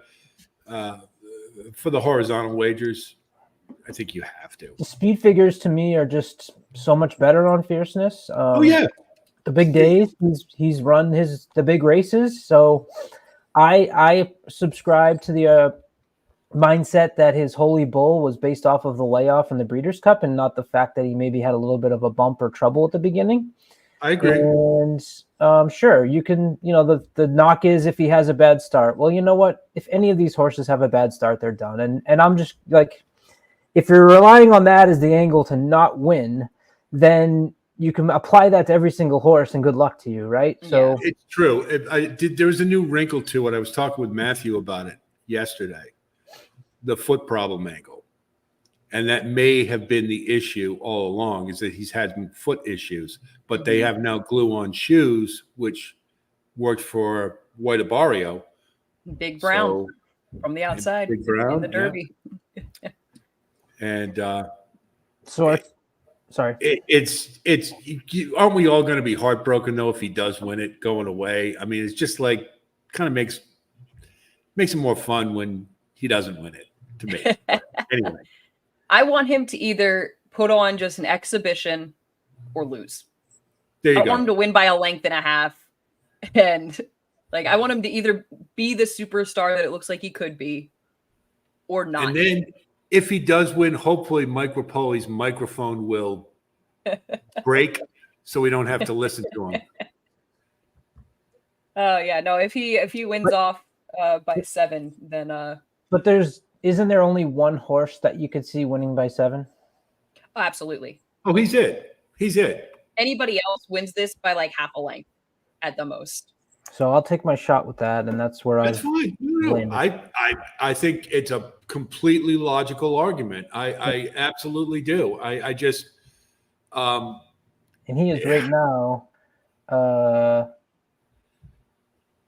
7-2, which to me is like, thank you, Very fair.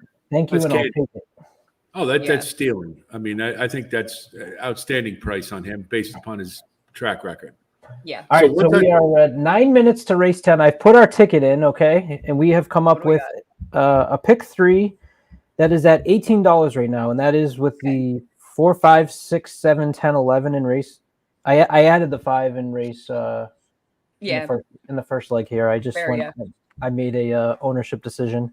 The second leg, we are 5-11 with program trading and naval. I can't remember this horse's name. Naval Force, Naval Academy, Naval Naval Power. Academy, Naval Power. Power. And then in the Derby, we are Catching Freedom, Resilience, and Fierceness. So I like it. I'm sorry, Colin. What do we do in the 11th race? 5-11. 5-11. Okay.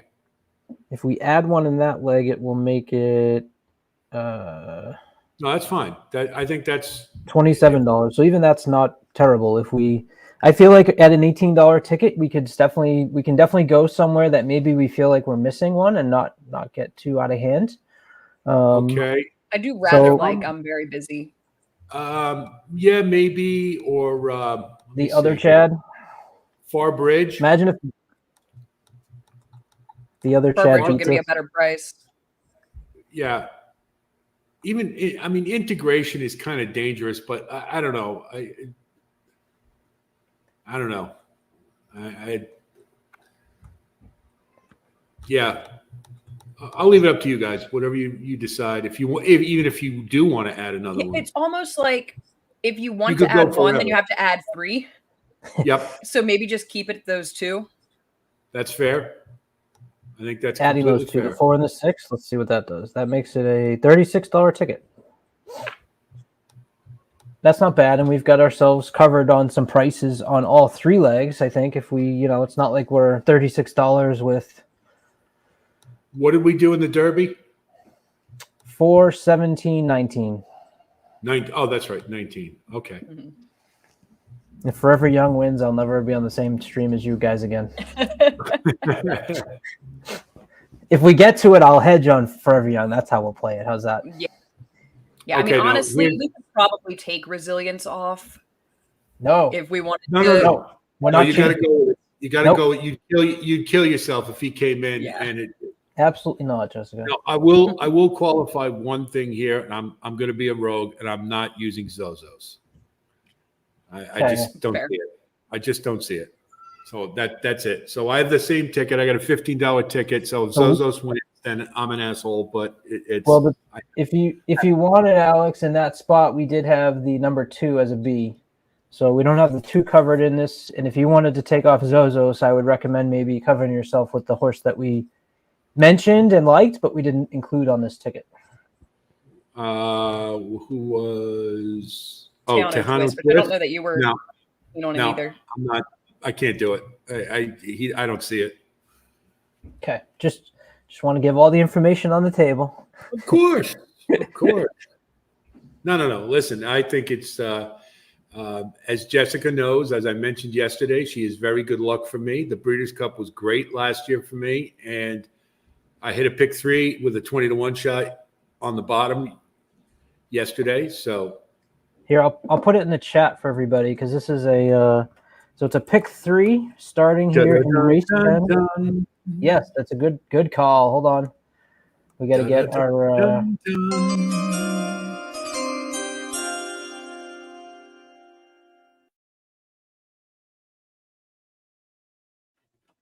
Love our friends over at Sherbet who are helping us this week. I'm putting the pick 3 in the chat for everybody that we've come up with together. Group think.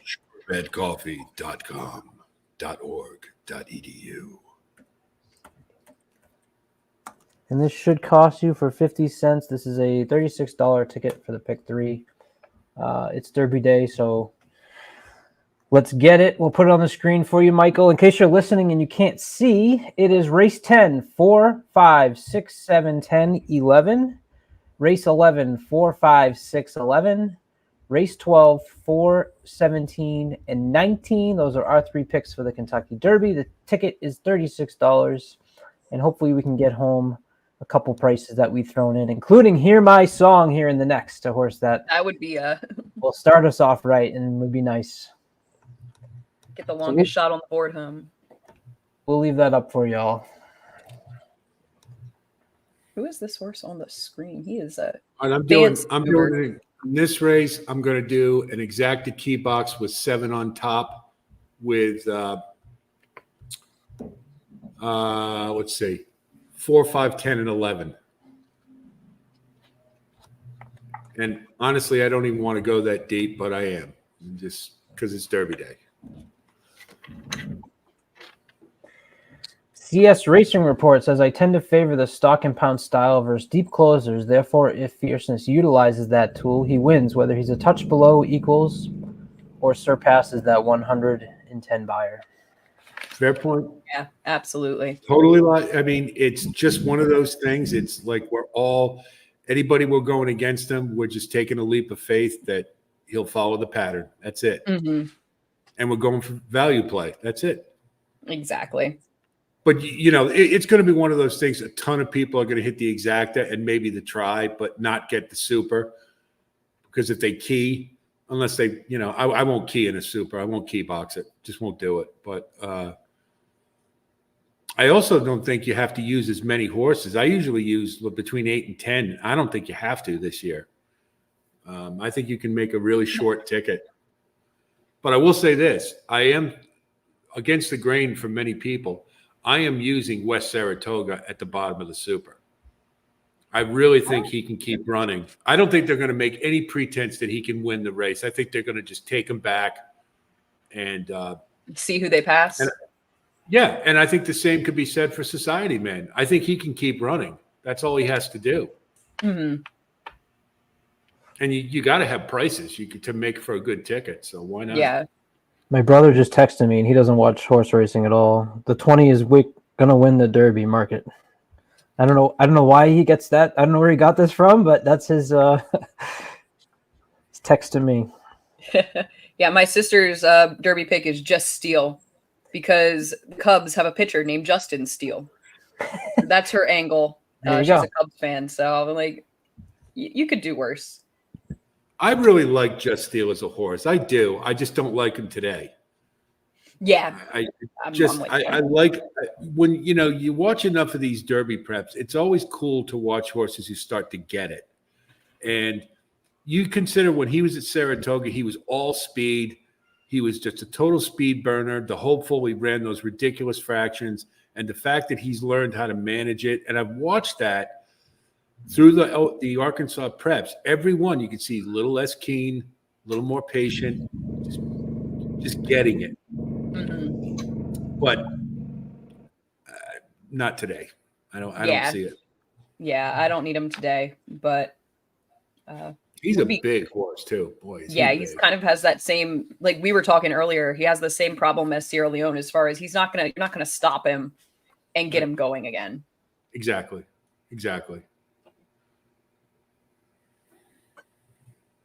All right, approaching the gate here.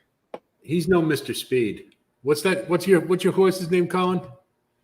The one who's running tonight? Sir Speedy? The speedy The one. speedy one. Speedy one. That's it. Would you bet this race, Alex?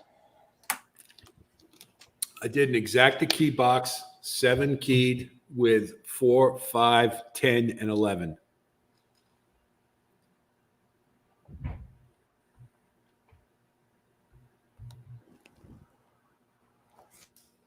I'm not playing this one vertically. I just did a little pick 3, 4, 7, 11 with 5, 6, 11 with the 4, 7, 19 to try and get something with the little bit of money I have to play with. You threw Anna Marie in there? No, Oh, Fierceness. Okay. fierceness. 4, 17, 19. Probably said 7. Yeah. It's been 4 hours of talking. That's all right. In my final Derby video, I wrote fierceness as the 10 horse on my final picks page. They're in the gate and they're off. So Teo Passer is going to win. And Hoist the Gold breaks wide and is hustling way the hell out there. He's got plenty of time to get to the lead. Let's see if he can do it. And he does, or just about. He's still heading there. We got here's my song. Here's our boy Zozos in second. Here comes Hoist the Gold. Ray's Kane on the rail, and Gun Pilot sitting chilly, sitting nicely. Track mates mid-pack. Mr. Wireless to his inside. Mr. Wireless to the inside, correct. And that looks like 3 technique to the outside of him. Opening quarter 22 and 3, a little quick, but it is a mile race. 7 furlongs rather. Here comes Hoist the Gold and Gun Pilot. You hear my songs? Trying Zozos right with them. Come on, Track. Oh, who just got through? Come on, 5. Come on, Track mate. That's Gun Pilot. Yes, it is. There he goes. Come on, 7. Good call. Come on. Come on, 7. Hustle. Gun Get up, Pilot. 5 Hear for my second. song. Get up 5 for second. got second. Get up for the win. And 5. He's Yes. got second. Nice call, Great Jess. call, guys. Great All right. call. Well done. Jess and I rule the world. That is the Alex Jessica exacta right there. No, it is. I That's bet the a- Alex Collin exacta. I bet a 4, 5, 10 exacta box just at the gate there, and I bet the 5 win, place, and show. So Nice. Sweet. Yeah, I liked the 4 in there, so I can't take credit for this one. No. You wait. Now hold on. Now you can take credit because I was ready to toss "Hear My Song" completely, but once we reviewed it, that was a sneaky good call because that horse would have been easy to toss. Would have been very easy to toss. That's a very nice call. Well, Give yourself I wouldn't have credit. looked at him at all if it weren't for Colin bringing him up. but you made a great okay. case for him. I'm sorry. Okay, Yeah, that was Colin's horse. That was not my horse. I cannot take credit. I cannot possibly take credit for having that horse. That was all Colin. Only got 5-1 on Gun Pilot. 20-1. Here, my song actually floated up from where he was when we were first talking about him. The 7 didn't run. He didn't run a lick. No, Bounce. neither did the 4. 5 came back too. Did you see that? That 5 was beat there by the 6. He ran. That was a huge run. He ran a monster. He ran a monster race. Yeah, that was. I mean, he was on the engine all the way. Call. Look at that 109 for 6 furlongs, 121 and 4. That's rolling. Hang on. Looks like Keith also had that horse. Looks like the 5 was Keith's value play as he's texting us in the chat. So yeah, absolutely. Doing well today. Great job. 142 exact to find. I said I've been kind of nibbling, playing small. So that's what you kind of need to now feel like, all right, good. We're gonna be good on this week. Right. Oh yeah. Yeah, that's a weekend maker, I think. I think that'll pay pretty nice. And maybe we can get this hopefully we can be right on our pick 3. So right. Cheers. Fingers crossed. Only 2 to go. 1, 2, 3. Run 1, 3.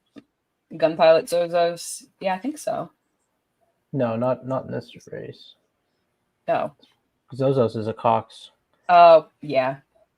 And 5 is William Stinson, which was the concern I had bringing up the horse. You ever have those trainers, but when you're adding Tyler, that's kind of where I was not as concerned. It's like, okay, well, he's been running without Chard, and you're moving up to Tyler, who's hitting at 21% at the distance and surface, and the trainer's actually 29%. It's only 7 starts at the surface and distance. So I was a little hesitant there, but like I said, when I went back and watched that replay that we showed of him in the gate, and then when you saw him gate broke well here, it was that was kind of the helpful absolutely. To it. For sure. Well done.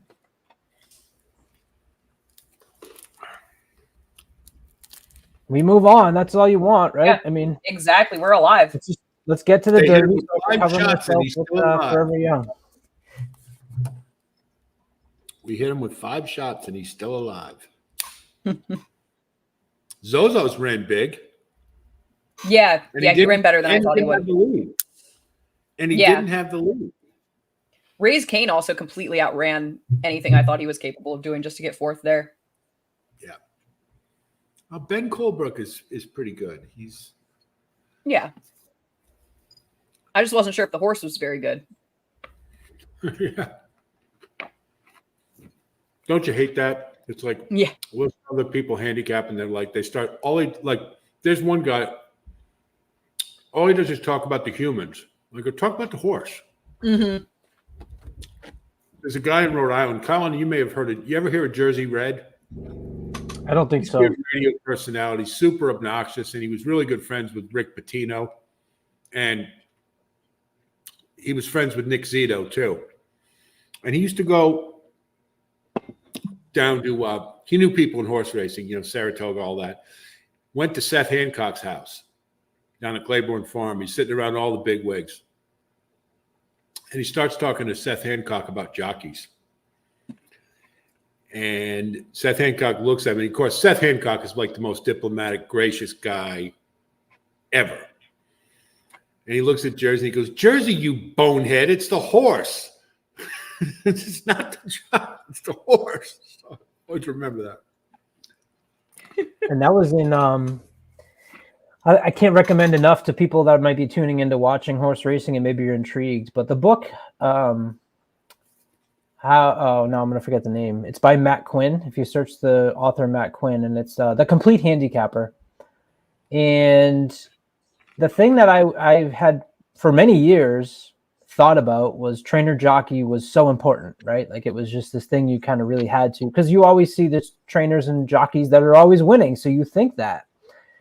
And that book does a great job of immediately right off the first chapter breaking down the four main things in racing are pace, class, form, and speed.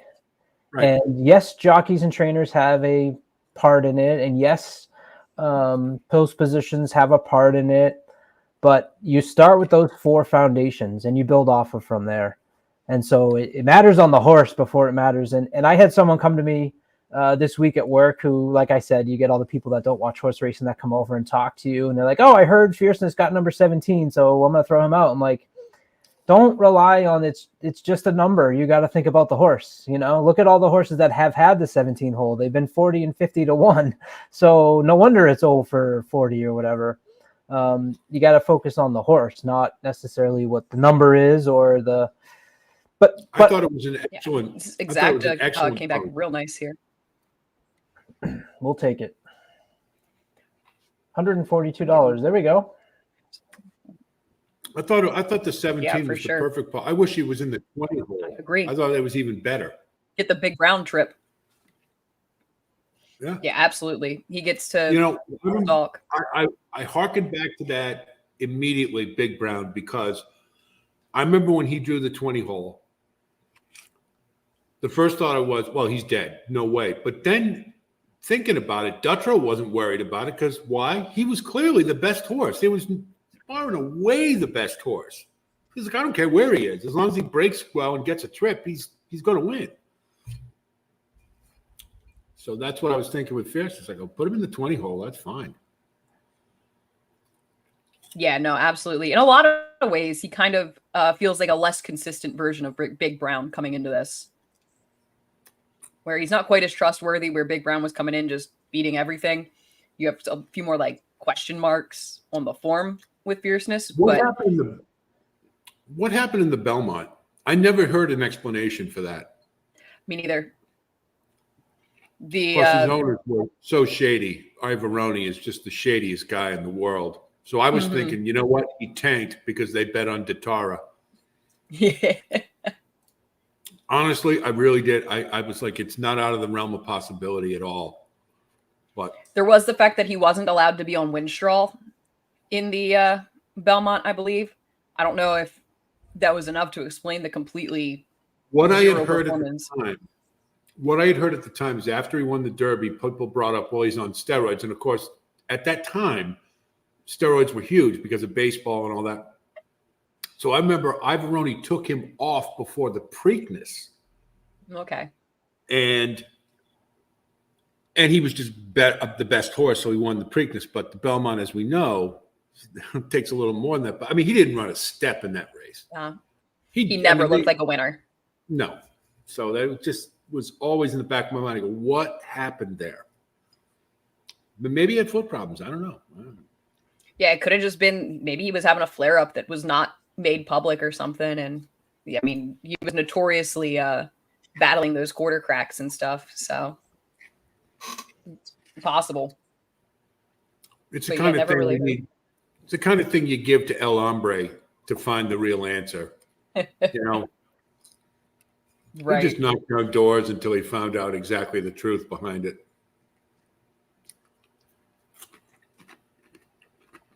Yeah, CS saying only one work before the Belmont, lost a shoe at the start, bad day, but was probably just short for the race. Okay. Which, yeah, all that combined, everything put together could have resulted in that. Thank you, sir. That's fair. I didn't know that. The works don't ever bother me between the Triple Crown races because they got to keep them fresh. So if they don't work, it doesn't. I mean, if Fleet Alex was galloping 2 miles a day, every day, because he liked to do it. Tim Ritchie figured out that was the best way to deal with them. So works don't bother me, but the other put it all together, yeah, makes sense. Yeah, definitely. All right, 44 minutes. Where's Sean?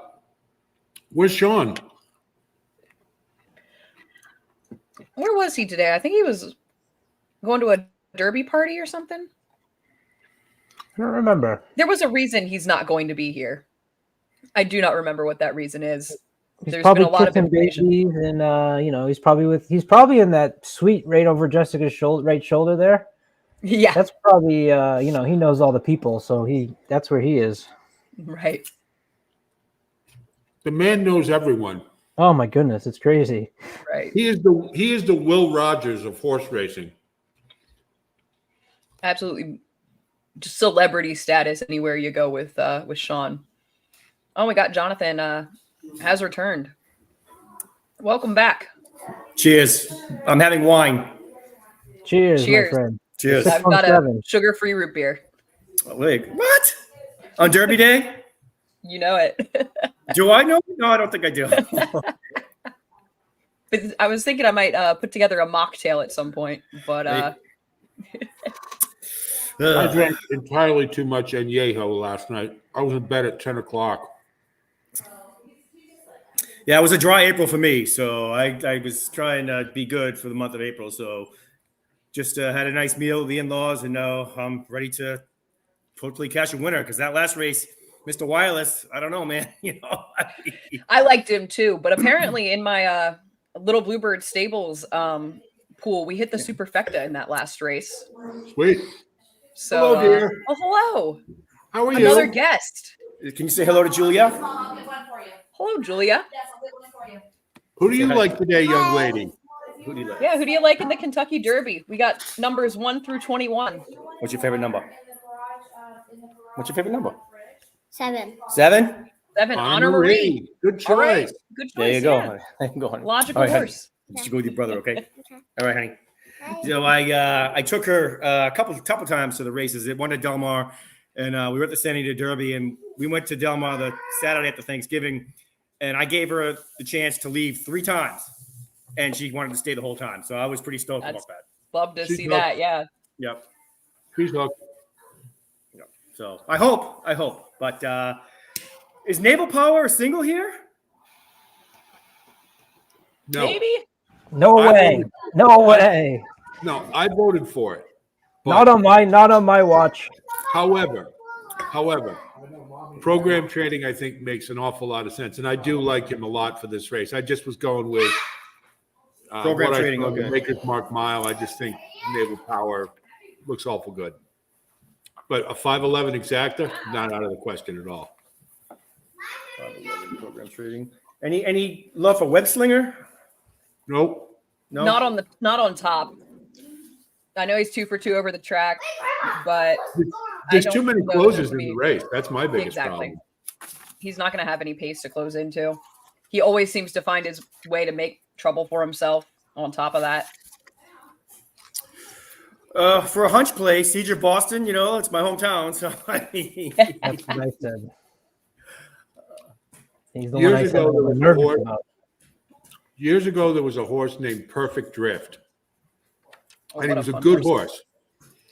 He cashed a check in every race he ran it except the Breeders' Cup, and here's why. He was a closer, and I tell you, can't tell you how many trifectas I hit where you could almost single him for third. He picked up a check every single race, but he also had seconitis.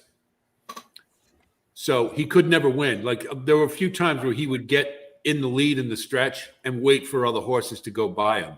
Mm-hmm. And horses like that, if you do know a horse has seconitis, throw him out as soon as he goes into a big race like the Breeders' Cup, because then they just can't run with. The class of the others. But Web Slinger is kind of turning into that for me. Or I'm not, Siege of Boston rather, is like he's going to get third. You can write it down. He'll get third. You can back key him on trifectas. Getting on over the top, don't think so. Fair. Yeah, his only wins come by daylight. When he just overmatches a field, it looks like. You got the optional claimer 40 at Laurel. You've got the $25,000 optional claimer at Gulfstream. And then his maiden race at Aqueduct are his 3 wins. All big, impressive wins, but over lesser competition. And then he's been picking up checks in these better races. But yeah, like you said, just kind of keeps getting beat. I really liked him a lot. in the Tampa Bay. I liked him a lot in that race. And when he didn't win, I was kind of like, this horse has a penchant for just getting into the money, but can't quite get over the top. And it's been proven out. Cellist looks a little interesting here. He pace-wise, I think he gets a good trip. I do think he gets a good trip. He surprised me in the last one, big time. 101. I know you, Alex. I know you don't like. You're not a buyer guy, but 101, his best ever buyer. I mean, I think my concern was that his best races came on synthetic. Buyers are fine, Jonathan. I don't have anything wrong with it. I don't have anything against them at all. I just like Brisnet numbers better. Sure. I think you can use buyer numbers in comparison to other speed figures. And really, to me, I said it earlier, the biggest advantage is when I see a horse with a 101 buyer and gets a 90 Brisnet figure, now I can go against them and I can. Is that what Cellist got, a 90 on the Brisnet? No, Cellist got a. I'll tell you in a second. Cellist got a 95, which is still fine, but it's not as impressive as if he'd had a 101 Brisnet figure. Got it. Okay. That's all. Okay. You just have to always remember, buyer speed figures measure the final time of the race, and there's a lot of things that can happen in the middle there that impact that.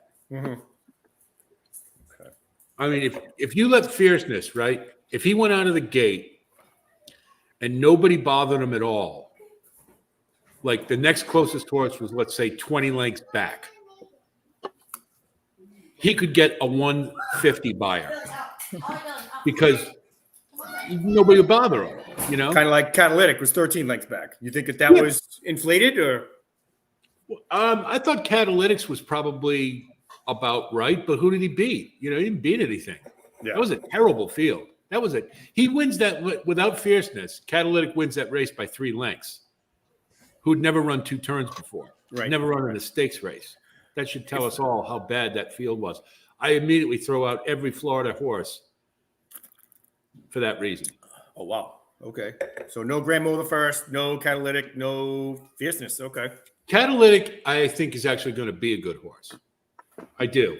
He has a lot of class, and I think once they put him out to pasture and let him relax and whatever, he may be very dangerous for the Jerkins. I could see that. Joseph's a good trainer. He is. I mean, he's always leading. They don't ship well, though. No? Okay. They don't. I mean, he's notorious for his horses don't ship well. But he is a good trainer. I don't say he isn't, but he also has a little hair on him. I mean, well, I also think that there should be some karma coming back at him for the way he was screwed up with White Barrio personally. So maybe the racing gods can. I'm not saying Cadillac's going to win that race. That's not what I'm saying, but maybe he'll run well. No, that's fine. I no problem. And that leads into the question on the screen about who are you tossing out to make your Derby handicapping easier, so we know Alex doesn't want these Florida horses. Jess, any Wood Memorial horse, Jess. I know you're a resilience girl, but no, they're all the bums, in my opinion. So they won't go anywhere near my tickets.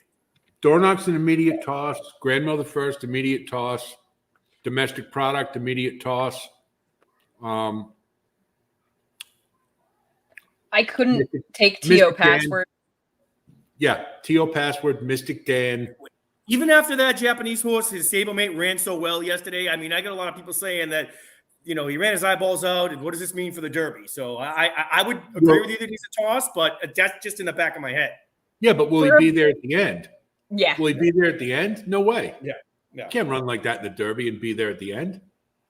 Yeah, I don't want a horse coming into the Kentucky Derby, shipping from out of the country in on his 3rd start, coming into the Kentucky Derby. So I don't need T.O. Password. Forever Young is still interesting, and Forever Young is ridden by that same jockey that had that great performance yesterday with the Japanese shipper. But I'd be careful tossing Mystic Dan. He would be one in, at least in the underneath positions. This is a horse who there's only one other horse that's got a triple digit buyer other than Fierceness. And you're going to go what was on the wet track. Okay, fine.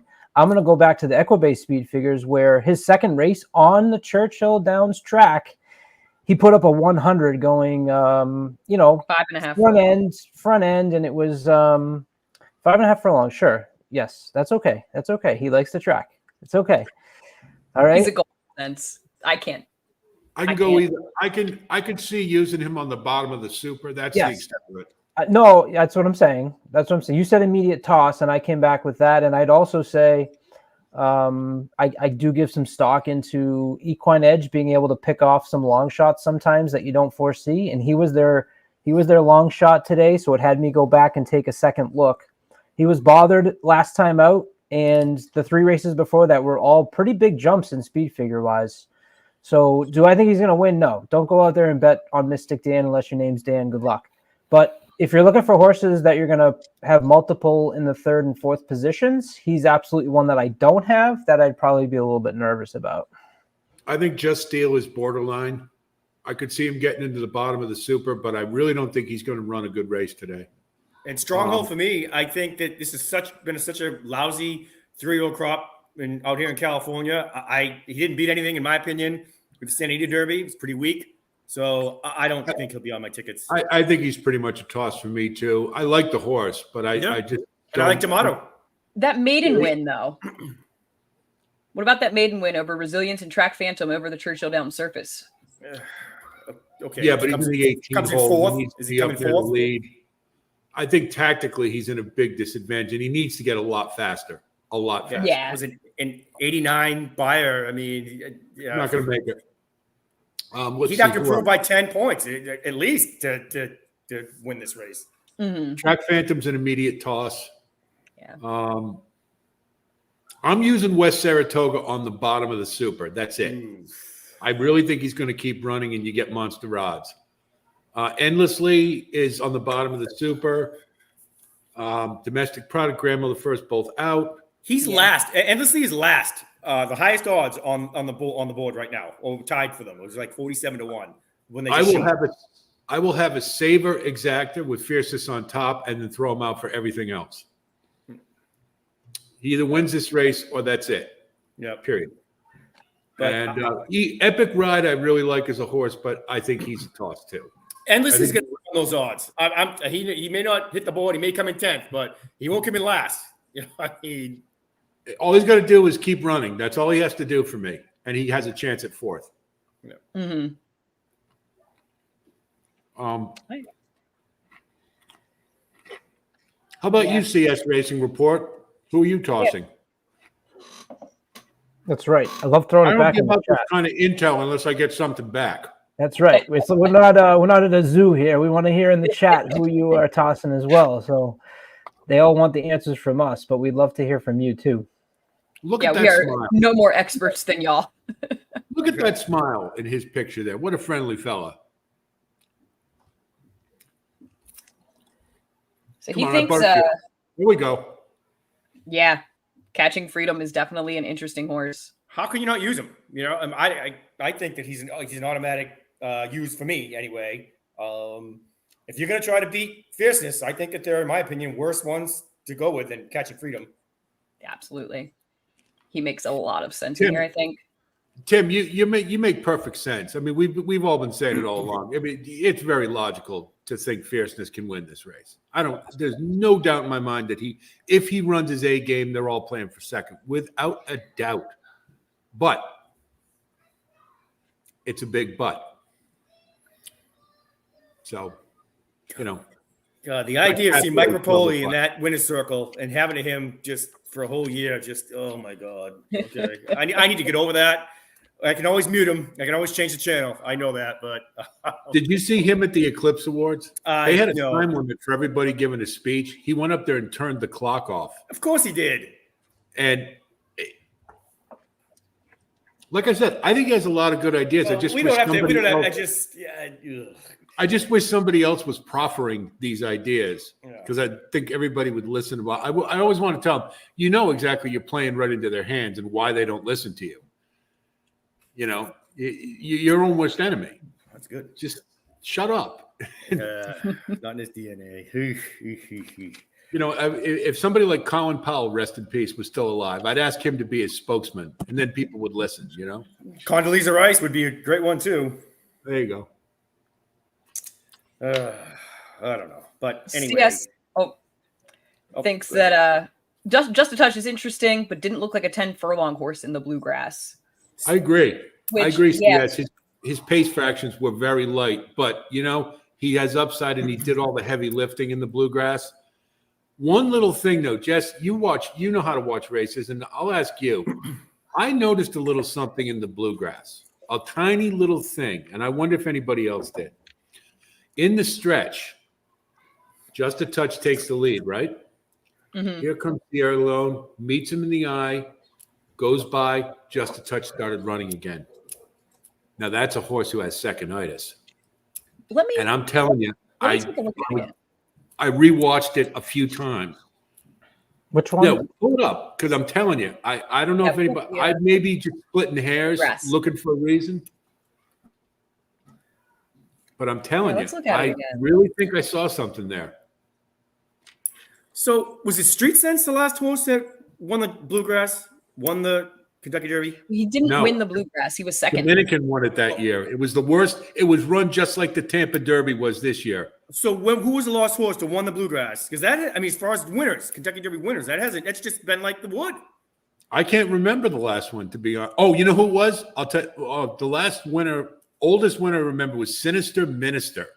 Oh, in 2006. I bet that horse. I think he's still running right now, actually. So hey, he got a 116. He got a 116 buyer for that race. He was trained by Bob Baffert, and I threw him out in the Derby right away. Strike the gold. Strike the gold. 1991. And he was one of the worst winners of Derby winners of all time. That's the year I graduated from high school. Jessica, were you even born in 1991? I was 13. Oh, 1991, I was not born. Okay. I was not born. I thought we were still talking about Sinister Minister right now. You're making me feel old. I was 26. Oh, wow. All right, let's see here.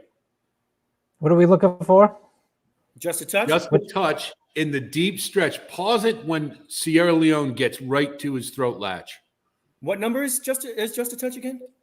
Well, it doesn't matter. We'll know when he's in the lead. He's in the maroon there on the just to the outside of Top Connor. He's in the Qatar racing silks. 6. Same colored saddle cloths. Classic. We're going to the stretch? Yeah, we can go probably. We know what happens up until then. Hopefully we'll get a close-up and you can see. I really think I saw this. I really do. Come on, Internet. Waiting in suspense. Right, here we go. Now watch. He's about to take the lead here. He's got the lead. Now, he looks pretty spent at that point. Mm-hmm. Now, watch. Right about here. Yeah, he comes Doesn't back. it look like he starts running again? Kind of re-engages a little bit there, yeah. That's a horse with second-itis. And he's got 2 seconds in a row. Right? Let me look there. Here. What I see is watch Sierra Leone on the left side just trailing in. And if this horse needs to move around traffic, is he going to be able to do that with this continual – look at this, left. Right there. He looks like he starts running again. Oh. Yeah, but Alex, this race went 23:46, and he was on the front end of that, right? So – of course. You got to give a little bit of credence to the fact that he was able to kind of hang on that long on a pace on the front end that went so fast. No, I understand that, and that's very valid. But my point is that he took the lead, and he looked like he was pretty much all in at that point. And then all of a sudden, when Sierra Leone comes up to him alongside him, he started running again. Yeah. Like, that's what it looked like to me. And horses who do that, that's a horse waiting for other horses. That's the big lock on Dornoch, by the way. That's another thing about him, is his trainer said he waits for horses. It's a little thing. I may be off base. I can't, but that's what it looked like to me. And I was just like, that really seems odd. Because if he had just, finished second and looked like he was all in and done, fine, no problem. But the fact that he re-engaged, was like, what's up with that? It's strange. Yeah, What did I Top wonder Connor if do he was earlier? caught off guard a little bit by just the like sheer momentum. Could have been. And he didn't really have the experience to know how to deal with that. I like that he re-engaged. He didn't just say, "Oh, okay, you're the leader now, I guess." He was like, "Oh, wait, no. Oh, hi. Shoot. Yeah, let me try again." But was also probably physically exhausted at that point. Yeah, but see, that's my point, is that if he was tired, that's fine. But all of a sudden he gets past, he's like, oh, I can run again because the horse just passed me, is kind of the thing I'm going And with. I think that's a good sign. I think that's a sign of a horse that wants to be in charge. It could very well be, but also if he had that kind of energy, why didn't he win driving? Like he was just driving out. And I don't got think caught. he had that energy. I think that was him outrunning himself physically. Yeah, I think I that mean, was like I him said, outrunning his physical. It's a minor thing. I wanted other viewpoint, just Yeah. other people to take a look at, because that's what I saw, and I just thought it was strange. Yeah, definitely interesting and I'm gonna hard use to them. interpret. I'm using them today, no doubt. I'm absolutely using Just a Touch. I'm a little concerned about his late fractions, and I'm not sure if he's up around the pace that he'll have anything left.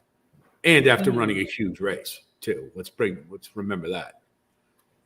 Yeah. However, Yeah, definitely something worth noting though.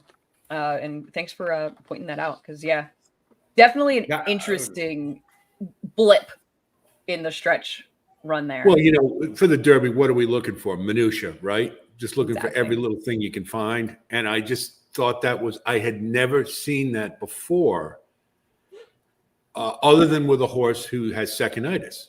Because as soon as he gets past, they start running again because they're conditioned mentally. They want to run with a second. buddy. Yeah. Anyway, we could have a fun point counterpoint for horse racing. Maybe that's the next Trust the Profit show. Point counterpoint. Right. I like fierceness. That'd be Here's fun. why. Well, I don't like them, and here's why. That could be fun. Isn't that what we do anyways? Yeah, that is kind of what we do. Right, but we could do it every week. Just put me on with Tim and El Hombre, and they'll just counterpoint me all day till I just quit and go home. As a reminder, here's the pick 3 that Alex, Jessica, and I put together. We got through leg 1 with our 10. 5 ran a nice second. In this leg, we are 4, 5, 6, and 11. We're at an $18 ticket. Our 2 top opinions were the program trading the 5. Oh, 6 to 1. Look at, we're getting 3 to 1 on Naval Power. Ooh, I did I'm not very think I'm very busy with top the picks. favoritism. We ended up adding Farbridge and I'm Very Busy as our Bs, and then we each took our. Sorry, you weren't here, Jonathan. We could. Who's your Derby pick, Jonathan? Do we have one? Fierceness, but Okay. I'm We're playing covered. defensively. Yes. We're covered then. So we got Catching Freedom, Fierceness, and Resilience in the Derby to hopefully cash out this pick 3. Although, Colin, I am on the endlessly train. I people think I'm crazy. You guys might think I'm crazy, which is fine. But I'm not. I like that horse. I love this. I love this Jeff Ruby. So I might have him underneath for an exacta. I think I'm going to. Yeah, Jessica can vouch for what I said earlier at noon on this stream. And kudos to Jessica for sitting here now for 5 hours. So You are such a trooper.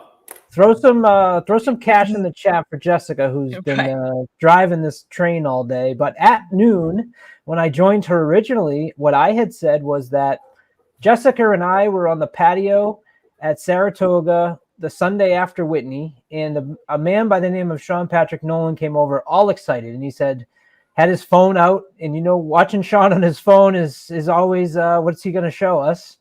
And he pulls up the replay from Endlessly at Del Mar, and he says, you have to watch this horse yesterday in his debut. Bursts between 2 horses in the stretch run, and we all turned to each other and said, wow, there's some talent, right?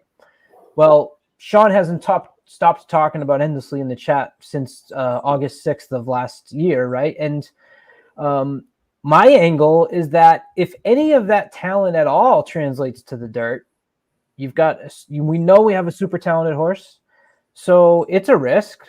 But if it translates, I think the horse is going to be in the mix as well. So I will absolutely have him in my box.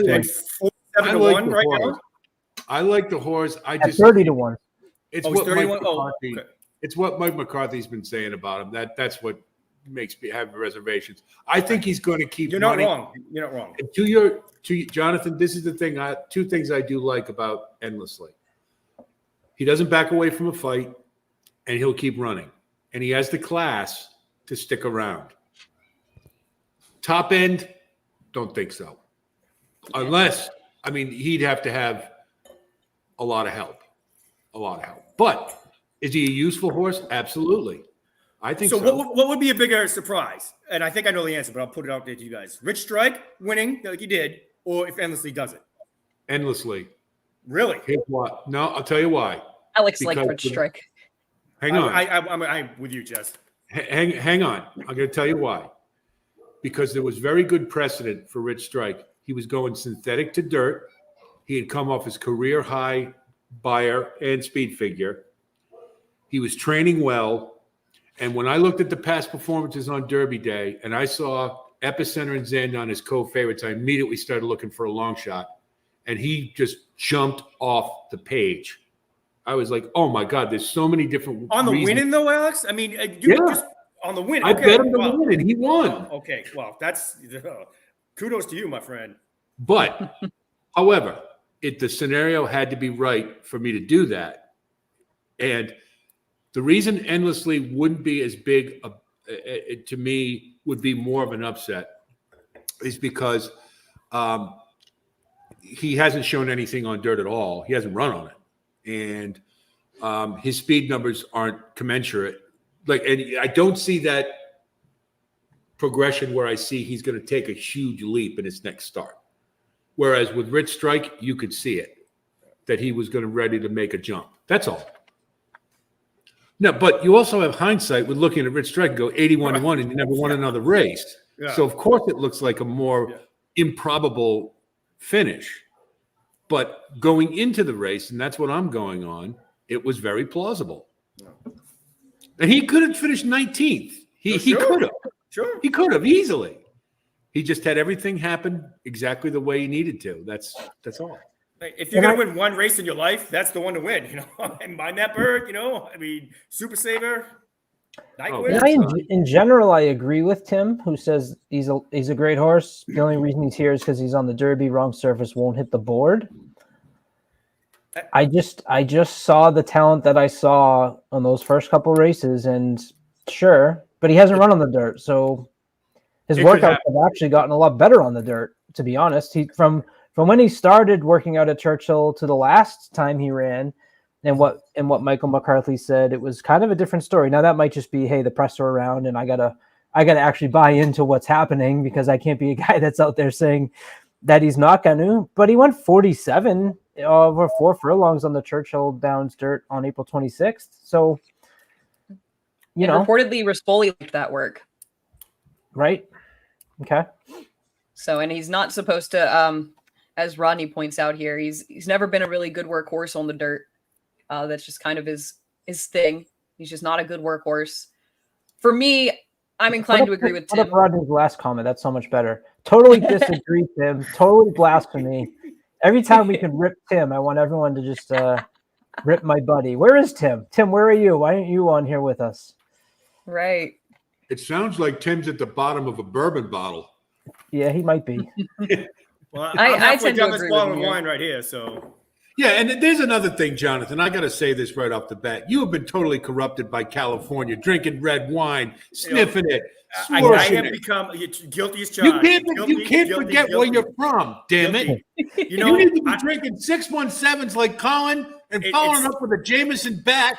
God damn it. What are you doing? It's funny you say that because I messaged El Hombre and I asked him if drinking red wine, because I'm trying to change my Derby luck. If I drink red wine, does that make me the trust fund baby frat boy guy that you want to avoid at the Kentucky Derby, or is it acceptable? And he I got his seal of approval. So this is why, and I'm hoping it'll change my luck. But Alex, guilty as charged. I am a wine snob. Wine and horse racing. Jess Jackson is my spirit in heaven right now. That the two things that I am in love with, besides my family. Hombre Love is it. culturally wise. Is he he? should never be Cheers to El disagreed Hombre. with. That's right. Oh, you know what? You're going to make me start drinking tequila again. Oh, what the hell? I will. Hang on. Jess, you don't have one cocktail? Not in reach. Okay. Where are you? Are you in a studio? You at your house? I'm just in my office at my house. Okay. Yeah. And that's your backdrop, the Churchill Downs, with no one in the stands back there? Or? Yeah. Just because the room is a disaster. It's not a very aesthetically pleasing backdrop. You know what? We're all friends here. Does it really matter at this point? Does it really matter at this point? Alex's background reminds me of like a horror movie where the garage is going to open. And it's like that commercial when the guy with the chainsaws, he's standing there and the people are trying to hide and they don't know where to go. You know? Absolutely. What if the recycling bin? What if the top of that recycling bin suddenly started to There's a open up? body in there. All right. I got to figure out who I want to bet in this race right here because I've had one place winner so far. All right, well, Jordan, let me start you off here because you weren't here and maybe you weren't listening in on the angle that I had to get the 3 Chads in the last race. And what you have here in race number 11, and I'm going to share my 5, by the way. It is the 5. Okay, so we're going to show you why. Race Lens, you can pull up angles really quickly, and this is one that I put in and happened to find as a hot one. Chad Brown on the turf, ages 4-year-olds and up, in which their last race was the horse's highest equibase speed figure. Okay, so these are the criteria I've put in. Over the last 4 years, it's 75 races with 86 starts, 24% win percentage with a 34% ROI. We'll go down to 2 years. Colin, can you do 1 year? Because I think that to me that's more. So 1 year is a little bit smaller of a sample, but we got 11 starters with a 27% win percentage and a 239 positive ROI. Now, hold on. I'm going to blow you off your seat there because we're going to go 1 month. 2 starters, 50% win, 1,242% ROI. And this doesn't include the 3 horses who all had this exact same angle in race number 7 today, who finished 1, 2, and 3. 2, and 3. So that was why I had these 4 Chad horses circled today coming into the race, and that's why program trading. That's good because I was telling Alex earlier I use Formulator, the advanced trainer stats, but that's not as in depth as that right there. I've just started. You can go on and use. They have like a free day every day or free race, and the stats that you can put into this thing are you could search cloudy day with a horse on the outside, and Alex was in the stand smoking a cigar, and the horse didn't like the smell, so he finished 5th. And but is that the type of thing when you get down a rabbit hole and you can't get out of type of thing? Oh, it's miserable. It's miserable. I'll be sitting on my Devo. I'm like, let's try this one. Let's try this one. You could do the same in Formulator. I mean, no question. How's he at this track with this jockey on Tuesdays? Graded stakes. I mean, I've gone completely bizarre with that on many occasions. But every once in a while, you find that like 78%. Yeah, and this angle, actually I didn't mention. Like he just never loses when this happens. Because the one thing I noticed is they do a success score, and I'm not totally sure where it comes from, but I put it over a 2-year time period, and the success score of 8.2 is the highest angle I've ever seen in this thing. Usually it's like between 5 and 7. And this is on program trading right here? This is Race Lens on Equibase.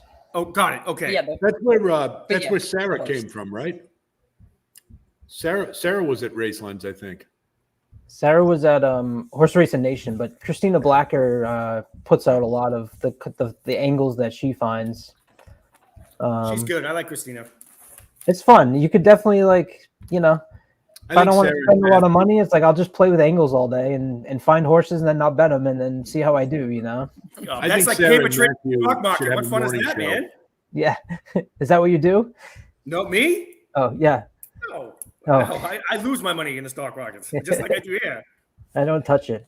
LJ asks the question. We got to get serious now. We're 9 minutes to race 11. This is the final race before the 2024 150th Kentucky Derby. We've been following these horses for 7, 8, 9 months, so it's really exciting to see them culminate in this final race. Race 11, Jessica.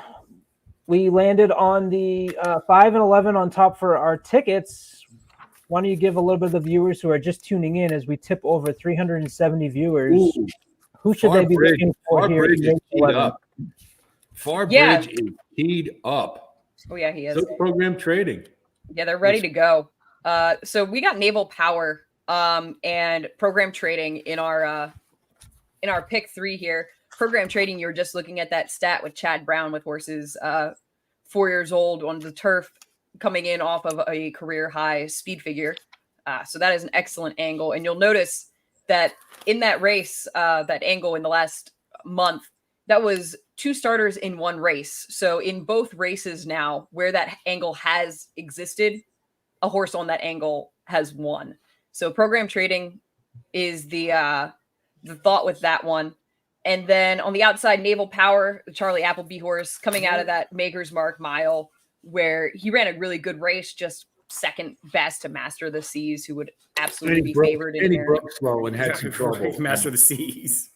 Yeah, had the trouble, put in a good effort there. Should be able to get reasonably close in a race that doesn't look like it has a whole lot of pace on paper. I had been a little interested in I'm Very Busy at 4-1. I am not nearly as interested in I'm Very Busy at 8-5. Ugh. No way. The angle there is just the speed figures in the last 2. But I feel good though seeing the horse at 8-5 and knowing that we added him on our ticket. There's a little bit of like, okay, if there's something we don't know, we're okay. Yeah, and those would be mine. I know Alex liked Far Bridge. I'm gonna step away for a moment. A little bit. I mean, over. I think he showed me enough last year to get interested in him. And On the win end? he needs to take a step forward. He does. But you know what? He was a horse that showed a lot of talent last year. The biggest problem was he was green. He had a problem with his running style, was lugging in a lot. And his last, what did I hear? The last 16th of a mile, he ran in his last race. I think he did it in it was like 6 seconds, something like that. He was just really flying late. So for value, that more than anything else, just as an alternative price play. So, Alex, according to the buyer's numbers here, 88. He's run 88 3 times. The first 2 races that I have on here, and this last race, the other ones looks like have been in the 90s. So, so I guess he has. Okay. So that could be the start of his form cycle. Would you? That's correct. Okay. Don't forget, he's coming in for Christophe Clement, second off the layoff, and that's a nice angle for him. And it's very conceivable he could take a significant jump forward here. Is it cast in stone? No, it's a value play. That's all. He's got a 23% win percentage and won his last start with a 161 ROI. So 161 sucks, but I mean it's a good angle and you're getting him at a price. So sure. I'm not that excited about it. I just thought as an alternative price play, he's one who demonstrated enough talent to me in the past that we could consider him here. He needs help. He's going to need a lot of help, and I'm not sure he's going to get it. But I'm going to throw Cellist on the bottom of my exacta. I'm going to go 5-11 on top, 3-5, 6-11 on the bottom. He scares me. He does. Sure. Yeah, because anytime I don't expect him to run, he does, and there isn't a lot of pace here, so it's very possible. He's been pretty he's got. I'm gonna. Yeah, sometimes you're just gonna say I'm doing what I'm doing, and then that's it. So let me put that in right now. Why not? Why not? And if he doesn't win, I still have a half a bottle left and more in the wine fridge. Right? There you go. Okay. All right. Alex, did you give any concern to the 8? This is the horse, as you put your bets in, you start looking again to see what you missed. And there's 5 minutes to post, but I did put my bet in. This 8 is a Pletcher trained horse by Constitution who's been running over the turf. This race today is going 9 furlongs over the turf, and you're getting him. He finished 5th in the Appleton at Gulfstream Park. Mm-hmm. The speed figure was actually 109, and in the past he's done 110s and 112s. This is by Equibase's numbers. He got a 92 Brisnet for that. So what'd you think? What are you thinking about Never Surprised? Any concern of him knocking us out here? Well, no, because he is coming in 3rd off the layoff. That's the one thing I'll say. But he doesn't have ascending class ratings. He has descending ones. He had an 18 in the 7.5 furlongs optional claimer. In the Appleton, he got a 17. He looks to me, he'll certainly be a pace factor, but I don't see this one digging in to hold off everybody. I can't see it. What I see is looking beyond that fifth and the last. It's just 2, 2, 2, 2, 2, 1, 1, 2, 2, 2. Well, there you go. A horse There that you go. maybe is underneath or always going to be there. Well, there you go. 2, 2, 2, not Yep. 1, 1, right? Yep. Good That's all. point. That's all. Seconditis, right? It's the bottom of your exacta. Why not? Oh, I'm sorry. You guys are talking about the pace. I'm sorry. I thought you meant that's where he finished. My bad. Sorry about that, guys. No, it is. That's what I meant. That's where he finished. Oh, got it. Okay. Okay. Just playing devil's advocate as we get close to post here with 3 minutes to the Old Forester Turf Classic. All right. Thank you, everyone, for tuning in. I dropped my bet in the chat there for this singular race. I think, Jonathan, you said you were going 5.11 over the 3.57.11 with Web Swinger. Alex, are you doing a bet just on this leg here? Yeah, I'm basically doing the same thing, except 11 is keyed. So 11 on top, dollar exacta box. I did. What did I do here? Let me show you. I'll tell you. I did 11 on top with 1, 3, 4, 5, 6. So there's Alex's bet. I'll throw it up for you all in the chat. He is going $1 exacta box, 11 as his key horse. So that horse has to come first or second. That is Naval Power, who he talked about today with the 1, 3, 4, 5, 6. So you added in the one there, Integration, who we had talked a little bit about. This is the Shug horse with Tyler Gaffleone aboard. Ridden him twice, a first in a fifth to Warm Heart. Finished third behind Master of the Seas and Naval Power. What'd you like about Integration off the pace? Well, it's more what I don't like about him. And what it is he looked like a typical Shug McGahee last year, a world beater, like he was poised and ready to just dominate the turf division, and then it didn't happen. That fifth in the Pegasus, he did have trouble in that race, but I would have wanted him to do a little better in the Maker's Mark Mile. It was off the layoff, that's true. I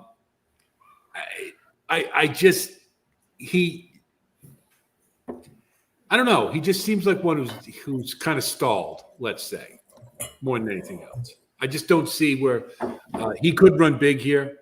That's why I threw him in, but he's just one of those horses who never doesn't seem like he's going to get there. That's the way I feel. Tim, don't leave out the 5 here. Go 5.11 with the 17. So we'll hammer it together. So as far as betting strategy goes, what Tim says is hammer that 11, 17 exacta. Now, double, excuse me. Shouldn't you try to beat one of the favorites in those legs? If you include them both, it's not going to be as much. That's what I was always under the impression. Well, right now the 11-17 right now is paying $12. So you're getting 12 to 1 on a horse like, either of them, right? So if you are really a Fierceness fan, which me and Tim are both in that camp, he's obviously high on this 11 Naval Power.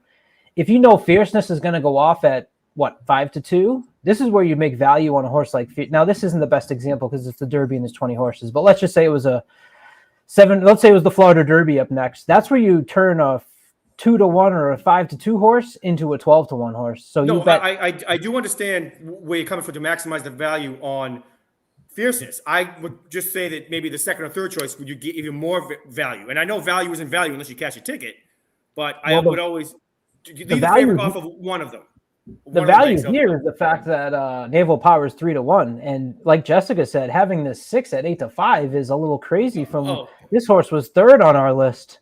I thought that Naval Power was the favorite, so that okay, that's why my mistake. Okay, that's why he was the favorite. Okay, so he was better. Okay, got it.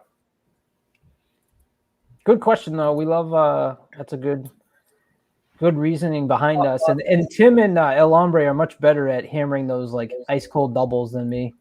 I'm a little bit more of a That's where I struggle. That's where I struggle. You know. So here we go. Good luck, everybody. It's the Old Forester Bourbon Turf Classic. We are now only 74 hours away from the Kentucky Derby, which is nice. It'll be coming up right after this one. We are praying for the 4, 5, 6, 11 for our pick 3. I'm in on this 5. I've keyed him over the 4, 6, 7, 11. Alex likes the 11 on top. I also bet the 5 to win in place just based on that Chad Brown angle. That is going to make me a hero in the web space. I'll take it if it happens. It's okay for me. They're loading up. All right. I'm on streaming, guys, so I'm going to watch this. I don't want to know what happens before it happens, okay? All right, you take the earbuds out. You mute us. I think last time we were all in pretty good sync as far as watching it, so Yeah. shouldn't be too bad. If you're watching the NBC feed, get your bet in right now because the NBC feed's about 30 seconds off, and you're going to get shut out and miss an exacta like I did, missing me $40 earlier. They're backing I'm very busy out. He was restless in the gate. And they've backed him out. The 10 That's has because yet to go in. he knows he's the chalk. Right. Scared. He's like, oh, it's too much pressure this time. He's like, maybe if I back out, all the money will come in on the 5, and I'll be second favorite. The 10's a little antsy. Yeah, he's a little hesitant. I wasn't paying attention. I don't know if it was the plan from the start for this horse to go in last, where maybe he's just a notorious little issue. They're in the gate, and they're off. Clean break. Never surprised, right to the lead, as expected. Little program trading right there, and program trading. That's exactly what I thought they'd do with him, so that's good. Yeah, perfect. Naval Power, not going to let him get away. Right on his throat latch. Also very washy. Jesus. 1, 2, 3 in behind him. Integration Anglophile Cellist. And then Far Bridge. Outside there is Siege of Boston. And at the inside, I'm very busy. Last is Web Slinger, where he likes to come from. Never surprised. An easy 2-length lead going 24.48. Don't do it to us. You weren't here, Jessica, and I said, I asked Alex about the 8, wondering if this was the horse we had to worry about. I wrote on my paper, lone speed, ? Get those thoughts out of here. Get this 8 out of here as they go behind the tents. And we'll come out on the other side, and it is Naval a slow Power will pace. be right They go there. 24-2 and then 49-2. Yeah, slowed it down even more. Who's coming up on the outside there? Yeah. Cellist, I think. Naval Power's starting to make his move. That's not Cellist. That's Web Slinger. Oh, no. No way. Come on, Naval Power. Power, get this job done. Come on, 11. He is rank. Get through 5. Get He through can't 5. get through. Get through 5. Here's the Come on with 5. this 5. Come on with this 5. Come on with this 5. Get Come up. on. Get up. Come on. Get up. Come on. Stay right there. Get Stay up. right there. Get up. Stay right there. Get up. Stay right there. Get up. Stay right there. Get up. Yeah. I think 5. I think he got there. I think program trading got it. Let's go. I was so scared there. Web Slinger, I was scared he was going to mess us up. That's how we do it. But that Chad Brown angle is now 3 for 3 in the last month. Every race that angle has been applicable in, it has won. Literally swept the card today with that angle. Right. Race Lens, thank you for finding that for me. Sweeping race 7 and winning the Old Forester on 4-1 with program trading.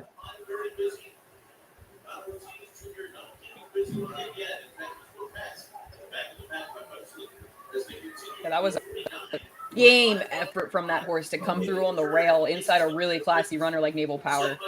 Plus, he got into a lot of trouble. I'm going to mute someone's loud. I'm going to mute someone. There we go. Jonathan gets muted for having the NBC feed up. We'll bring you We back don't want out. him to copyright strike us for having their I'm gonna take him audio out in. first, I think. Rail. Did he get up? He got up. Yeah. No, it's program trading. Oh, yes. 5'11". Woo! Boxed And- in heavy all the way. So we Love were it. both right.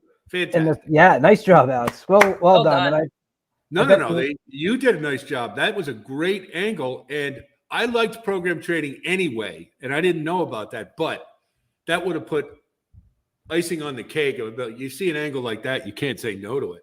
Right. Tim, I hope you listened to me and added the 5 to the Christmas double. We had everybody.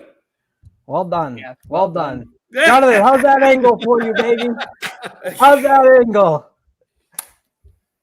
Now, Jonathan. Well done. Yes. Jonathan, Yes. was that a wicked pisser? That didn't suck. I'll tell you that right now. Wicked pisser. That did not suck. Wow. 10 to win, 20 to place for the 5. $5 exacta, 5-11. I love it when my horses come. I backed up the other ones, but I didn't think I could pick my nose. Now I can pick my nose today. All right, there we go. I doubled heavy on that exacta. And I need my wine. I'll be right back. Oh, Alex, who's coming in to kill you? Alex, we're alive in the pick 3. Yeah, we are alive in this pick 3. Watch out for the car. We are alive in the pick 3.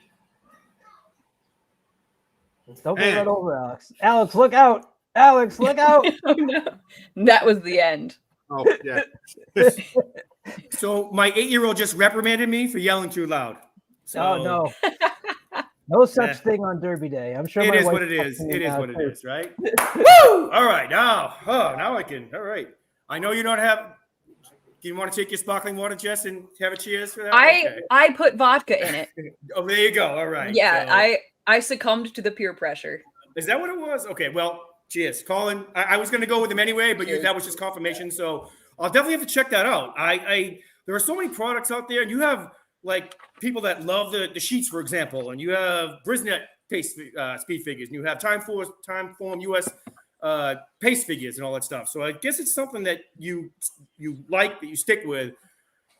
That's why I just been with Formulator so long. Yeah, and to be honest with you, Jonathan, I just recently started because part of the joy of this sport is this, right? Trying different products. It's not just saying like I'm on this one and I'm sticking to it.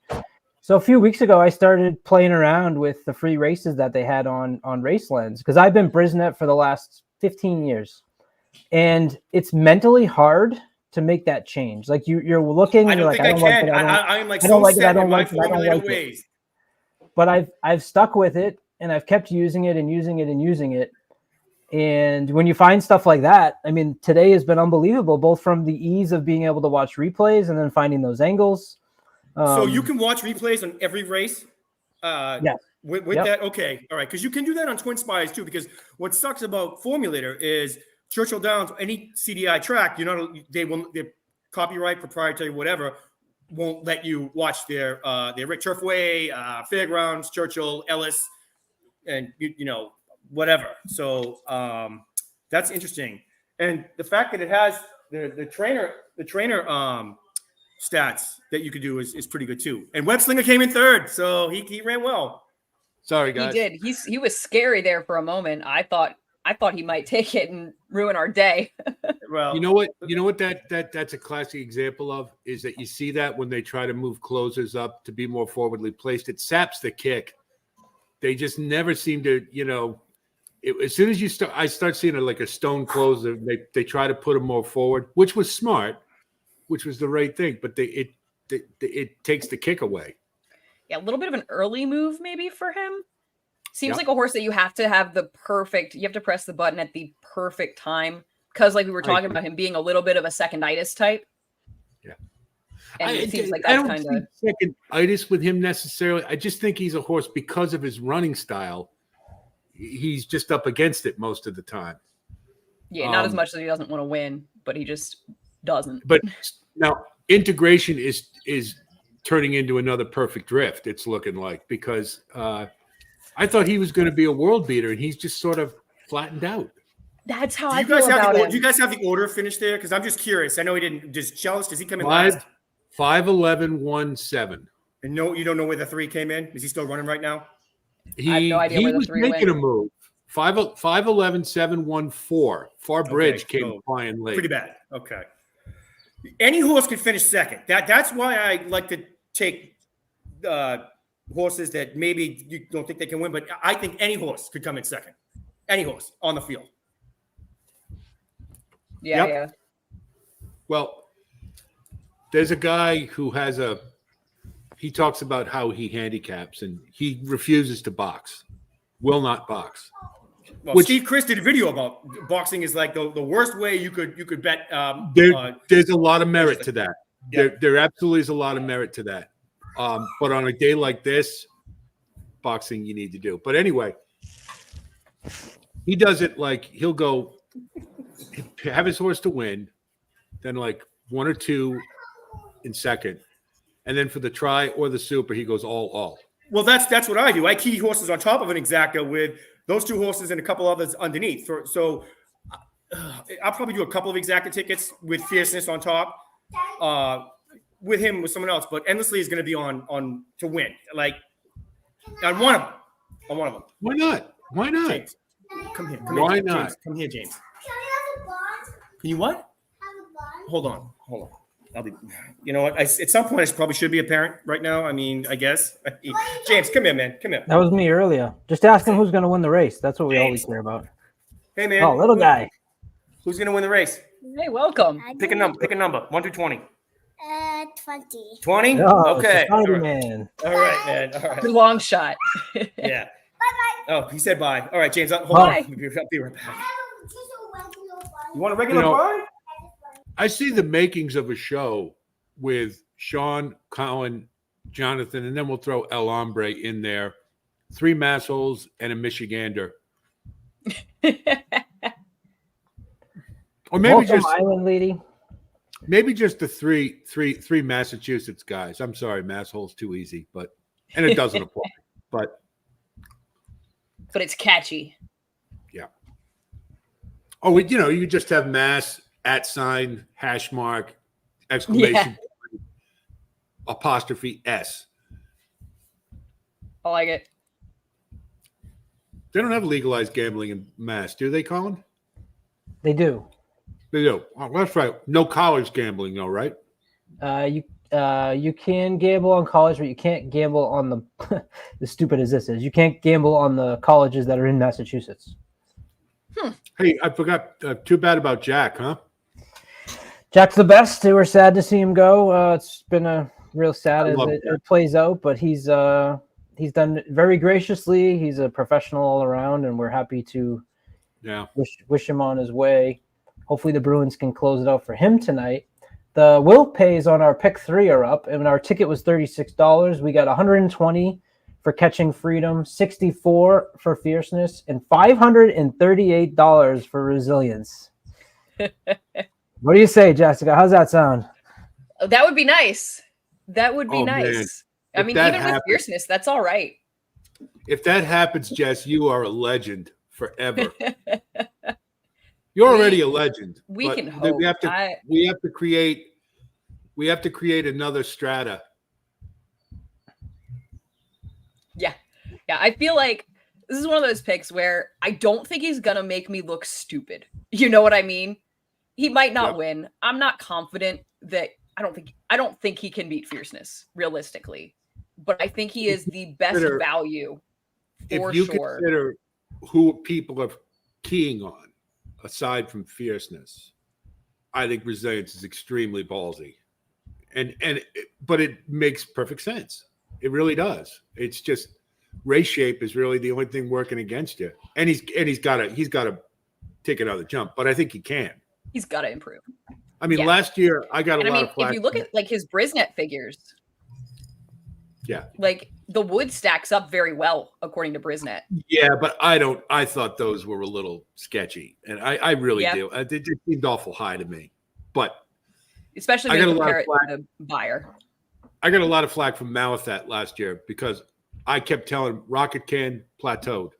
He's done as well as he's going to do. No, and he plateaued.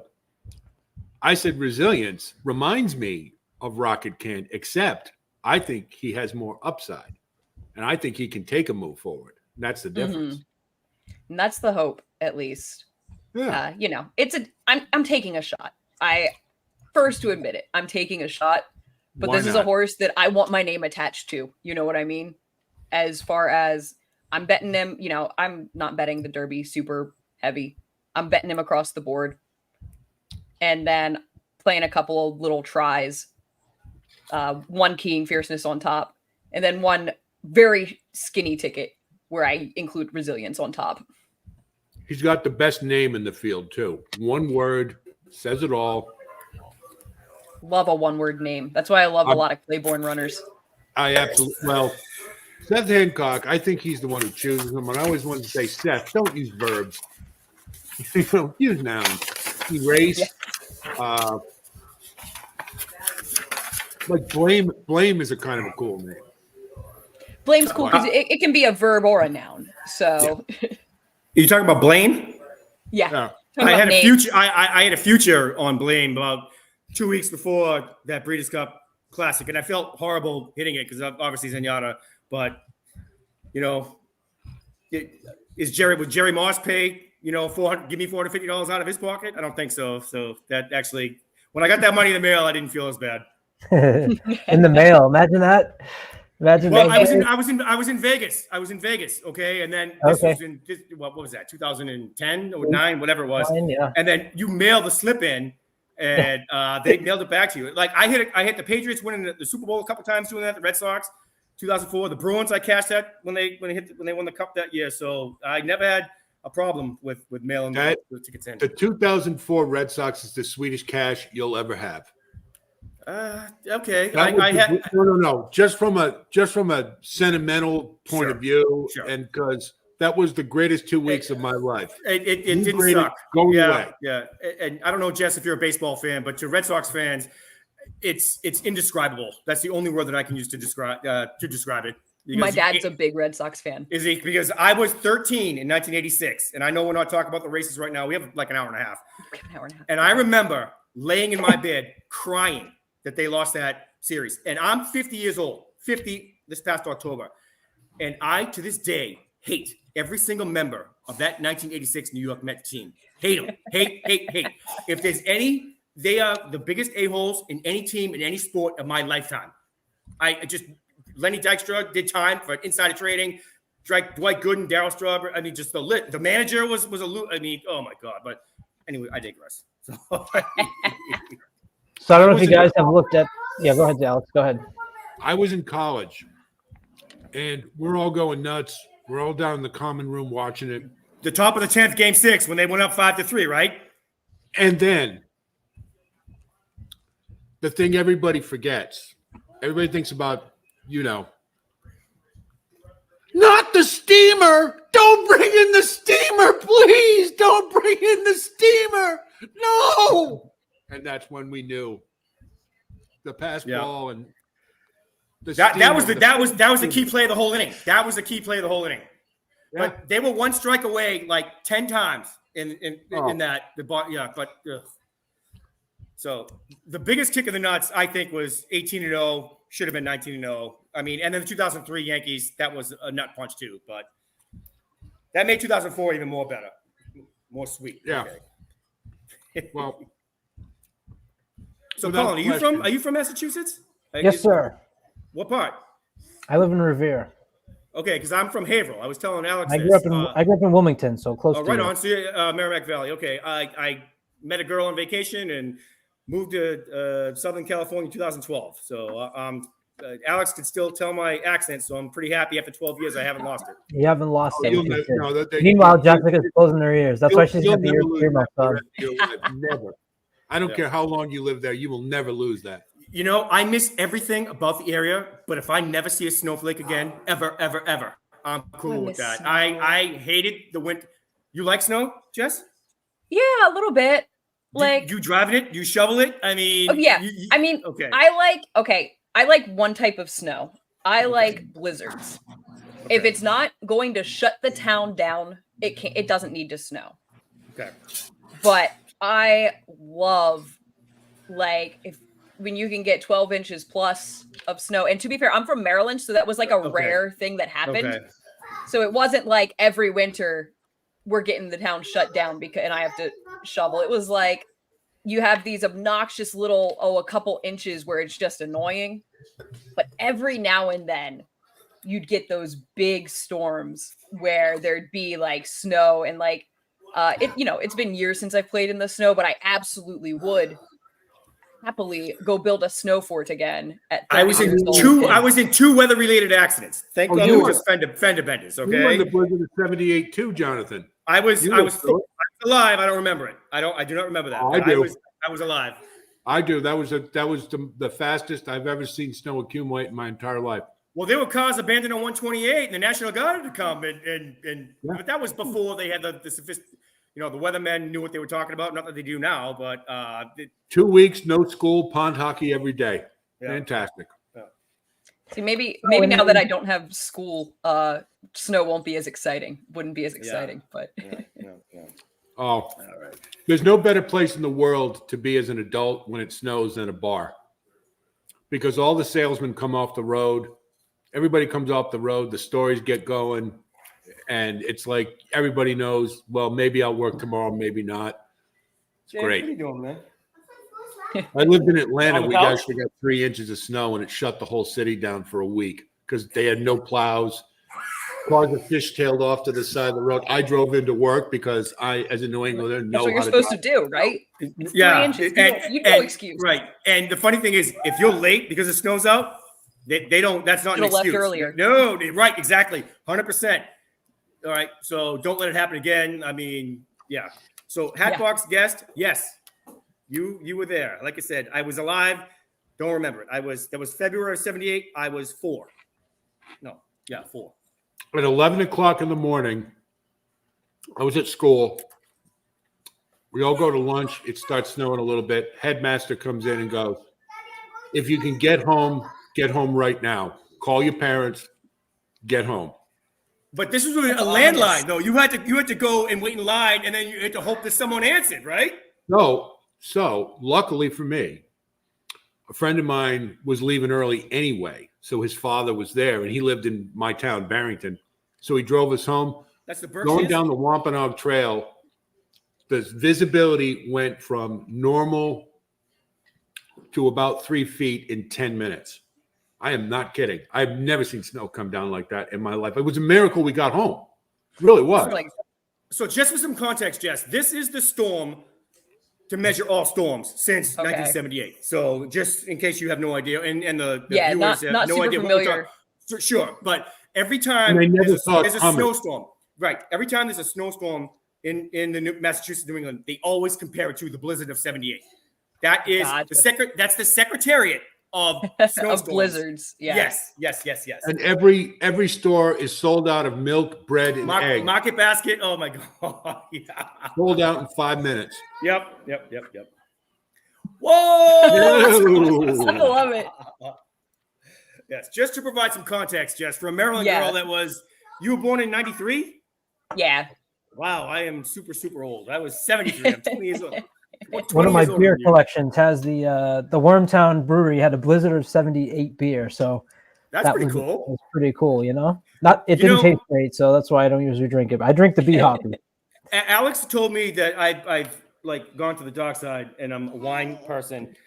When it comes to, I am a wine snob, no question. But when it comes to beer, I want canned Coors Light, Budweiser. So there's the complete opposite end of that spectrum. So Right. these That's more IPAs, all this other I stuff, hate IPAs. you can't I pound don't them. like- What's the point? You know, I mean, They put me to sleep quickly.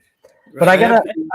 I gotta divert the attention here because I Okay. just took a look at the Pick 5 payouts. Have you guys looked Okay. at these yet? I have not. Has anybody looked at the Pick 5 payouts? Because if you are alive in this, And right now. So what is fierceness? That's the key. Because even if you have it, you're gonna get paid $48,000. with fierceness. So let's just say you had let's just say you liked West Saratoga. $3.7 million for West Saratoga. What's endlessly? Endlessly is $630,000 for the Pick 5. Now, obviously, this is inflated with that huge long shot that came in 3 races ago, and that's, as Alex said, that's going to be what really kind of tips the pool here. Let's take a look at the Well, how Pick many people 6. did that knock out? That probably knocked out half the pool at least. The Pick 6 to Fierceness, $109,000. So you're in It's a 5 or 6. So what I know that what will the double pay to fierceness? I'm just curious about that. We talked about that earlier. The double, I had 10 on it, so I think it was I had 5 on it. It's paying 87. That's with fierceness. That's pretty good. Yeah, 18 for $1, 17.60. So now that is maximizing. I know what Tim was saying, but that is definitely maximizing, fierceness's value, of course. Yeah, so And that's I've where got, the doubles help when you had like 2 favorites in a row, except that you thought 3-1 was value on Right. And horse. Naval Power, what, he lost by a nose in that race? Yeah. I mean, a That's head? Oh yeah, the Exactly 5-1. That's exactly what happened yesterday in my pick 3. I had overcharged, and the horse who ran before, and then I got faster flight at 20-1, and it made the whole pick 3. Yeah, I mean these pick 4 payouts are. I mean with that horse to start, $8,432 to fierceness for the pick 4. Which, if you had that horse, we're alive in the pick 3. So the others were horses you could get to. No, whether, yeah, exactly. Colin should Raceland's be got alive us. to $8,000 Raceland's here. got us to that Okay, 5. Colin, what does Raceland say coming up right now? So I'm all ears, man. What does Right, it say about yeah. endlessly? You Yeah, make me a okay. believer. Right? Well, this is the funny thing, right? Is I'm hitting everything, and I got Torpedo Anna doubles into this race as well over multiple horses, including Endlessly, which is a nice $310 double in that one. But I know what's going to happen is everyone that asked me for a pick in the Derby, they didn't ask me for the pick in the 11th race or the 7th race or the 2nd race, And right? then if you get it wrong, you suck, Fierceness right? is going to You're finish horrible. last, Yeah, and that's what everyone's it going to is. go, Yeah. you're What are you terrible. doing?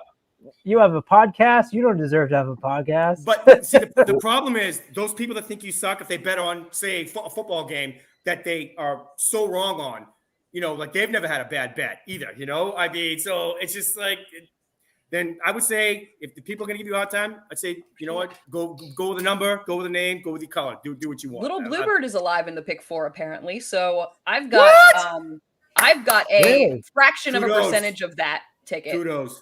The pick 5? The pick 4. Okay. Pick 4, which is still Yeah. pretty Who do you got? nice. Who are we cheering for? We got What? 2, 4, 7, 15, 17, 18, 19. Wow. 2, 4, We have it for $1. 2, 4, 7. Same So again? that was a partner ticket? Yeah, that was for Little Bluebird Stables partners. 2, Okay. 4, 7, 15, 17, 18, 19. Do you mind, Jess, if I ask you the cost of that ticket? Probably a lot. We Okay. had many partners pulling for it, but we're looking pretty good. Let's see. Wouldn't you Let me do the pick pull it up. 6 though? If you're gonna get a syndicate like that, wouldn't the pick 6 be more? Not if you can't hit it. Well, of course. But Jessica, I'm sorry. I've hit exactas where I've lost money, which is Right. that sucks so bad. I mean, Exactly. And that's a risk with these monster tickets. Our budget for today was $9,000 on the pick wow. 4. on the whole day. Okay. The whole day. Because we get like lots of partners, $50 buy-in, and some people are buying, 8 shares. Let's see. Which pick 4? What race did this start in? I can't even math. You know what? anymore. That brings something up interesting. Is that Hombre didn't do a mutual fund? If he didn't broadcast it, if he did. He did not. Looks We like- made it all the way to yesterday, then we fell out. Looks like that was a $1,470 ticket. So, Oh man, pick 4. big ticket. Wow. But Yeah. Say it again. we're alive to make some good money if it hits. No 2, 4, question. 7, 15, 18, and what? 19. Did you have Okay. any all selections in there, or did you have that? I can't remember the horse's name. The long shot. No that came in, all. what? Was Yeah, the we first had leg? Tricari. Wow. What Tricari. about- We went Okay. Besides the dragon deep in name, in Game of Thrones, what about that horse did you like? Because I love Game of Thrones. I mean, what about that? I was Where you not at? Are you leaving? party You to are? make All right. tickets, so I'm not entirely sure. I'll be right back, guys. But yeah, that- we're feeling good. We had a good day last year. Did Little Bluebird Stables with our Derby day tickets. So I put in $50, got back like $150. So I I'll think take a profit. we could have a new title for Jessica, Horse Maester. That works. I need something catchy. Apparently, everyone's Well, got these like fun brandings and stuff, and Well, I'm no, like, the pedigree puzzle is cool, but Daily Racing Room has the wizard, right? So, it's snappy, it's quick, it's memorable. so trust the prophets. We could have the horse maester. Like I've got my Hawkstone Bloodstock, which is just that name came from when I was 11 years old, actually, and playing horse games online. And I was just like, this is my stable name. And so now that I'm actually doing it, I was like, well, I have to honor, because that 11-year-old is the only reason I'm doing this now. So I've gotta make it a legit thing. I'm intrigued with this. What is it called? Photo finish. Either of y'all into that? No, what game is it's at still the- over here, Alex? Well, no. Can't you read? No. I got that. No. Yeah. I know. There's That's another one. like fantasy horse. $55,000. Yeah. Photo finish is different. It's virtual horses. It's not real ones. It's Like DigiTurf.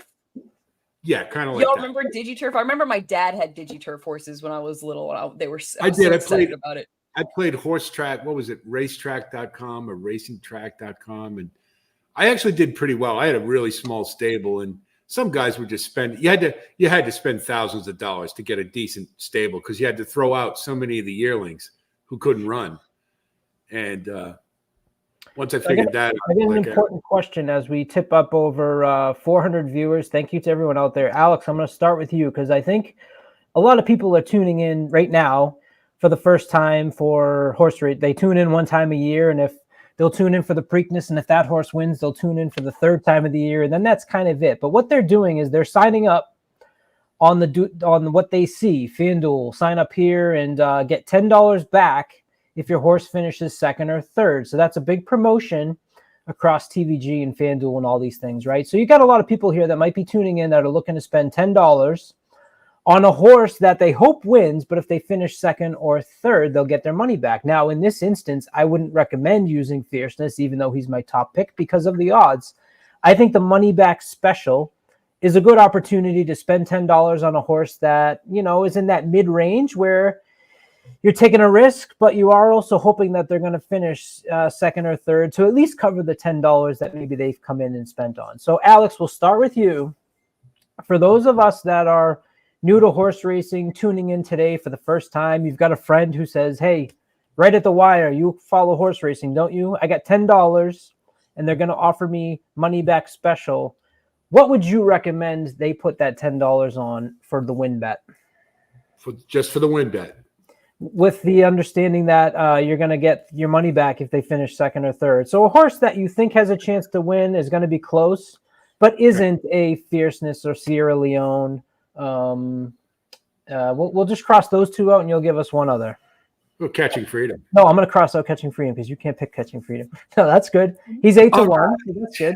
All right, let me take a look here right quick. Jessica, were you going to say the same thing? Catching Freedom? I was going to say the same thing. Yeah, for a money back special horse, because I like Resilience a lot, but Catching Freedom I think is the most likely winner, who also is the most likely to hit the board. Okay, my alternative, and I hate doing this, but I will give it to you, is Honor Marie at 14-1. Good value.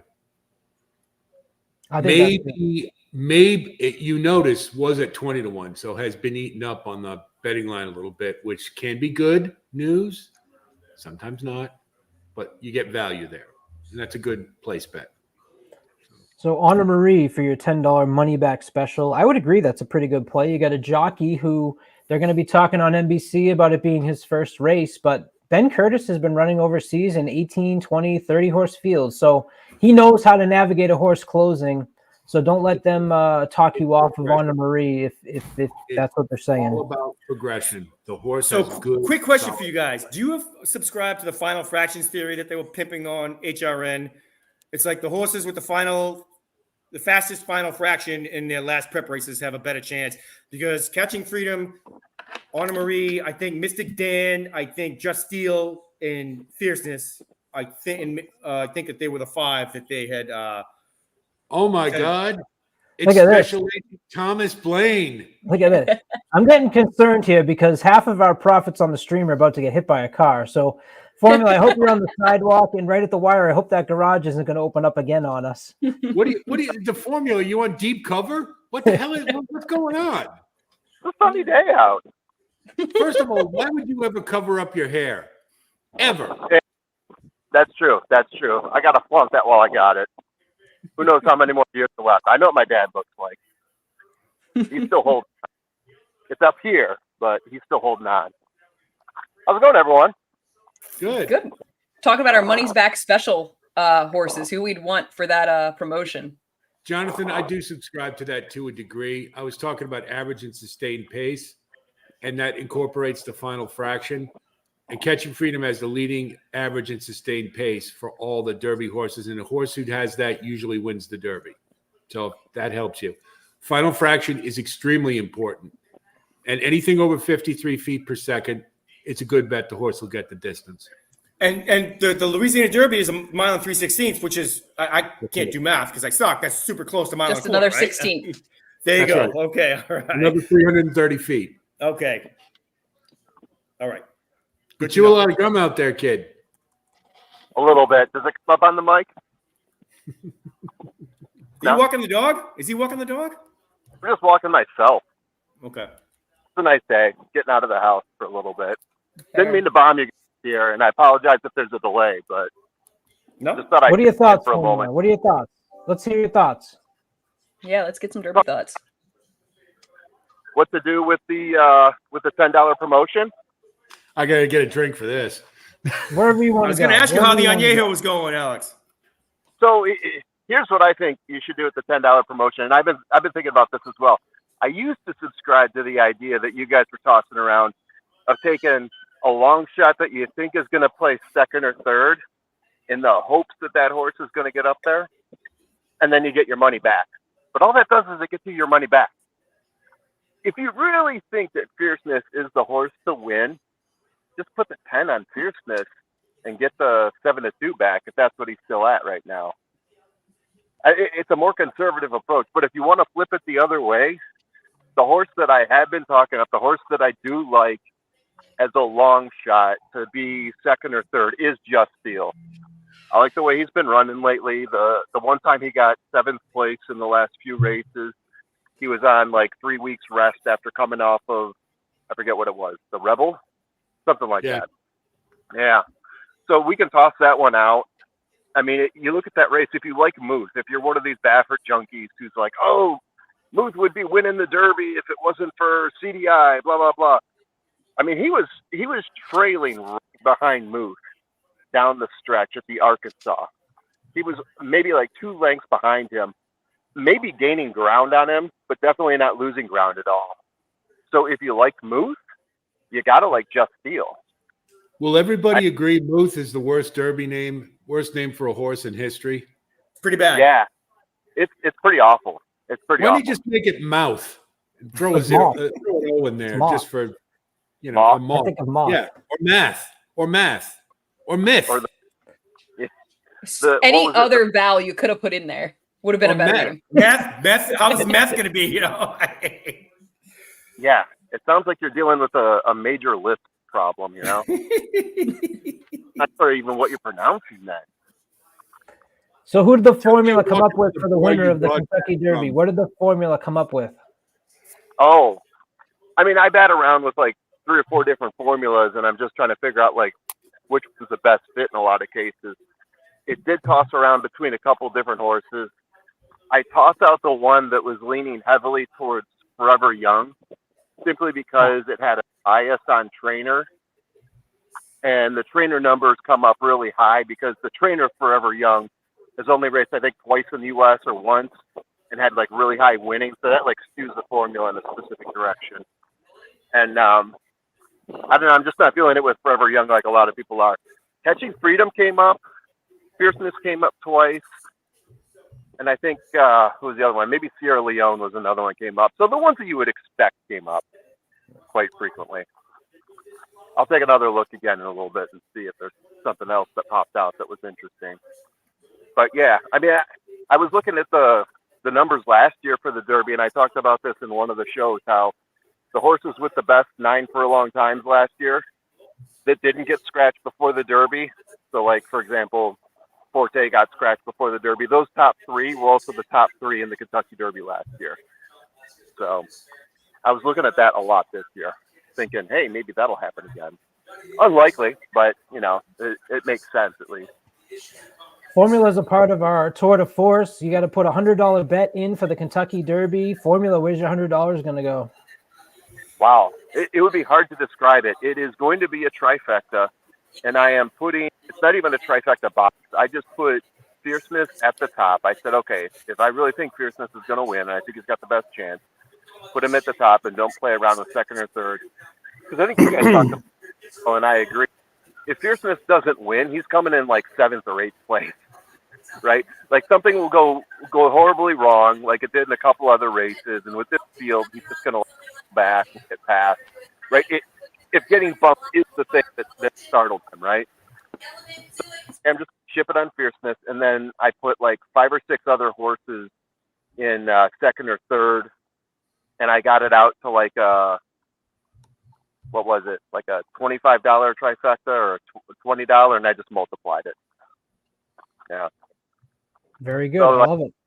Yeah, Just Steel's in there. I do like Stronghold. I put Stronghold in there. What's killing me is I didn't put Resilience in, and the more Jessica talks about Resilience, the more I'm thinking I'm making a huge mistake by overlooking that horse. I've been Couldn't thinking disagree about more. No. Yeah, Bums, Jonathan says all you of them. cannot use a Wood Memorial horse out of that race. And until No, if he beats me, I'm okay with that. Like some people say that until the UAE Derby beats them, they're going to go against them. So just like the Curse of Apollo, whatever. So until that happens, I'm no way near my tickets. No way. I mean, I will start getting into the UA Derby if I see a horse that runs a time that I think is comparable. So Derma Sotogake ran a much better time than Forever Young, but a lot of people are pumping Forever Young right now. And, you know, I get the Derma Sotogake finished 6th, so I'm like, okay, that's some improvement. But if you're falling backwards from that and saying, hey, push the button on Forever Young, yeah, I mean, I'll wait until someone puts up a better number or faces better horses than Derma Sotogake before I put him in. I'm totally fine putting a horse in from Japan, but and I was all in last year on Derma Sotogake. I liked him, and it's funny. I was all in on him in the British Cup Classic, and then to finish in the bottom half of my exacta, and at the last minute I said no, and that bit me in the ass like this. My ass still hurts. That's how much that bit me. I loved him, and I effed up so bad on that one, man. It's tough to comp those horses too. It really is. It's nice when you get the speed figures. You can just sort of compare across. So are you a Brisnet guy or a Bayer guy? Just based on what I do BreezeNet because the data that I pull down to put it through my spreadsheet comes from BreezeNet. So that's really what I've been looking at. I used to pull down Equibase, but I found it much easier to go through BreezeNet lately. So I do fall back on that simply out of usage, out of ease of usage, I should say. There is a very good quick question here from Hatbox Ghost for people who might not be familiar with the rules of horse racing necessarily. You know, the people who are tuning in for the Derby. And that is, on a photo finish, is it only the location of the horse's nose/head is located at the finish? What if the hoof of the other horse beats the nose? And it is based on the location of the horse's nose at that photo finish wire line. So just a quick note. That's a good question. I didn't know that's that. a really good question. I didn't know the answer. And Wow. yes, the answer is it's all about the nose. There's a What about famous... near? What about near? Yeah, it's the nose. The nose is probably going to be in front of the ear, you would hope. And that's why a lot of people talk about, unless you're doing some really intense dressage where the horse has to be super collected, your nose is going to be out front. And that's why people like horses. You know, they talk about horses with that low head carriage, horses who are extending more than the high head carriage. And a lot of that, not only in the mechanics of their movement, but when it comes to that photo finish, the horse that's reaching for the wire with their nose out is going to beat the horse whose nose is back a little bit more. So great question and quick, easy answer for you there. It's about their nose. 43 minutes. Okay. Sorry. So I'm sorry, the formula. I don't know your name, but what do you think of Endless Lake? Formula. It's the formula. to give you history, I hate that we have these nicknames like the Formula and El Hombre, but the reason we do is because in case we had to look for jobs in the sectors that we work in, we didn't want like the first thing that people Google when people look up, hey, I wonder if this person's a good candidate, is just a gazillion horse racing videos. So you can call me Tom. That's fine. Oh, hey, Tom, I'm John. Thank you for letting me be on Trust the Profits. It's been super fun. So what do you think of Endlessly? I have endlessly. So when I went to my top 5, I originally had Door Knock as my 5th, and Endlessly was my 6th, and I was sort of like hemming and hawing back and forth between the two. And now I've got him flipped. I've got Endlessly as my 5th. He's going to be in my trifecta box. Really hoping he comes up. Running at Turfway, I don't think that's a bad thing. Beating like a whole slew of horses by four lengths, I think that's outstanding. I like the time he ran in. Like the fact that he ran in BC, even though it was turf. Didn't have a great finish there, but that was like the only time he didn't finish in first place. I really like Endlessly. I don't think he's going to win, but I would love to see him 2nd or 3rd. So let me ask you this, Tom. So the fact that the past 2 years there was Rich Strike and 2 Phils, does that play into your thinking at all, or is it every year is different? I mean, every year is different, but every time something like that happens, it sort of opens the door to say, okay, yeah, I can kind of see something like this happening again. With Rich Strike, gosh, you just got to sort of chalk that up to like an anomaly almost. Like we've all seen Alex had him to win, so he's the man. We'll give him that. I mean, so he saw something that he liked. I mean, I even knowing the result of that race, I still wouldn't bet him. That's how I feel about Mind That Bird. Right? It was completely circumstantial.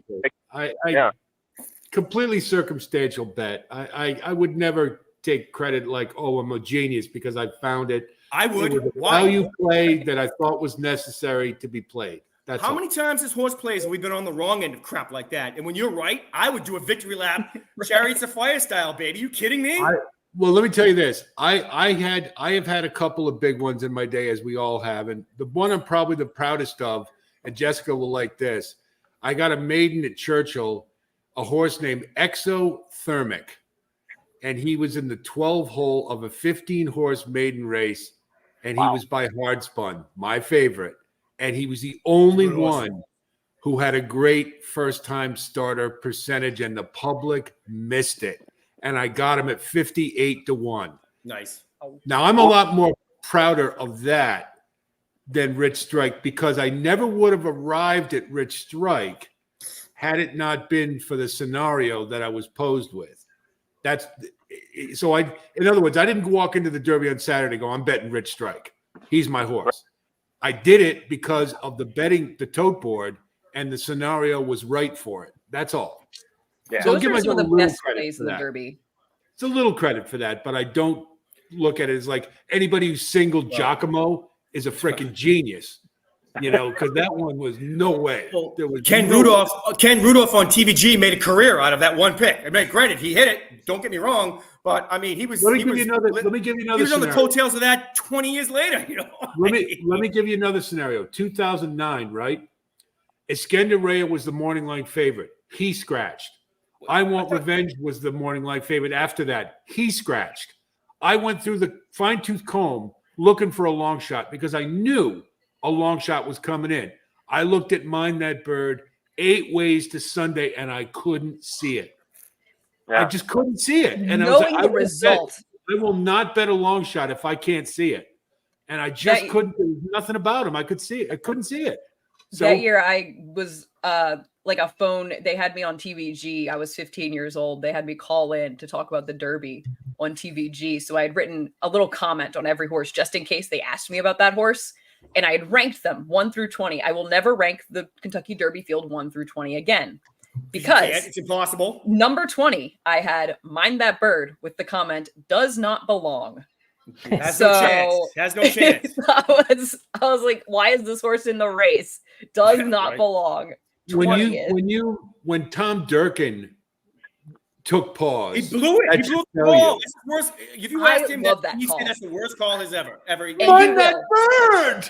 That's why I love it. As he's like 5 feet from the finish line, he still isn't mentioning him. You know, We had a talk in one of my group chats yesterday about that call. And I was like, all right, unpopular opinion. I love that call because, he missed the horse. But I'm not throwing shade. I am not throwing shade on him. I'm not throwing shade on him at all. At all. No, he's a great guy. I met him. Of course met he him is. up Yeah, there. Captured the spirit of that race and how everybody was feeling at that moment. Who the hell? Who's coming up the rail? Is that the 8? Well, don't who's the forget. 8? But Jess, I'm going to push back on that a little bit because Larry Coleman had an even better call with Rich Strike. He mentioned Rich Strike once before. Rich Strike is taking the lead, whatever it was. He said Rich Strike once, and then Epicenter is down the rail, and Zandon, One of my good buddies to this day, we were sitting at Raynham Park, where Colin knows where that is. The dog track? Yeah. And Okay. we were for the simulcast, and I'm looking through the form, and I tell my buddy sitting next to me, we got to find a long shot. We have to. And I go, and I look at him and go, I think we got a chance. I think Rich Strike has a chance. And he's like, no, come on. I go, dude, what's it going to hurt to put a bet down on it? So I did, and coming down the finish, he's like, who the fuck is that? I go, it's Rich Strike. I thought it was the 2. How could you not? How could you not? I had a 2 exacted ticket structured around maximum security and Country House.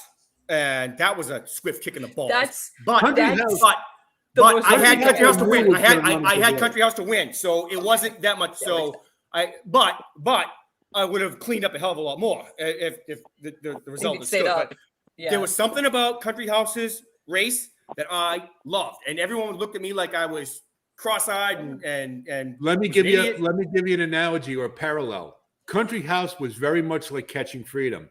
He was all over the place in his early races. And it was Bill Mott trainee, so you knew he was going to get better. And it was a case of everybody's like, he's obviously got ability. He literally was running like this all over the place. And on Derby Day, I sat there and I told everyone, I said, he is going to run well. I don't think he can win, but I know he's going to run well. And it just blew my mind when it was a weird Derby anyway. It was just should maximum security have been disqualified? I mean, I don't want to open up that can of worms, but I mean, yeah. I can tell you right now, my theory on that was I looked at that and watched it, and I said, bumping, that's racing. They hate Jason Service. Well, that guy's a total. No, you're right, and karma got him. In hindsight, so, I mean, maybe it was for the best. No, there was but at the definitely time, some politics Jeff, there. fair point. There was definitely some politics there because it was not that big a deal. It really wasn't. If you had an 8-horse field, that wouldn't have been a big deal. So War World wasn't going to win anyway. So in the 2015-14 Breeders' Cup Classic, when Byron wiped out half the field, and he shared belief, 10 times better horse. This is a point. California Chrome, 10 times better horse, and then more importantly, knocked out Marino, the only other speed in the race, the only reason he got the lead, and that horse could not win with another horse looking him in the eye, and Marino would have looked him in the eye and told him to F off, and Byron would have faded. That's why I hate Baffert. I was a big Marino fan. No, I don't think Marino had a chance to win. I was having a crappy Breeders' Cup that day anyway. So, but that was just the crap cherry on top of my crap Sunday, if you know what I mean. Baffert had a horse that was far worse than that years ago when I started watching. He had this turf horse, now Baffert on turf, right there, named Senior Swinger. And that's exactly what he would do. Out of the gate, he would swing out like that, like 6 wide, and he would take out like 3 or 4 horses. He got disqualified in like every race. Except for the biggest race of the year. So when people say that Baffert doesn't control Southern California racing, well, he does. I mean, there's no question about that. He got Michael Rona fired. I mean, he's just I know Tim was like, Baffert's, he has the best horses, and he does, but a good riddance to that guy, man. I'm glad he's not here. I mean, F off. Well, you're going to get him next year unless they decide to extend okay. So what bothers me about horse owners and trainers is they won't put their horses against him. I mean, what kind of chicken shit move is that? Don't you want to beat him instead of, or even second money? Isn't second money going to be okay if you don't think you can win the Sanity Derby or the Malibu or any of these other high-stakes races? Well, the one thing about that is this year in California in particular, what happened to all the other 2-year-olds? Mandela always has a few good ones. Doug O'Neill always had. There were none.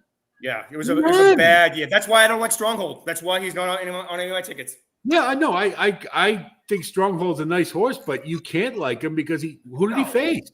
No. Imagination, average maybe. EJ, the Crown. I can't remember his name. I was at that race too. I probably should remember that. Yeah. All right, so we're getting nut cutting time here. So we're gonna put pen to paper here and make our bets. So what? I'll let you guys get to it. I'm going to finish up here. Might talk to El Hombre and see if he wants to record a reaction. I think we'll be able to do it. Well, But give him we my best. gotta- Tom, Checking give in him my on best. Give him my formula. best and tell him that video that he made about people to avoid the Kentucky Derby was Jess's Asterisk Derby was awesome. But I'm sorry, that was the place, and that was the win as far as Trust the Prophet videos. Awesome. Oh, yeah. Loved it. I've watched it like 4 times and laughed every single time. So Special Agent Blaine. Special Agent Blaine, give us your pick for the Derby once and for all. Fierceness. Okay. That's all I Easy need. pick. Fair enough. It's an easy pick. It's not super sexy. It's not going to win you a lot, but I don't know. I don't think there's any other horse that's dropped a 148, 9 furlongs. I think the only one is Fierceness. For the people that say it's a weak crop, I mean, you look at the times and that sort of, you don't see these types of low numbers in previous years. You see a lot more 148. His Derby time projects out to 2 minutes flat. He's 10 lengths ahead of everybody else. So I have a question. So who knows if this is a weak Derby crop or not? Or week 3. You don't know crop? yet. Because We'll know till the end of the year. Arrogate was the horse of the year or whatever he was. And he didn't even, the Travis and oh God, he beat like California Chrome, my all-time favorite racehorse. But you won't know to the end of the year, but just the fact that you've only got about 10 who are pretty good. Yeah. And I've seen years, the Mind That Bird year, we didn't have one Derby horse go over 100. Not one. It was a terrible crop. And I had Pioneer of the Nile to win play show, so I did okay with him, but yeah. That was one of the worst crops I can remember. That was a really bad crop. Conversely, 2007 was an outstanding crop. I'm going to do a video on that year. Is there a better one?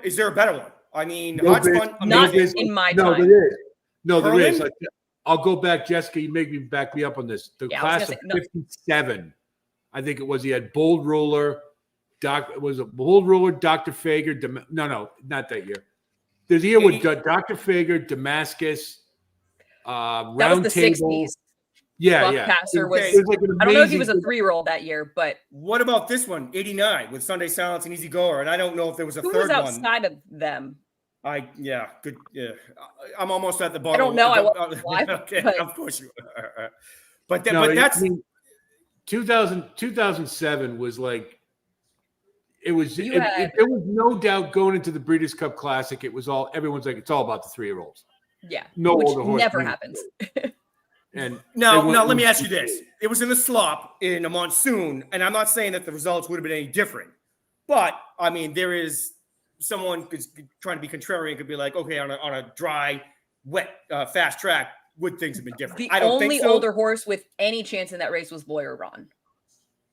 And he couldn't get a mile and a quarter to save his life. And so I mean, that year, even the second tier horses were pretty good. Horses like Any Given Saturday, who ended up winning the Haskell. Tiago was a nice horse. No business. We were talking earlier about mares who had produced siblings. Scat Daddy. Oh, I forgot about him. Yeah, probably didn't really good crop. It was a good, solid crop. It was such a good crop. And honestly, I think one of the best races I've ever seen was when Rags to Riches beat Curlin in that Belmont. I mean, I just the fact I don't think that there's female family, Jess. I'm sorry, female family for Rags to Riches. Well, that's why I was all over Arcangelo. They asked me like before the Belmont last year, what horse do you want? What do you want to do like a video about? And I was like, I want to do a video about Arcangelo. And I think it was premature because I did it like right after the Derby. I was like, Archangelo, let's talk about Archangelo. There's a female family, Jonathan. You ever look at pedigrees? If you Yes, see sometimes the- only in the 2-year-olds typically. Okay. Alex, only Yeah. 2-year-olds. anytime you see the female family 1X, the best. So you It's lost the me at 1X. Lafroyenne. What am I missing at 1X? When I go to the sibling summary, what am I missing? No. So- when you look, go to like Pedigree online and you look at the family tree. Okay. Down at the bottom, they have the female family in the bottom right-hand corner. Okay. Uh-huh. 1X is the La Troyenne female family. It's the classiest family there is. And you see a horse from La Troyenne, you immediately get excited. Personal, pretty mischievous, Forte, Catalytic, all from 1X. Smarty isn't it- Jones. So I'm Dazzle, very uneducated Rags when it to comes to Riches. this. Dazzle and Rags to Riches are not 1X. Those are 8F tracing to Best in Show, as is Oh. Archangelo. Aren't they Yeah, by that is Better a Than different Honor, though? family. Yeah, Isn't Better Than Better Honor Than- is 8F. Oh, I'm sorry. Okay, Yeah. I'm mistaken. Well, Jess, I'm But- going to have to definitely like go to you on this one because when I think of La Trienne, I think of the race in France that the 3-year-olds come over it's a prep for the Breeders' Cup, either turf sprint, or whatever. That's what I think of La Trienne. She was a blue hen mare, and when a mare is so prolific, she got her own female family. Hold on one second. they Alex. made a family for That her. race in France at Longchamp maybe is named after a horse. There's the La Troyenne is the grade 1 that ran yesterday for fillies. Yeah. Okay, I'm not maybe sure about confu- one in I could be France. confused. I could be confused. All right, But La I'm gonna bring- Troyenne was. Oh, I'm gonna go bring. ahead. I gotta bring us back on the rails here Fair. because we're Yeah, under yeah, half we're an getting a little hour and off everyone, Yeah, we'll go down a rabbit hole. Okay. everyone's yeah. texting me, and I got friends watching, and they're going, "What are you guys talking about? I want to know who's winning this year's Kentucky Okay. Derby." Yeah, I got Fair $10. enough. Yeah. Fair enough. Fair enough. Talk about the So- Derby. Put So we're endlessly live on the here in a bottom of an couple- exacta. We're live here in a couple horses. Alex, I started with you on a $10 money back special for viewers.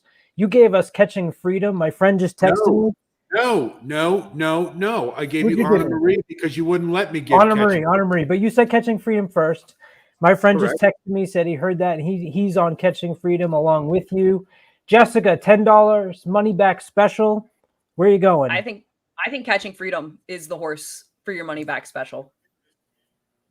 Easy. I mean, Jonathan, if you want to take $10. a big hit, then go Resilience. But Are Catching we Freedom. talking on the win end or is For that your money money back. back special. We got a lot of people joining for the first time. They're going to bet $10 on a horse that maybe is a win candidate, but they could get their money back with second and third. endlessly? Endlessly, I love it. That's a fun play. So Endlessly is a horse. As a that long his- shot, Joel. Anyone that's thinking that they're going to retire, okay? So it's not going to be easy. But that's 47-1 that you'll get on Endlessly right now. A horse who we've talked about. If the horse takes to the dirt with the form he's shown on the turf, you've got a shot. I think we should go ahead. Want to contend that a little bit. Go for it. I'm not sure that his races on the turf are fast enough. Okay. Which, you to go. be fair, There you go. same could be said about my horse Resilience. But I think that if you like Endlessly in here, you have to think that he not only transfers his form, but steps up and improves on the dirt. And that is And my that's fair. sticking point. That's And fair. the turf No, numbers are that's always totally fair. faster than the dirt. They're always And- faster. And that's where I just can't do it. I wrote about this horse. I think that turf isn't completely out of the question for him on Pedigree. But then you have the fact that right after that, Jeff Ruby, the trainer, said, we're not thinking about the Derby. If after Then that race, why- Michael McCarthy had said, we'll see what we're looking at when, we'll think about it. He said Listen, the Derby is Jonathan not had- in the picture. Jonathan has such conviction about this. I actually kind of hope it happens because Me too. I I know wouldn't I be do. sorry.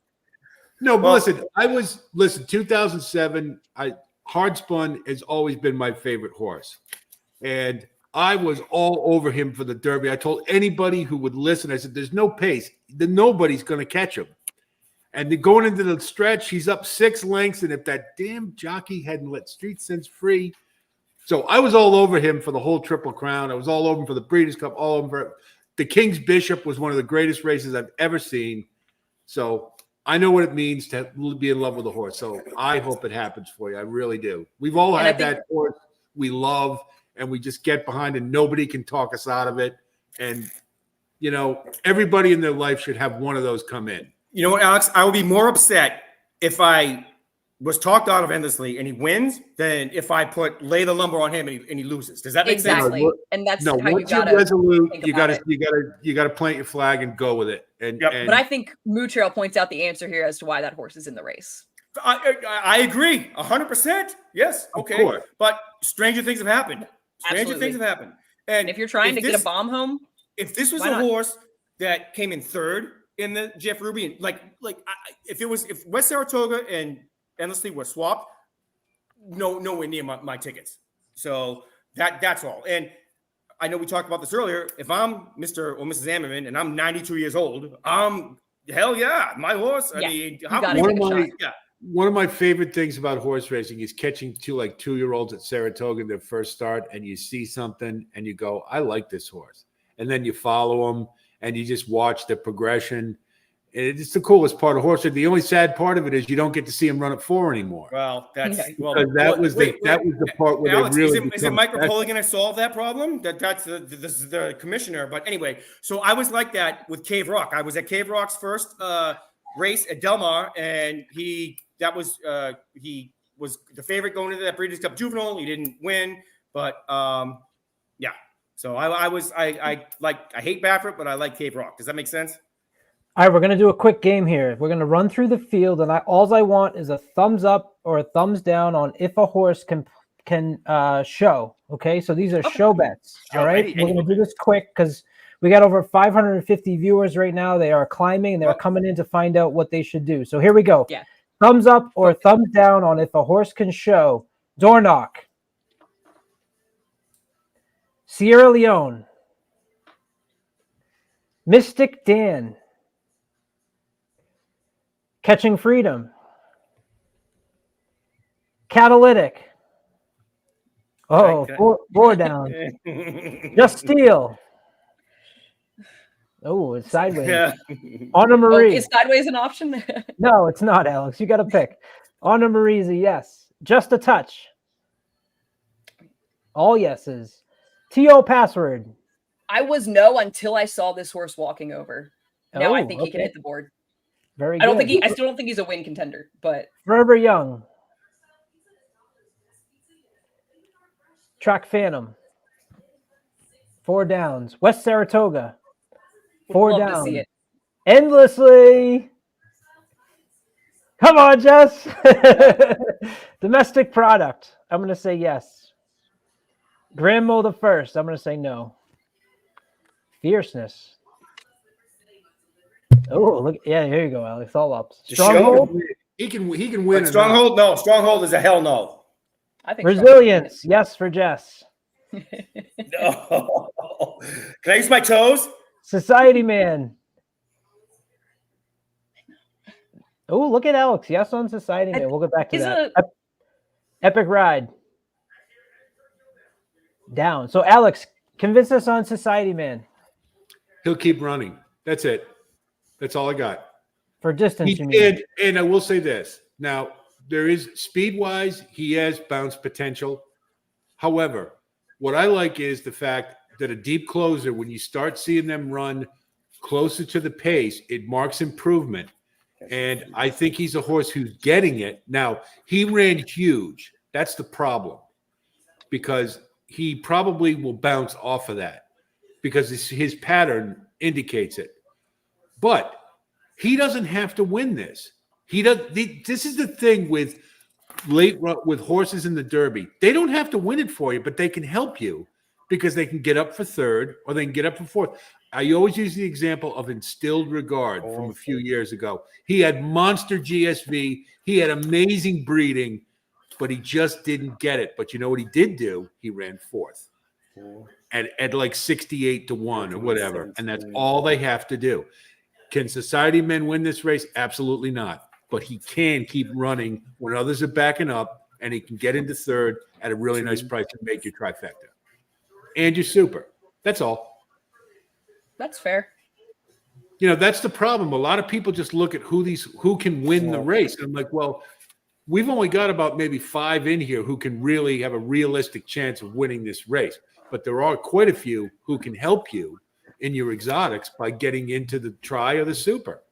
So you look, West Saratoga's on my try and he's on my super. He won't win, but he'll keep running. That's all he has to do for me. So, Alex, people that are tuning in, looking how to bet the Kentucky Derby, let's say they have a $50 budget. How would you advise them to bet? I would put a pretty good win bet on Catching Freedom. John, I put your bet down for you, so you're all set. No, Catching. Yeah, I like Anna Marie, but Catching Freedom's the one. So yeah, okay. I would put a out of 50 bucks, I'd probably put a friend of mine. I'd probably put like 20 to win on 20 to win, 10 to place on Catching Freedom. Then I would do like maybe a $5 exacta box with Catching Freedom and then like 3 others. Then do like a $1 trifecta with Catching Freedom on top with like 4 for $12. So that's what, 37 and then 13 left. You can't do a 10-cent super, so maybe What is up with that? No 10-cent super. I mean, are they just trying to weed out the they do that every year. They do. I know that, but I don't agree with it. That personally, so the pool might be even higher, right? With the remainder, I try to work out some kind of maybe exact key box, or use a saver with fierceness, and then take fierceness and maybe like your top 5. At what, a $2 exacta? That's what, a $10. So you got like $3 left. Go home happy. You have some money in your pocket. I don't know. Very good. Jessica, how would you spend $50 on the Kentucky Derby? Be right back. $50. I'd probably go 5 across the board on endlessly. I mean, not endlessly. Gosh, don't have me. On resilience. On that other on resilience. The horse who has a shot to hit the board for $15. And then I'd probably key fierceness on top and a trifecta using horses. I'm not gonna be able to mental math this. But what I actually did in general was spend $17 on the Kentucky Derby, and you can up the bet amounts. I did a 50-cent try with fierceness on top over 4, 8, 19. So that's Catching Freedom, Just a Touch, and Resilience. Horse like Sierra Leone in second would also make sense. I'm kind of taking a stand there. I used Sierra Leone in third and also added Forever Young in third in that trifecta, but you could use both of those for second as well. I'm just cheap trying to save some money there. And then I also did an exacta that's kind of a saver for me of if Resilience wins, even though I didn't use him on top in that try. So I used Resilience over Sierra Leone, Catching Freedom, Just a Touch, Forever Young, and Fierceness. Those are kind of the horses that I think make the most sense. Island Lady is asking, where is the best place to place a bet? And you could go to sites like tvg.com, Twin Spires. Naira Bets is pretty good too, Jess. Naira Bets, yeah. So those, but a caveat. So I funded my Naira Bets on Sunday, and I didn't get my money in the account yet until yesterday. So I was sweating it out. Yeah, and they didn't make it. It wasn't anywhere in the you need to like be prepared. I thought that I had plenty of time, so I was ready. I messaged Matthew DeSantis on Twitter. I'm like, dude, F Naira, blah blah blah, and they fixed it yesterday. So if you don't have money in there, you're screwed. Unless you with Naira anyway. So I don't know how anyone else works, but. And Uncle Sully also brings up, it does matter what state you're in as to what sites you can use. It is a little bit complicated as to that, but and CS Racing asking, anyone liking the Keith Asmussen story enough to win? And I can't take Just Steel to win. I'm not even, to be honest, completely convinced that the added ground helps this horse. He does have that kind of style where he just keeps coming, but I don't know that I'm just not 100% convinced for me personally that the distance helps. That last race in the Arkansas Derby does kind of put him in the mix, and you're looking at a pretty good price at 21-1 on Just Steel. So it would be fun to see. I loved Keith Asmussen's quote out of the Kentucky Oaks yesterday, which was just, that was fun. Finished mid-pack. I don't remember who he was riding, but that was cool to see. But to me, if you're looking for a story in this race to bet on, then you have to go to West Saratoga. Oh, no doubt. There's no option. If you want to bet on a horse who has the best story and you want the feel-good story of this year's Derby, West Saratoga is the horse you need to put your money on. The most likely horse to possibly be leading the first time past the finish line, just for nostalgia's sake, so they have the photo. You know what, Jess? I can push back on that a little bit, okay? And I know I give Rapoli a hard time, but that guy, he beat life, no question about that. But he's had some crap luck, with Uncle Mo, with Forte last year. So I'm not going to feel sorry for the guy, and no one should. But if you talk about a story, I mean, about how someone's due, and that's all I'm saying. I mean, I'm not comparing West Saratoga, Fair. but He does a lot for horse racing. Yeah. He puts a lot of money into it. I will never take that away from him, and I believe his heart is good. I believe his intentions are good. If he could just learn to shut the hell up or modulate his presentation. Power button on my TV when that guy is like starting to talk when they give him the winner's trophy. Okay, peace out. Not nearly as easy of a guy to root for as Larry Demerit. No question. You have not seen, interviews with Larry. This horse, you got to root for him. He's a huge long shot, but a horse you got to root for. No, I mean, it's if you consider that he's actually going the same route that Seattle Slew went. Seattle Slew cost $17,000 in 1975 money, and he won the Triple Crown. It's not going to happen. He was undefeated too, wasn't he? Yep. Well, at the time of the Triple Crown. After the Triple Crown, he lost. I think the next race after that, but that's when horses raced past the Belmont and all in all, of all the horses I've seen, he is the most imposing looking horse I've ever seen. I was like, this horse is just a badass. Seattle Slew. Even as a stallion, I was like, God almighty. They used to take him out running for a mile every week. That's how much he liked to do it, even when he was a stallion. Do you guys have a favorite all-time racehorse? Better talk now. California Chrome. Zenyatta. Another one who, if he had a better owner, I'd be a better fan of his. But all right, it's riders up at the Derby. Jessica, you had made mention that you thought you really liked what you saw on, I fill in the blank. I forgot who you had said. T.O. Password. T.O. Password. Is there anybody else that you've seen so far that has caught your eye as they make their way towards the track for the 150th Kentucky Derby? No, I've only been paying half attention. But T.O. Password caught my eye. Stronghold looked real dialed in, focused, not getting super bothered by anything. I haven't necessarily seen everybody, and nobody caught my eye as looking bad. Nobody looked like they were really getting bothered by Young looked a little hangdog, and he's 6-1, which is way too short. Yeah, 6-1 is a little bit short, I think, on that horse. I think the 10-1 made sense. 10 to 12-1. That is the call to post for the 150th Kentucky Derby, and I'm going to tell all of you to change your attention to Hawthorne. Race 8 with a speedy one is about to take off in the Game of Silks. Colin, you're doing it again. Attention. No, but actually that is the call to the post for the 150th Kentucky Derby. And look at that. We got a celebrity, Uncle Sully. Uncle Sully's hanging out and wants to know who the Sleepy Time pick is. Uncle Sully, who's your pick? He's the Ass Downs master. The Sleepy Time pick, he's right. I got to look. I got to pull up my feed because I literally did. What's your pick? Yeah, I've got to look him in the post parade. That's how I got to Commanding Curve across the board. It was just strictly a post parade thing. That's the only reason I ended up betting I'll have another.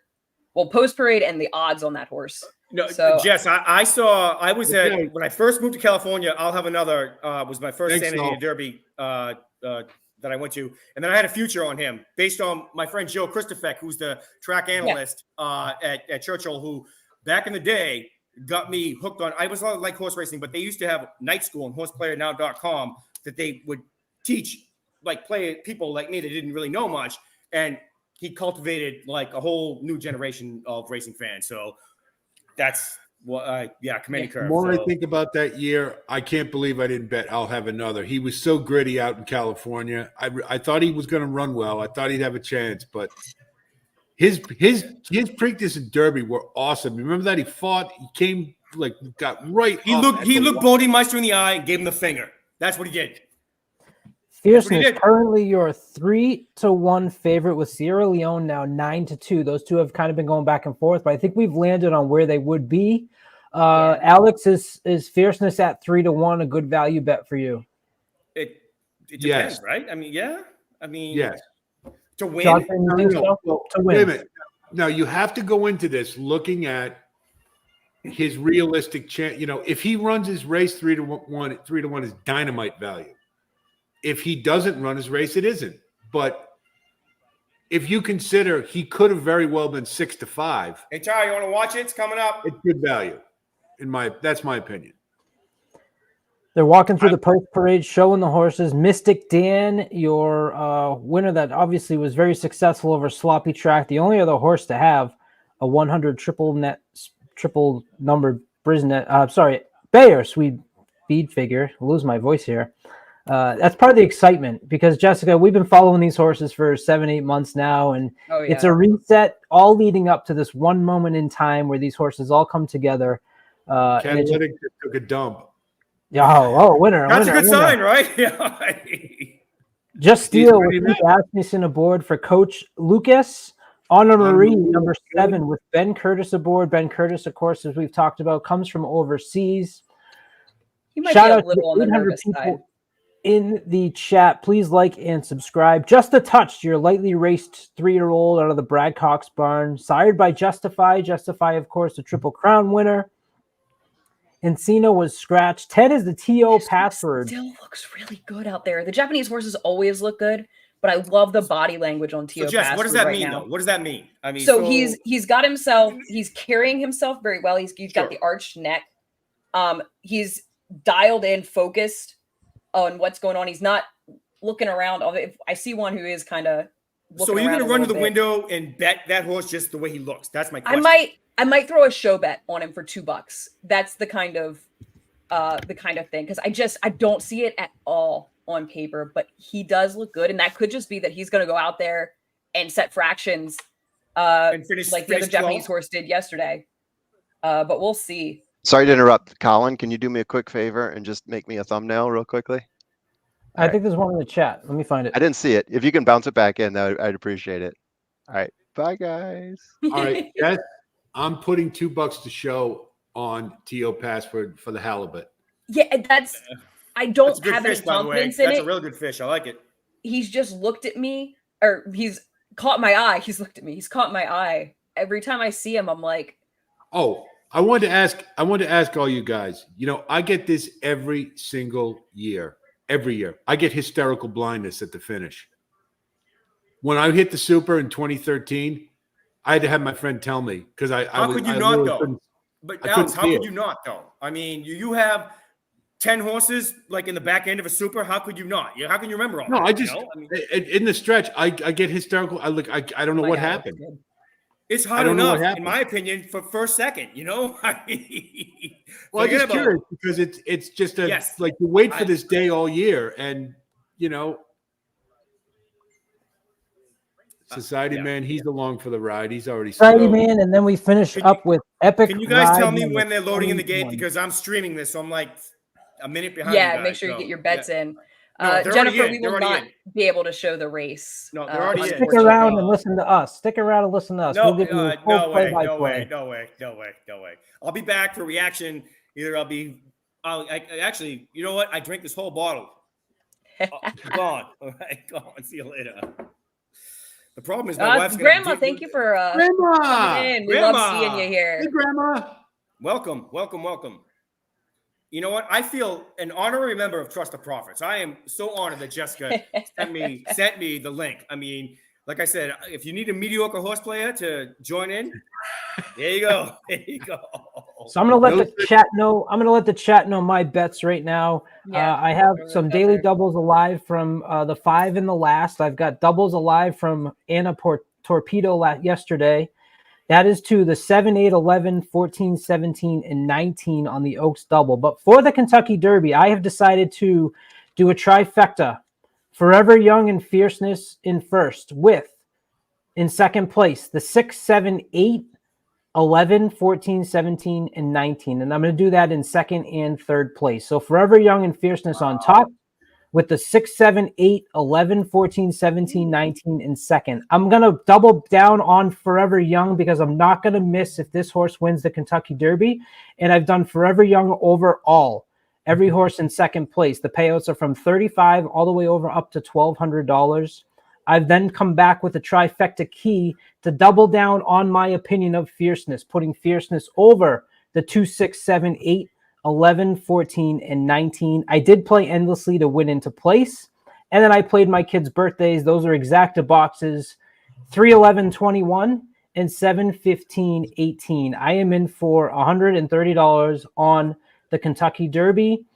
Biggest race of the year, so I'm definitely going to spread out. And we've had a very good day. So Good luck. regardless, I'm on top. So let's do this. It's finally time. So I Getting went very 20 to close. place on 30 to show on Endlessly. I did a $10 exacta key 417 with 4, 7, 14, 17. So You're in on Endlessly. Love it. And Catching Freedom. And I've, as you it tell is what from it my is, bet, man. I've pretty much Against? tossed Sierra Leone and Yeah. Catching Freedom. So we're in trouble. Alex, where do we land on? The 4. Okay. I got Just straight up. I did the 4 winning place.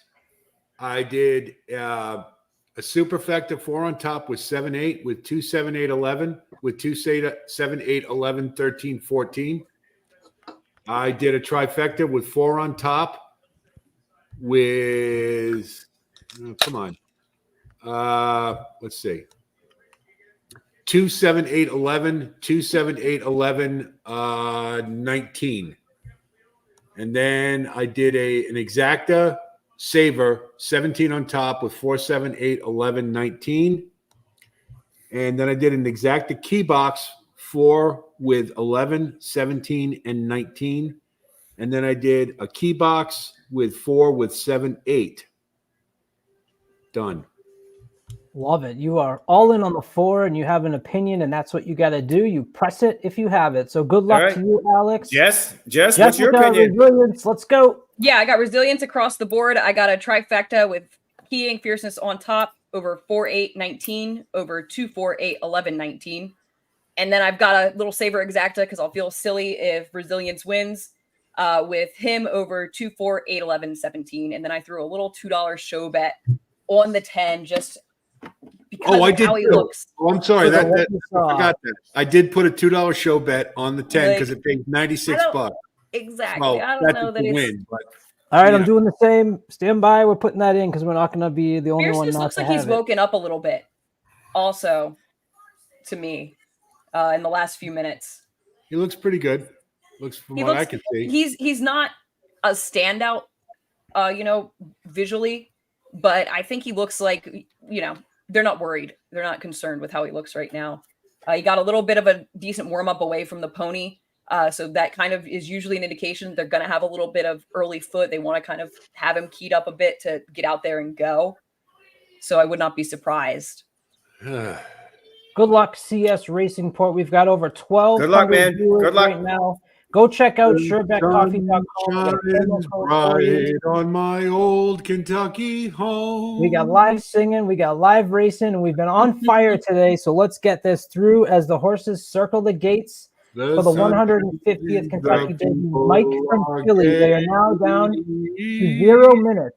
0 minutes to post as they are making their way to the gate. Jonathan, I don't know if that means you need to You know what? I'll be back. So we'll have a reaction. I'll be back. Okay. He's on California time, so we I don't think he'll be back if Endlessly wins, though. Oh, I know. We're going to miss that reaction. We are not able to show the live feed of the race, unfortunately. No. We can't show you the race due to restrictions in TV, but we are going to do a play-by-play. We will watch it and we will announce it to you as best we can. We've been following the field and the horses for a long time, so we're no Larry Comas, but we'll do the best we can, right, Jessica? Exactly. As we tip up, over 1,500 viewers are tuning in right now to Trust the Profits. Please like and subscribe. Thank you so much to everyone out there. This is just an exciting moment for all of us that watch this sport every single week. Heather, you can tune in on your ADW if you're betting on TVG or FanDuel, or the races on NBC. But like I said, we're going to give you a beautiful play-by-play. So stick around. Any last thoughts, Jessica? Is your heart beating a little bit faster, or you you get nervous. You always get nervous before these big races, especially when you have opinions that you've been cultivating for months. Like you said, we've been following these horses. You've been slowly figuring out how things project into this day, and now we're here. So CS Racing Report has exactly what you need to do. It's mute NBC and listen to us. My only concern for you, CS Racing Report, is we're going to be ahead because the NBC sports feed is about 30 seconds behind. Yes. We're going to be ahead of it. So we just want to warn you. I want you to have the best experience watching the Kentucky Derby, and we will do our best. I just want to say, I think I share the sentiments of everybody listening, and of course, you guys here. I think Jessica is showing the most fortitude of anybody, and I think it's great. I really do. I think it's nothing compared to that Breeders' Cup weekend. Yeah, that's true. 24 hours. It was only one 7-hour day. To me, I just think, this is what it's all about, is developing opinions and sticking to them, right or wrong. And I think it's awesome. And if that horse wins, nobody will be happier for you than me, because I think that's awesome. He's 32-1 for a reason, but I think he has a legitimate shot. I think this is a 20-1 shot that you're getting 32-1 on, basically. I think he has an excellent chance. Let's see how they get out of the gate. But I think he's got to. If he can get out of the gate and get into position, he's got a chance. The gate, the break here is going to be huge for so many. 1, 2, 3, and 4 are in the gate. They're loading from the beginning and in the middle. We thank you all for following along. We're going to give you live play-by-play of the 150th Kentucky Derby. My heart just got beating 150, 160. This is it. I mean, this is the Super Bowl for us. And the cool thing is we're all players in this, as they show Larry Demerit from the Bahamas, who's got a West Saratoga here. The coach, Dwayne Lucas, who had a big win earlier, comes in with Just Steel. And there you have Yoshito Yahagi, trainer of Forever Young, who, of course, had the big win in the Breeders' Cup. And about half the horses are now in the gate. Everyone seems to be pretty calm. They're loading from the outside. Society Man is in, and it looks like we are ready to go. Just need Epic Ride. And Forever Young are the last two that we're waiting on now. Forever Young and Epic Ride, number 11 and number 21. All the horses in the gate so far right now are seeming calm. I'm watching their legs. You can tell by watching the jockeys' helmets. Everyone seems to be in a good spot. The 5 Catalytic is bumping around a little bit. Right now is the guy driving the tractor to get the gate out of there. Yes. Please make sure that everything goes good. Please make sure that all these horses have a safe trip around this track. Here we go. All right. A little restless, Forever Young. There we go. They're off. Forever Young bobbled a bit, jumped at the gate. A little bit of tightness there between the 6 and the 7. Look at fierceness. Clean out of there. Oh, this is could be over. Fierceness Young going to fly on the right side in the orange and blue, and he's going to get some pressure here from the outside with Stronghold and Resilience. Track Phantom, a horse that we, of course, figured would be on the front end. Fierceness is going to go 3 wide into the first turn. What are you guys' thoughts so far? Dornock's lost all chance down at the bottom. Resilience is in a beautiful spot in that second flight right behind the leaders. Fierceness is in exactly the place you want to see him. This is Fierceness's race to lose at this point. There is no excuse. This is exactly the trip you wanted to see. Stalking just outside of Track Phantom and Just Steel, who I did not expect to see going for the lead. But that doesn't bother Fierceness one bit. Stronghold in right behind them. Epic Ride. You got Mystic Dan close to the place. They go 22 and 4, 46 and 3 on the front end. Those are fast. Those are fast times. So Fierceness can hold this off. It's going to be extra special, a little bit faster probably than they want, but he is in the clear. So we talked about having any trouble being a detriment. He didn't have any trouble, and he's now started to make a little bit of a move past just steal. Alex, what have you seen so far? It's looking pretty good for Fierceness, I think. Fierceness is making his move. Resilience. There was resilience. There he Here is. comes resilience. Look at that. Look at this They move got this horse him. is making. Look at this move. Come, buddy.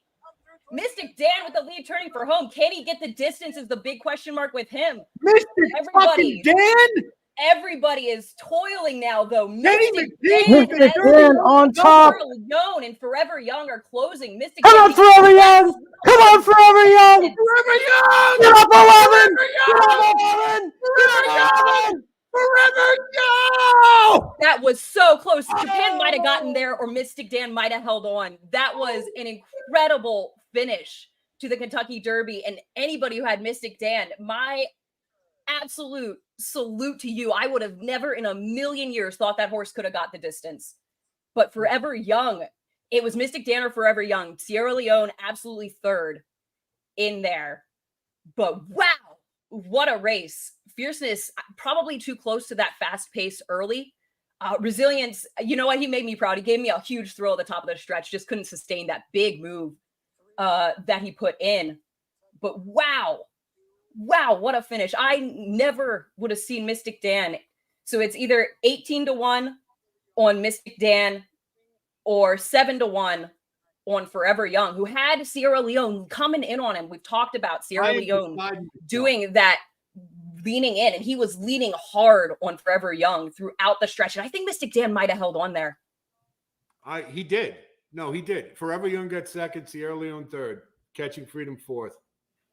No way. Oh, Sierra Leone might have gotten there. Oh, no. On the replay, I think Sierra it's Leone might have gotten it done. I've got the I don't 311 think so. exacta 3 times, so I really hope that it held on. Yeah, shout out to CS Racing. He was talking about Mystic Dan all day, and I kept saying that horse can't get the distance. I said, no, that horse can't hit the board. No, I didn't think he had a chance in hell. Me neither.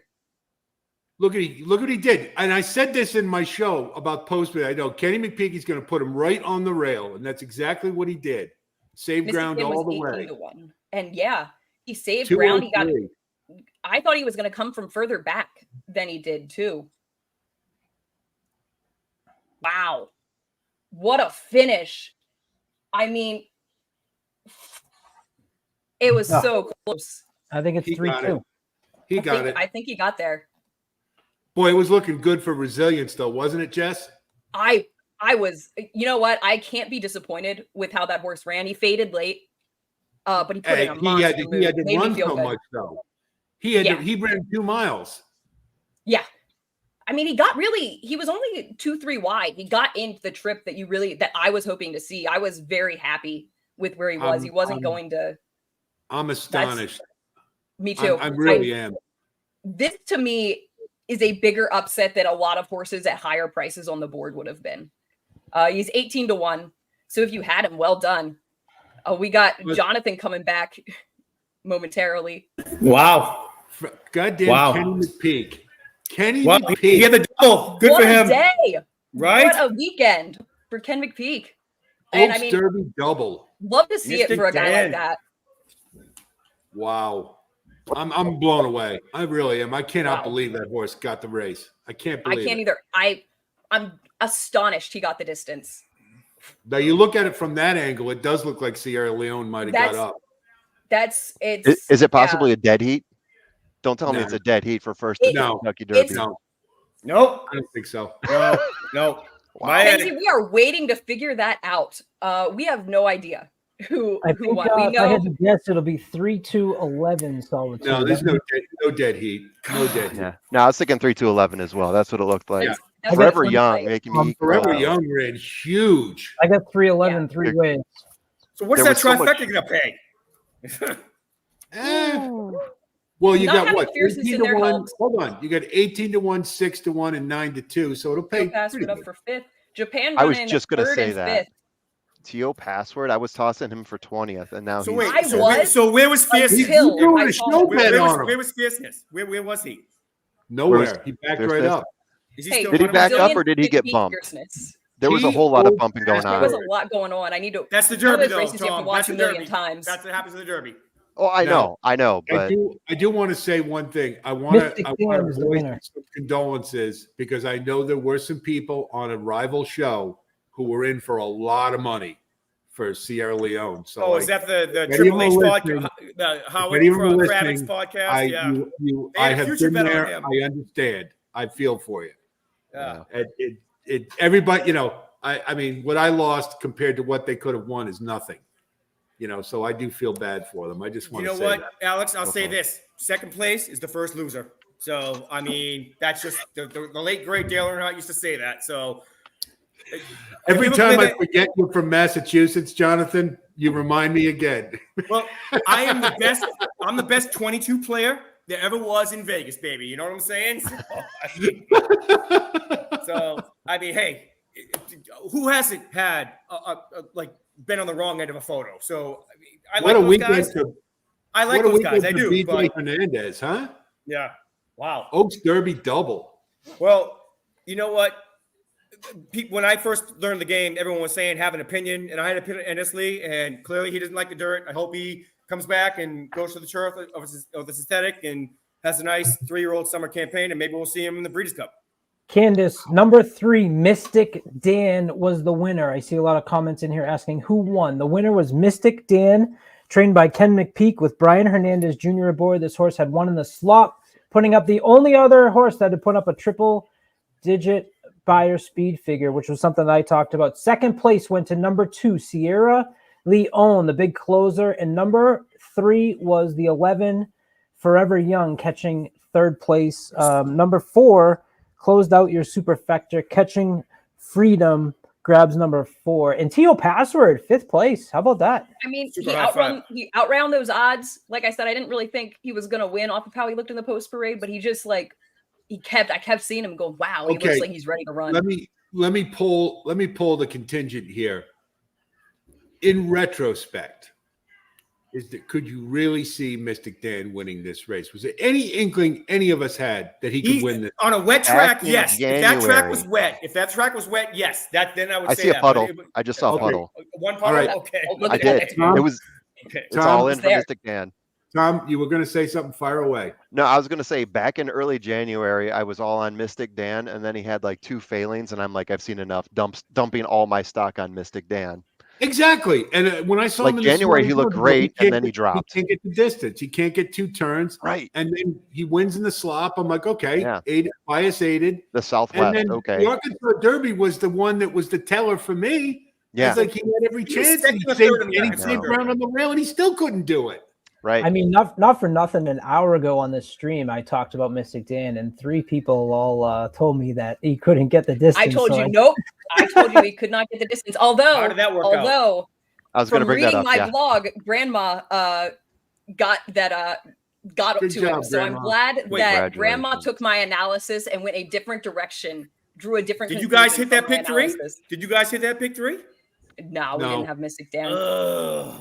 That sucks. No. all my bets died on fierceness. So my Sierra superb day. Leone. Sierra Leone Crap. or Forever Young Sierra- would have been all right for us. So for me. Sierra Leone on paper was a dead closer, okay? He was Yeah. up close to the pace the whole freaking race. So I mean, What? how can you No. Was he Was close? it? I didn't Was see him he? close to the pace. Just No. Steele was close to the pace. Okay, Just maybe Steele that's was That's the right one on that that surprised speed me. that we but were. he yeah. wasn't super far back though. He wasn't like last. I mean, I I'd have think to watch it really again. early on he was, but then he Was he? dropped back a little. Yeah, we'll have to see it again. But Okay. I Dornock, I, was remember surprised did not get out of there at all. who didn't. So where was Dornock from the just rail. a Just touch, you thinking know? that I mean, too, that was yeah. supposed to The be rail was like not good wise for guy him. and Anna Marie. I mean, wow. I didn't think he had any chance in the world. I didn't anyway. care for him. I didn't want to yeah. No, That's he okay. had no You can hurt chance in Tim's my- feelings. I didn't want to hurt anybody's feelings because I know a lot of people like Donna Marie. Like So, I Those people are said, called I Tim. don't need him. Was my wording on him. So Jess, what do No, you you think were right. Resilience You were did? right. So what's your opinion on Resilience, Jess? So I mean, he seemed to run this well. horse, I mean, I am not jumping off ship after that effort. He put in a Okay. huge effort. So what is he? He Six, just got seven? tired. He was 6. Resilient is the kind of horse that you want to look at for the Travers because he's still moving upward and it might have been a little too soon for him. I think. But he I think ran a that's- big race. I thought he ran as good a race as he could run. Ran huge. That I cannot be disappointed with that effort. He honestly ran better than I could have hoped for. Probably got 6th and put in a huge move. I got a hell of a thrill from him at the top Nice. of the stretch. Yeah. He big poked his move. nose out in front. So He looked yeah, like a winner called his for a name. He did. split second. Nice. Well, Here's a little thing. What's the pool on Mike Rapoli getting in a barroom brawl tonight? oh God. Yeah, You know right what? here. Somebody Here's his comes up and finish. wides off to him. He throws a punch. Next thing you know, Is there a stroke bet of- that I hope he gets his ass he kicked? Can I take that one on that one right there? Me too, Sully. I had Forever Young, and I played. That was my son's birthday ticket again. The 311-21 almost cashed, and then I had Forever Whoa. Young. Had Forever Young with them as well. If there wasn't So, a 21, you could have done 3, 11, 2, and 1, and that would No, look nice. no, Jessica. When did I do that? That was last year. Did you hear that Was story? that No, last I- year? With, are you kidding me? First strike? Yeah. There is I broke nothing up- worse I in broke the up the world than 21 a of Monday Richard. morning quarterback after the Kentucky Derby. It's Nothing easy. worse in the world. Nothing. So are we in agreement, or maybe we're not, that Japan, But- it's next year and the year after? But Tom, your hair it's is just How about getting 2 weeks? incrementally better. How about in 2 weeks? Take it year to year based Look, on who the if horse Forever is, Young but comes they back are in the now Preakness, You got to players. take him seriously. I don't know. I mean, Dermasotogake was 6th last year, and these two horses. Preakness. I mean, I I'm don't trying to know. look at it horse to horse. The one thing you can say You is have to. that yeah, exactly. The one thing you can say is that whatever they're doing in Japan, they're not coming over here and crapping the bed, right? They're able to train up to the point where they put in competitive horses into the Derby. So it's year to year, horse to horse, whoever they bring in. And some of us make bad calls on these horses, including me. They breed. Well- They breed for stamina. But the They- thing is, you're always going to have you're have a chance. They but breed. you're for always going to have stamina. people that won't bet them because of they're coming off the UAE Derby and things like that. So you may always get a price on them, and whether or not you think that's fair odds, that's a different story. But Yeah. I mean, That was their best. That was their best horse, though. You could see it from watching the races overseas that he had quality. Because when you watch Dermasotogake in the UAE Derby last year, he won on the front end, and that just means he was better than a lot of shitty horses. You really couldn't tell a lot. But this time, Forever Young had 2 races where, and the UAE Derby, I was really high on him because he closed against a bias. There was major league rail and speed bias in that race, and he closed into it, racing wide all the way around the track. So I knew that horse had quality. I wasn't sure he was going to run well because of the kickback issue, but no, they're on their way. They're going to win it. There's no doubt about no it. question, no question. yeah. So I would be curious as to what Forever Young and T.O. Passwords Breeders' Cup Classic odds are right now, because I don't think that might not be a bad bet to throw a little something on there right now today. I mean, that could change obviously, and the odds might be depressed as opposed to an hour ago. But You know what I mean- sucked? The dollar superfecta was only $8,200. Don't you think Oh. it should have been more than that? When I hit it, I got 56 Whoa. grand. The pick With 5 the is favorite almost top. 200. Sorry. 200K, Tom? 200K? Miss Yeah, actually got played. 188K. Wow. Man. What did the pick 4 What's the pay? pick 6? Did we see what the pick 6 Oh, payout is? I'll go through I them did here see for you. We get a $1 exacta with 3-2 was $130. 50-cent try 3-2-11 $556. $1 superfecta, that is the 3-2-11 4 $8,200. $1 super high 5 $316,000. Your daily double 5 into the 339. Pick 3 10-5 3 $319. Your pick 4 4 of 4 paid $18,300. Pick 5 $188,000, and your pick 6 of 6 paid $345,000. Now So that had someone a hit, 47 someone to hit 1. that?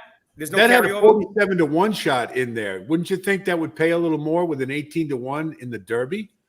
Doesn't that sound a little low? Different I've heard pools. pick sixes for the Derby running into the millions. I I'm would not take it, kidding when I Alex. say I'd that. take it. You know. No, yeah, of course, but it just Well, seems to a give little you, low.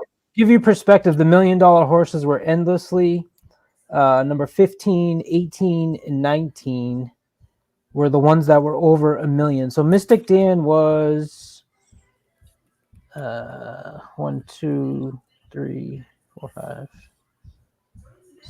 Off quick math, I think seventh in the list of payouts for the pick six.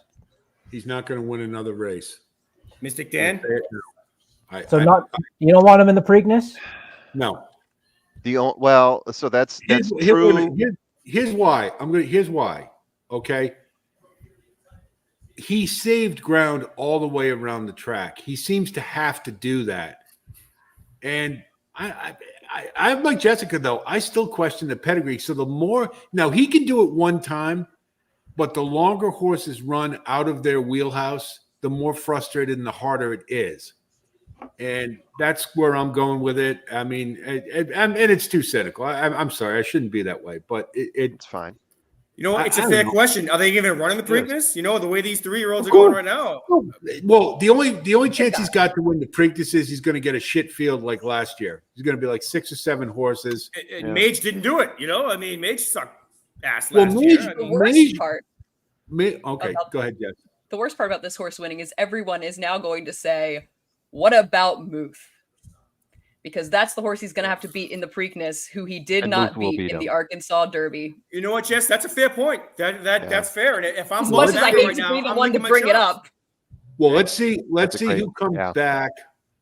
But to me, on the we'll see the field. But to me, I mean, I think Muth can consistently get 2 turns better. I mean, I know it sounds crazy to talk about a horse like that who just won the Kentucky Derby, but Yeah. I don't know. I don't know. So- Muth in this race too, the way the pace was fading. yeah. I mean, we didn't see anyone stick, and Muth would have been on the pace. Muth would have had to sustain, and maybe To be he clear, would have. I am not the Yeah. one making that claim. Oh, I know. No, I know. am just if you go in Jess, if before. you're gonna go on Twitter right now, I guarantee you there are a lot of trolls out there. Just you know, I mean, They're gonna all over come the back place. for my asterisk video. Thousands yeah, of them. exactly. To beat them off. Yeah. Right. They came back about what we expected, right? 46-3, 111. That sounds about right. 203. Quick. It's a little yeah. quicker than what Track Phantom wants to run. Yep. And Wow, Sierra Leone. So I'm Brutal for nitpicking Sierra here Leone. again. So another Bluegrass does not produce a Kentucky Derby winner, and I don't remember the year that. It's 91? another one. Hey, you guess know? what? Yeah, thank you. throw Wood- something else out there. Guess what? The Breeders' Cup, the Futurity, every year produces a great race. They don't win the Breeders' Cup Juvenile either. There's something about Keeneland. And I Yeah. can't substantiate it with anything, but I just know as soon as I watch that Bluegrass, I go, neither one of those horses is going to win. I'm with you. He wasn't anywhere on my tickets. Yep. And maybe it's Just the a touch. surface. I don't know what it is, but I think it's more because it's such a prestigious meet that trainers gear up for it. So that's And likely that's their goal. That's their goal is to win that race, and then that's a gravy if they win the Kentucky Derby. So I can't. I'm incredulous. I just can't. This is to me right up there with Mind That Bird. Honestly, it is. I can't. wow. I just don't. I just couldn't see it. Yeah, I hear you. Just so glad that It's not on that level for me, but it's pretty. I would. Not I have had agree. this horse. And Even then, with and then I'm literally looking at the finish and I'm like, Mystic. I'm like, I left the room as you saw. I went in. I go yell to all my family. I go, Mystic fucking dead. It's So- the puddle. so there was That's the only thing I so- found. It's the puddle. there was the Didn't mean to camp swear. that said That was either a puddle. Okay. bet fiercest Great. to win, That's the best or he excuse finishes I've off the heard. board. I'm going with And it. he was There off was the a board. puddle, and that's all he needed. What are you saying, Jonathan? One puddle. I found the puddle. So the fierceness off the board camp is like doing like the victory dance Doing right laps. now. You know, Yeah. Listen, you watch that race. I mean, he didn't have that look like he did in the Florida Derby.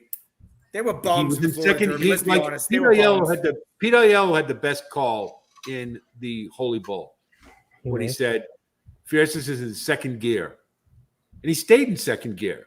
You know, in the Hello, big. Dad. How are you? You say Did hello. you have the right winner in the Derby? Did you? Who'd you pick? 10. 10? No, the race you picked the 10 Bingo on. password. Well, you got fifth place. That's a hell Yeah, of a your lot 10 better horse than won, most. buddy. Don't worry. Baba Yeah. did win. Yes. One thing I would say though, I got two thoughts. I'm gonna drop, guys. I'll see you. The first thought Thank you, was, Tom. don't forget about Forever Young's break, right? Forever Young had a really horrible break and closed really well in that race. The second thought I have is, did Johnny V have fierceness too tight to the front, going 22 and then 46, expecting like, it's almost like he had fierceness, so maybe he thought that wasn't going to be a problem. But in hindsight, that was just too fast for him, and that was I don't think faster so, than. Colin. Honestly, what I think is that was the best chance that horse had to win. It wasn't good enough. That's the way I see it. Wasn't good enough He today. had to get him right off the leaders to have any chance to win. And if you look at that break, he did the same thing he did with National Treasure in the Preakness. That's what he just gets him right over to save ground, and more importantly, to shut off other horses from getting up there. And I think that was the best chance he had. And it was just a question of if he had enough horse, and he didn't. So he gave him the best chance to win, in my opinion. He wasn't good enough. He just wasn't good enough. That's the way I look at it. He's a paper tiger. That's what he is. I mean, it's proven. He's a front runner. He's a total front runner. And when things go bad, he turtles. And he does. So we're going to hear And believe me, excuses. In hindsight, I'm not one to say I told you so, and I never would, because I still think, Johnny V is too good a jockey. He put that horse in position to win, which is what he's supposed to do, and he just didn't have it. No, but to bet on him, completely fair. It was completely realistic to choose him. So let me ask you this: from a betting standpoint, what would make you more upset? Is if you let me phrase this wrong. So would you be more upset if you won with him, or if you lost? If you didn't have him, you lost. I guess is my question. So I feel more disappointed that he lost when you pick a horse that is the favorite. That's just me. You go out public and you pick a favorite. That's when you pick a long shot and they don't win, it's kind of like, well, they took a shot and endlessly, right? And we got friends saying, no, you picked Fierceness, he was the favorite, you're a stiff. That's a harder chalky weasel, right? The other thing to it too is, and I think I'll piggyback on what Colin's saying, is that if you want to grow the sport, you need horses like Fierceness to win, because people get behind it. They don't know, but they just hear about them. And it's kind of like, how many people became horse racing fans because of Secretariat? This super horse. Did American Pharaoh or Justify do a whole lot? I agree. That's what I'm saying, because they go to the breeding shed and they're gone. See you later. Okay. Well, let me qualify it a little bit. Now, if you consider nobody had ever broken 2 minutes in the Kentucky Derby, that's what got people excited.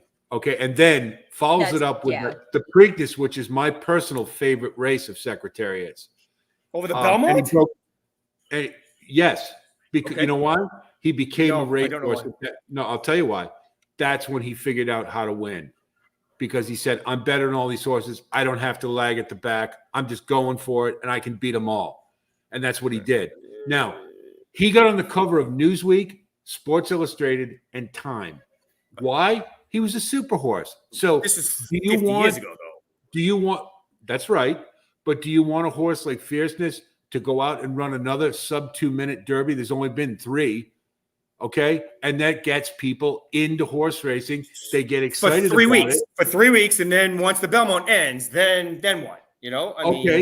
Maybe, but it's the best chance you have to grow the sport. I don't disagree. No, but I this think that now listen, this was a great horse race. Whether you like Mystic Dan or not, it was a great horse race because it came right down to the wire.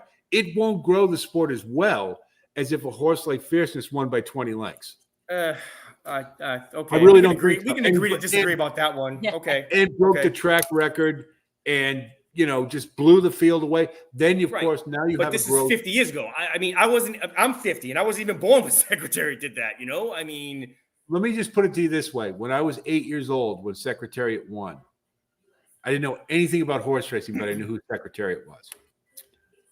Okay. And what are you trying to do, right? You're not trying to get the person who has a passing interest in horse racing. You're trying to get the people who have no interest in horse racing. I'm with you. That's what I you're wanted trying to do. grow the sport as much as anybody, but I don't think that even if Well, this what does isn't that? won by 20 lengths, I don't think that he would grow the sport. I think that, like you said, we need to keep these horses in training after 4 years old. Then that will get them. I mean, Justified. Yeah, but- I mean, I know he was hurt, but after the No, Belmont, that- we never saw him again. You know, I mean, No, Jonathan. You make a good point, because what you're trying to do is breed continuity and get rooting interest, and that's what not having them at 4 does. You don't have that horse you can look forward to for the next season. We all know that if Mystic Dan does nothing else, he's probably going to run about maybe 3-4 more times, and that's it. Rich Strike, Especially Nyquist, In the Tom McPeak House- barn, I wouldn't be Pardon? so sure of that. From a horse in the McPeak barn, only going to run another 3-4 times? I wouldn't be so Okay. sure. Here's why I say that. To play devil's advocate, okay? So Okay. should we concentrate on keeping the fans that we have now, or should we try to grow the sport to people and get new people in? I say No, that we should keep the fans that's that a we false have now. dichotomy.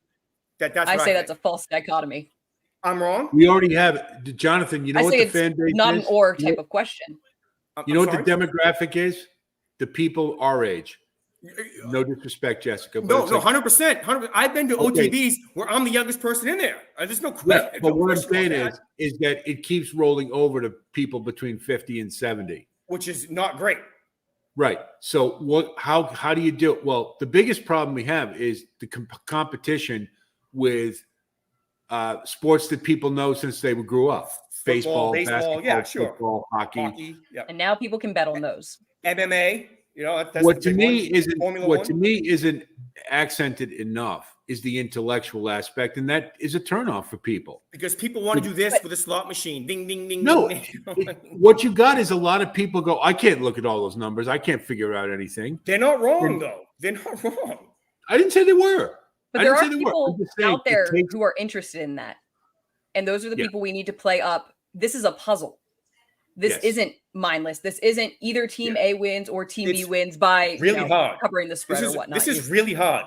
And No, that's hard is what that's a makes it really good. good way to put it, Jessica. I think I like that, because that's exactly true. You know, I have friends of mine who are pretty smart people, and what do? They text me, "Who do you like for the Derby?" I'm like, "Why don't you look at the form yourself and figure it out?" You're smart Racing enough has to also do done it. a poor job of educating fans. I mean, that's why I couldn't thank Joe and Christopher and Horse Player Now enough, because they educated me even more. And there was a book by Richard Ng called Horse Betting for Dummies. And I read that one, and that was really good, and so It takes a particular individual to do it. It really doubt. does. And No. and it's like when I was in acting, when I did theater for years, and one night we were out at the bar and after a show, and the guy was like, "Actors are the smartest people." I'm like, "No, we're the most instinctive people."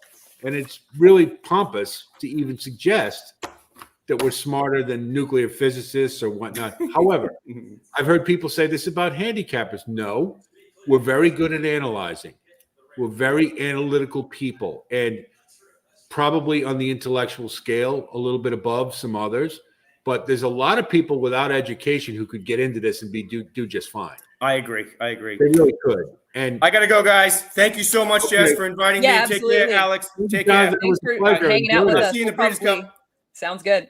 We'll probably wrap up soon. But Yeah. I do So want to I point out mean, someone. we got off way on a tangent, but Yeah. that, Just I gotta mean, as an keep older looking. guy, I mean, that's the way I feel. I see when I go to the Belmont or whatever, I see all the kids. I'm like, you're really not taking the time. I had a lot of kids. One encouraging thing I'll say, I had a lot of kids come up to me and go, "Hey, I don't know what I'm doing. Can you give me a hand on?" And I'm like, "Well, first of all, thank you for asking before you go to the betting window." Don't go waste your money and then get discouraged. or hold up the line. Right. Is my thing, and it just drives me bonkers. But it's like when I see you, Jessica, and I see like Matthew, and I see younger people, it's like that's what gets me. It makes me feel good. 'Cause it And really there does. is- See younger people interested in it, get into it, and To me, I mean, I'm not a hard boot. I didn't grow up with horses. To me, it's more of the intellectual pursuit of analyzing, and I like doing it. But And you can play all those angles. You can Oh, play yeah. up the Sure. animals. You can play up the human interest stories involved, and you can also play up the puzzle. And realistically, to get enough of a working knowledge of what's going on to form an opinion, maybe not the most educated opinion, it really does not take long. I have taken No. people to the track, and in 10, 15 minutes, you teach them, okay, this is how you read running lines. This is how you read speed figures. This is how you read the horse's lifetime record at the distance, the track, the surface. You teach them those things to start so that you're not overwhelming them with, well, this number means this, and this number means that, and this number, you say, ignore the names of all the horses over here. You don't need that right now. Ignore, you know, you can even, you know, for the first 10 minutes, don't even worry about the length of the races, you know, things. For that first 10 minutes, as you're showing them the thing, these are the numbers that show how fast they ran. These are the numbers that show their position at different points in the race. And then up here is their overall record, starts, win, place, show. And Well, I from think that information, people can form an opinion. And then once they're like, okay, then you start going, okay, so what I see in this race is now I'm looking at the distances, and I'm looking at this horse is cutting back in distance, and I'm looking at the class of these races. And then you start introducing bits and pieces.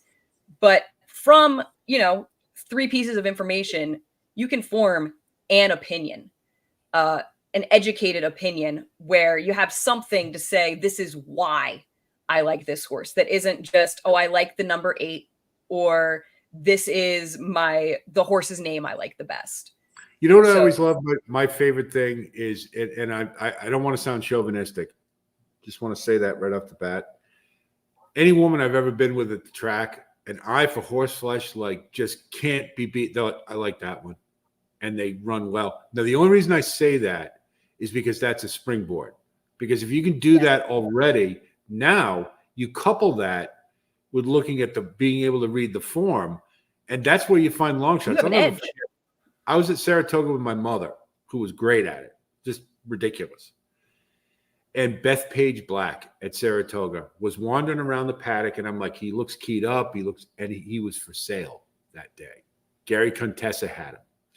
63-1. My mom goes, that's the one. Boom. Around the track, 63-1. I was like, how did you come up with that? And she goes, he just looked like he was ready to run. And then you put it together with all the backstory. They're selling the horse. Obviously, he's going to be keyed up. They're going to gear him up as much as they can. An added angle for all of those of you who don't know this, at Saratoga, Kevin Rice, Linda Rice's like cousin or whatever, he brings horses to be sold. So when they go to Saratoga, they run. He always has like a 40% win percentage.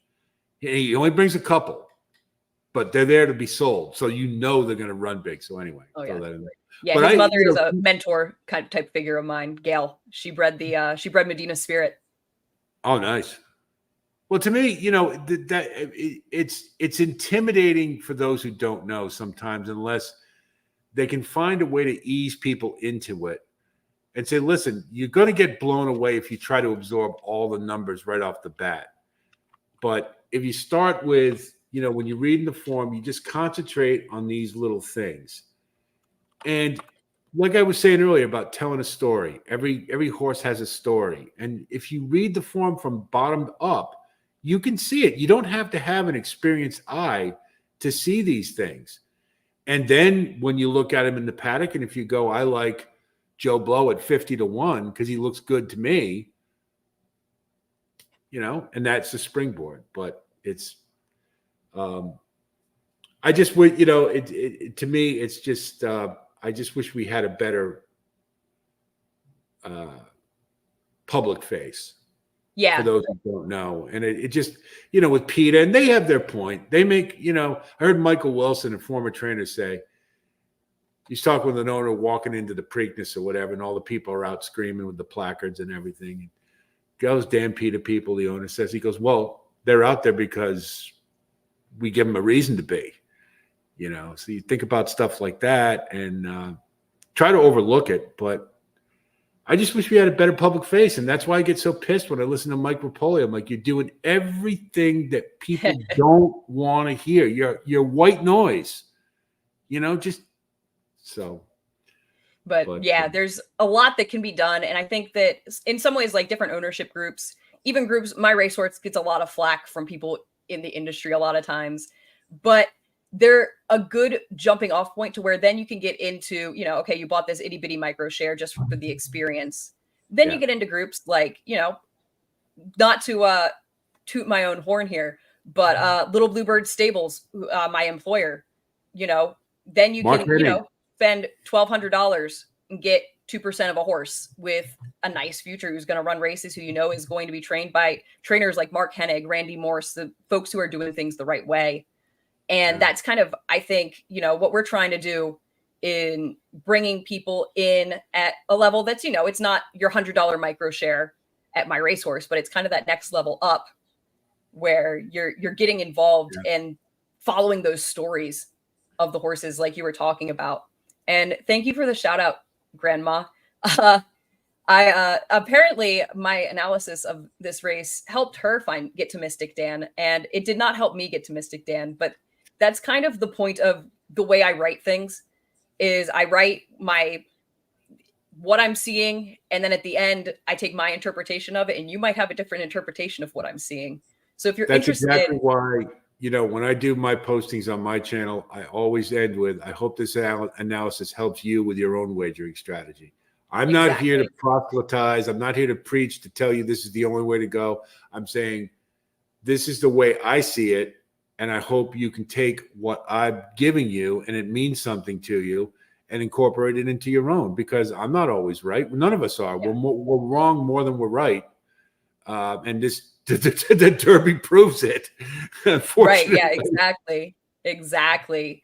But if you are, it was fun. Yeah, absolutely. And if just a little shameless self-promotion, if you are interested in that blog, it is hawkstonebloodstock.substack.com. If you're interested in pedigree type stuff and learning about the bloodlines and the ancestry of these horses, that's what I do professionally. So I only read a couple books about pedigree, and I did get to the point when I was reading. I don't know how many books I read about handicapping when I started, but a lot. And pedigree was fascinating to me because of the more you get into it, like the Razor Native Northern Dancer Nick that you see with just about every 3-year-old who goes into the Derby.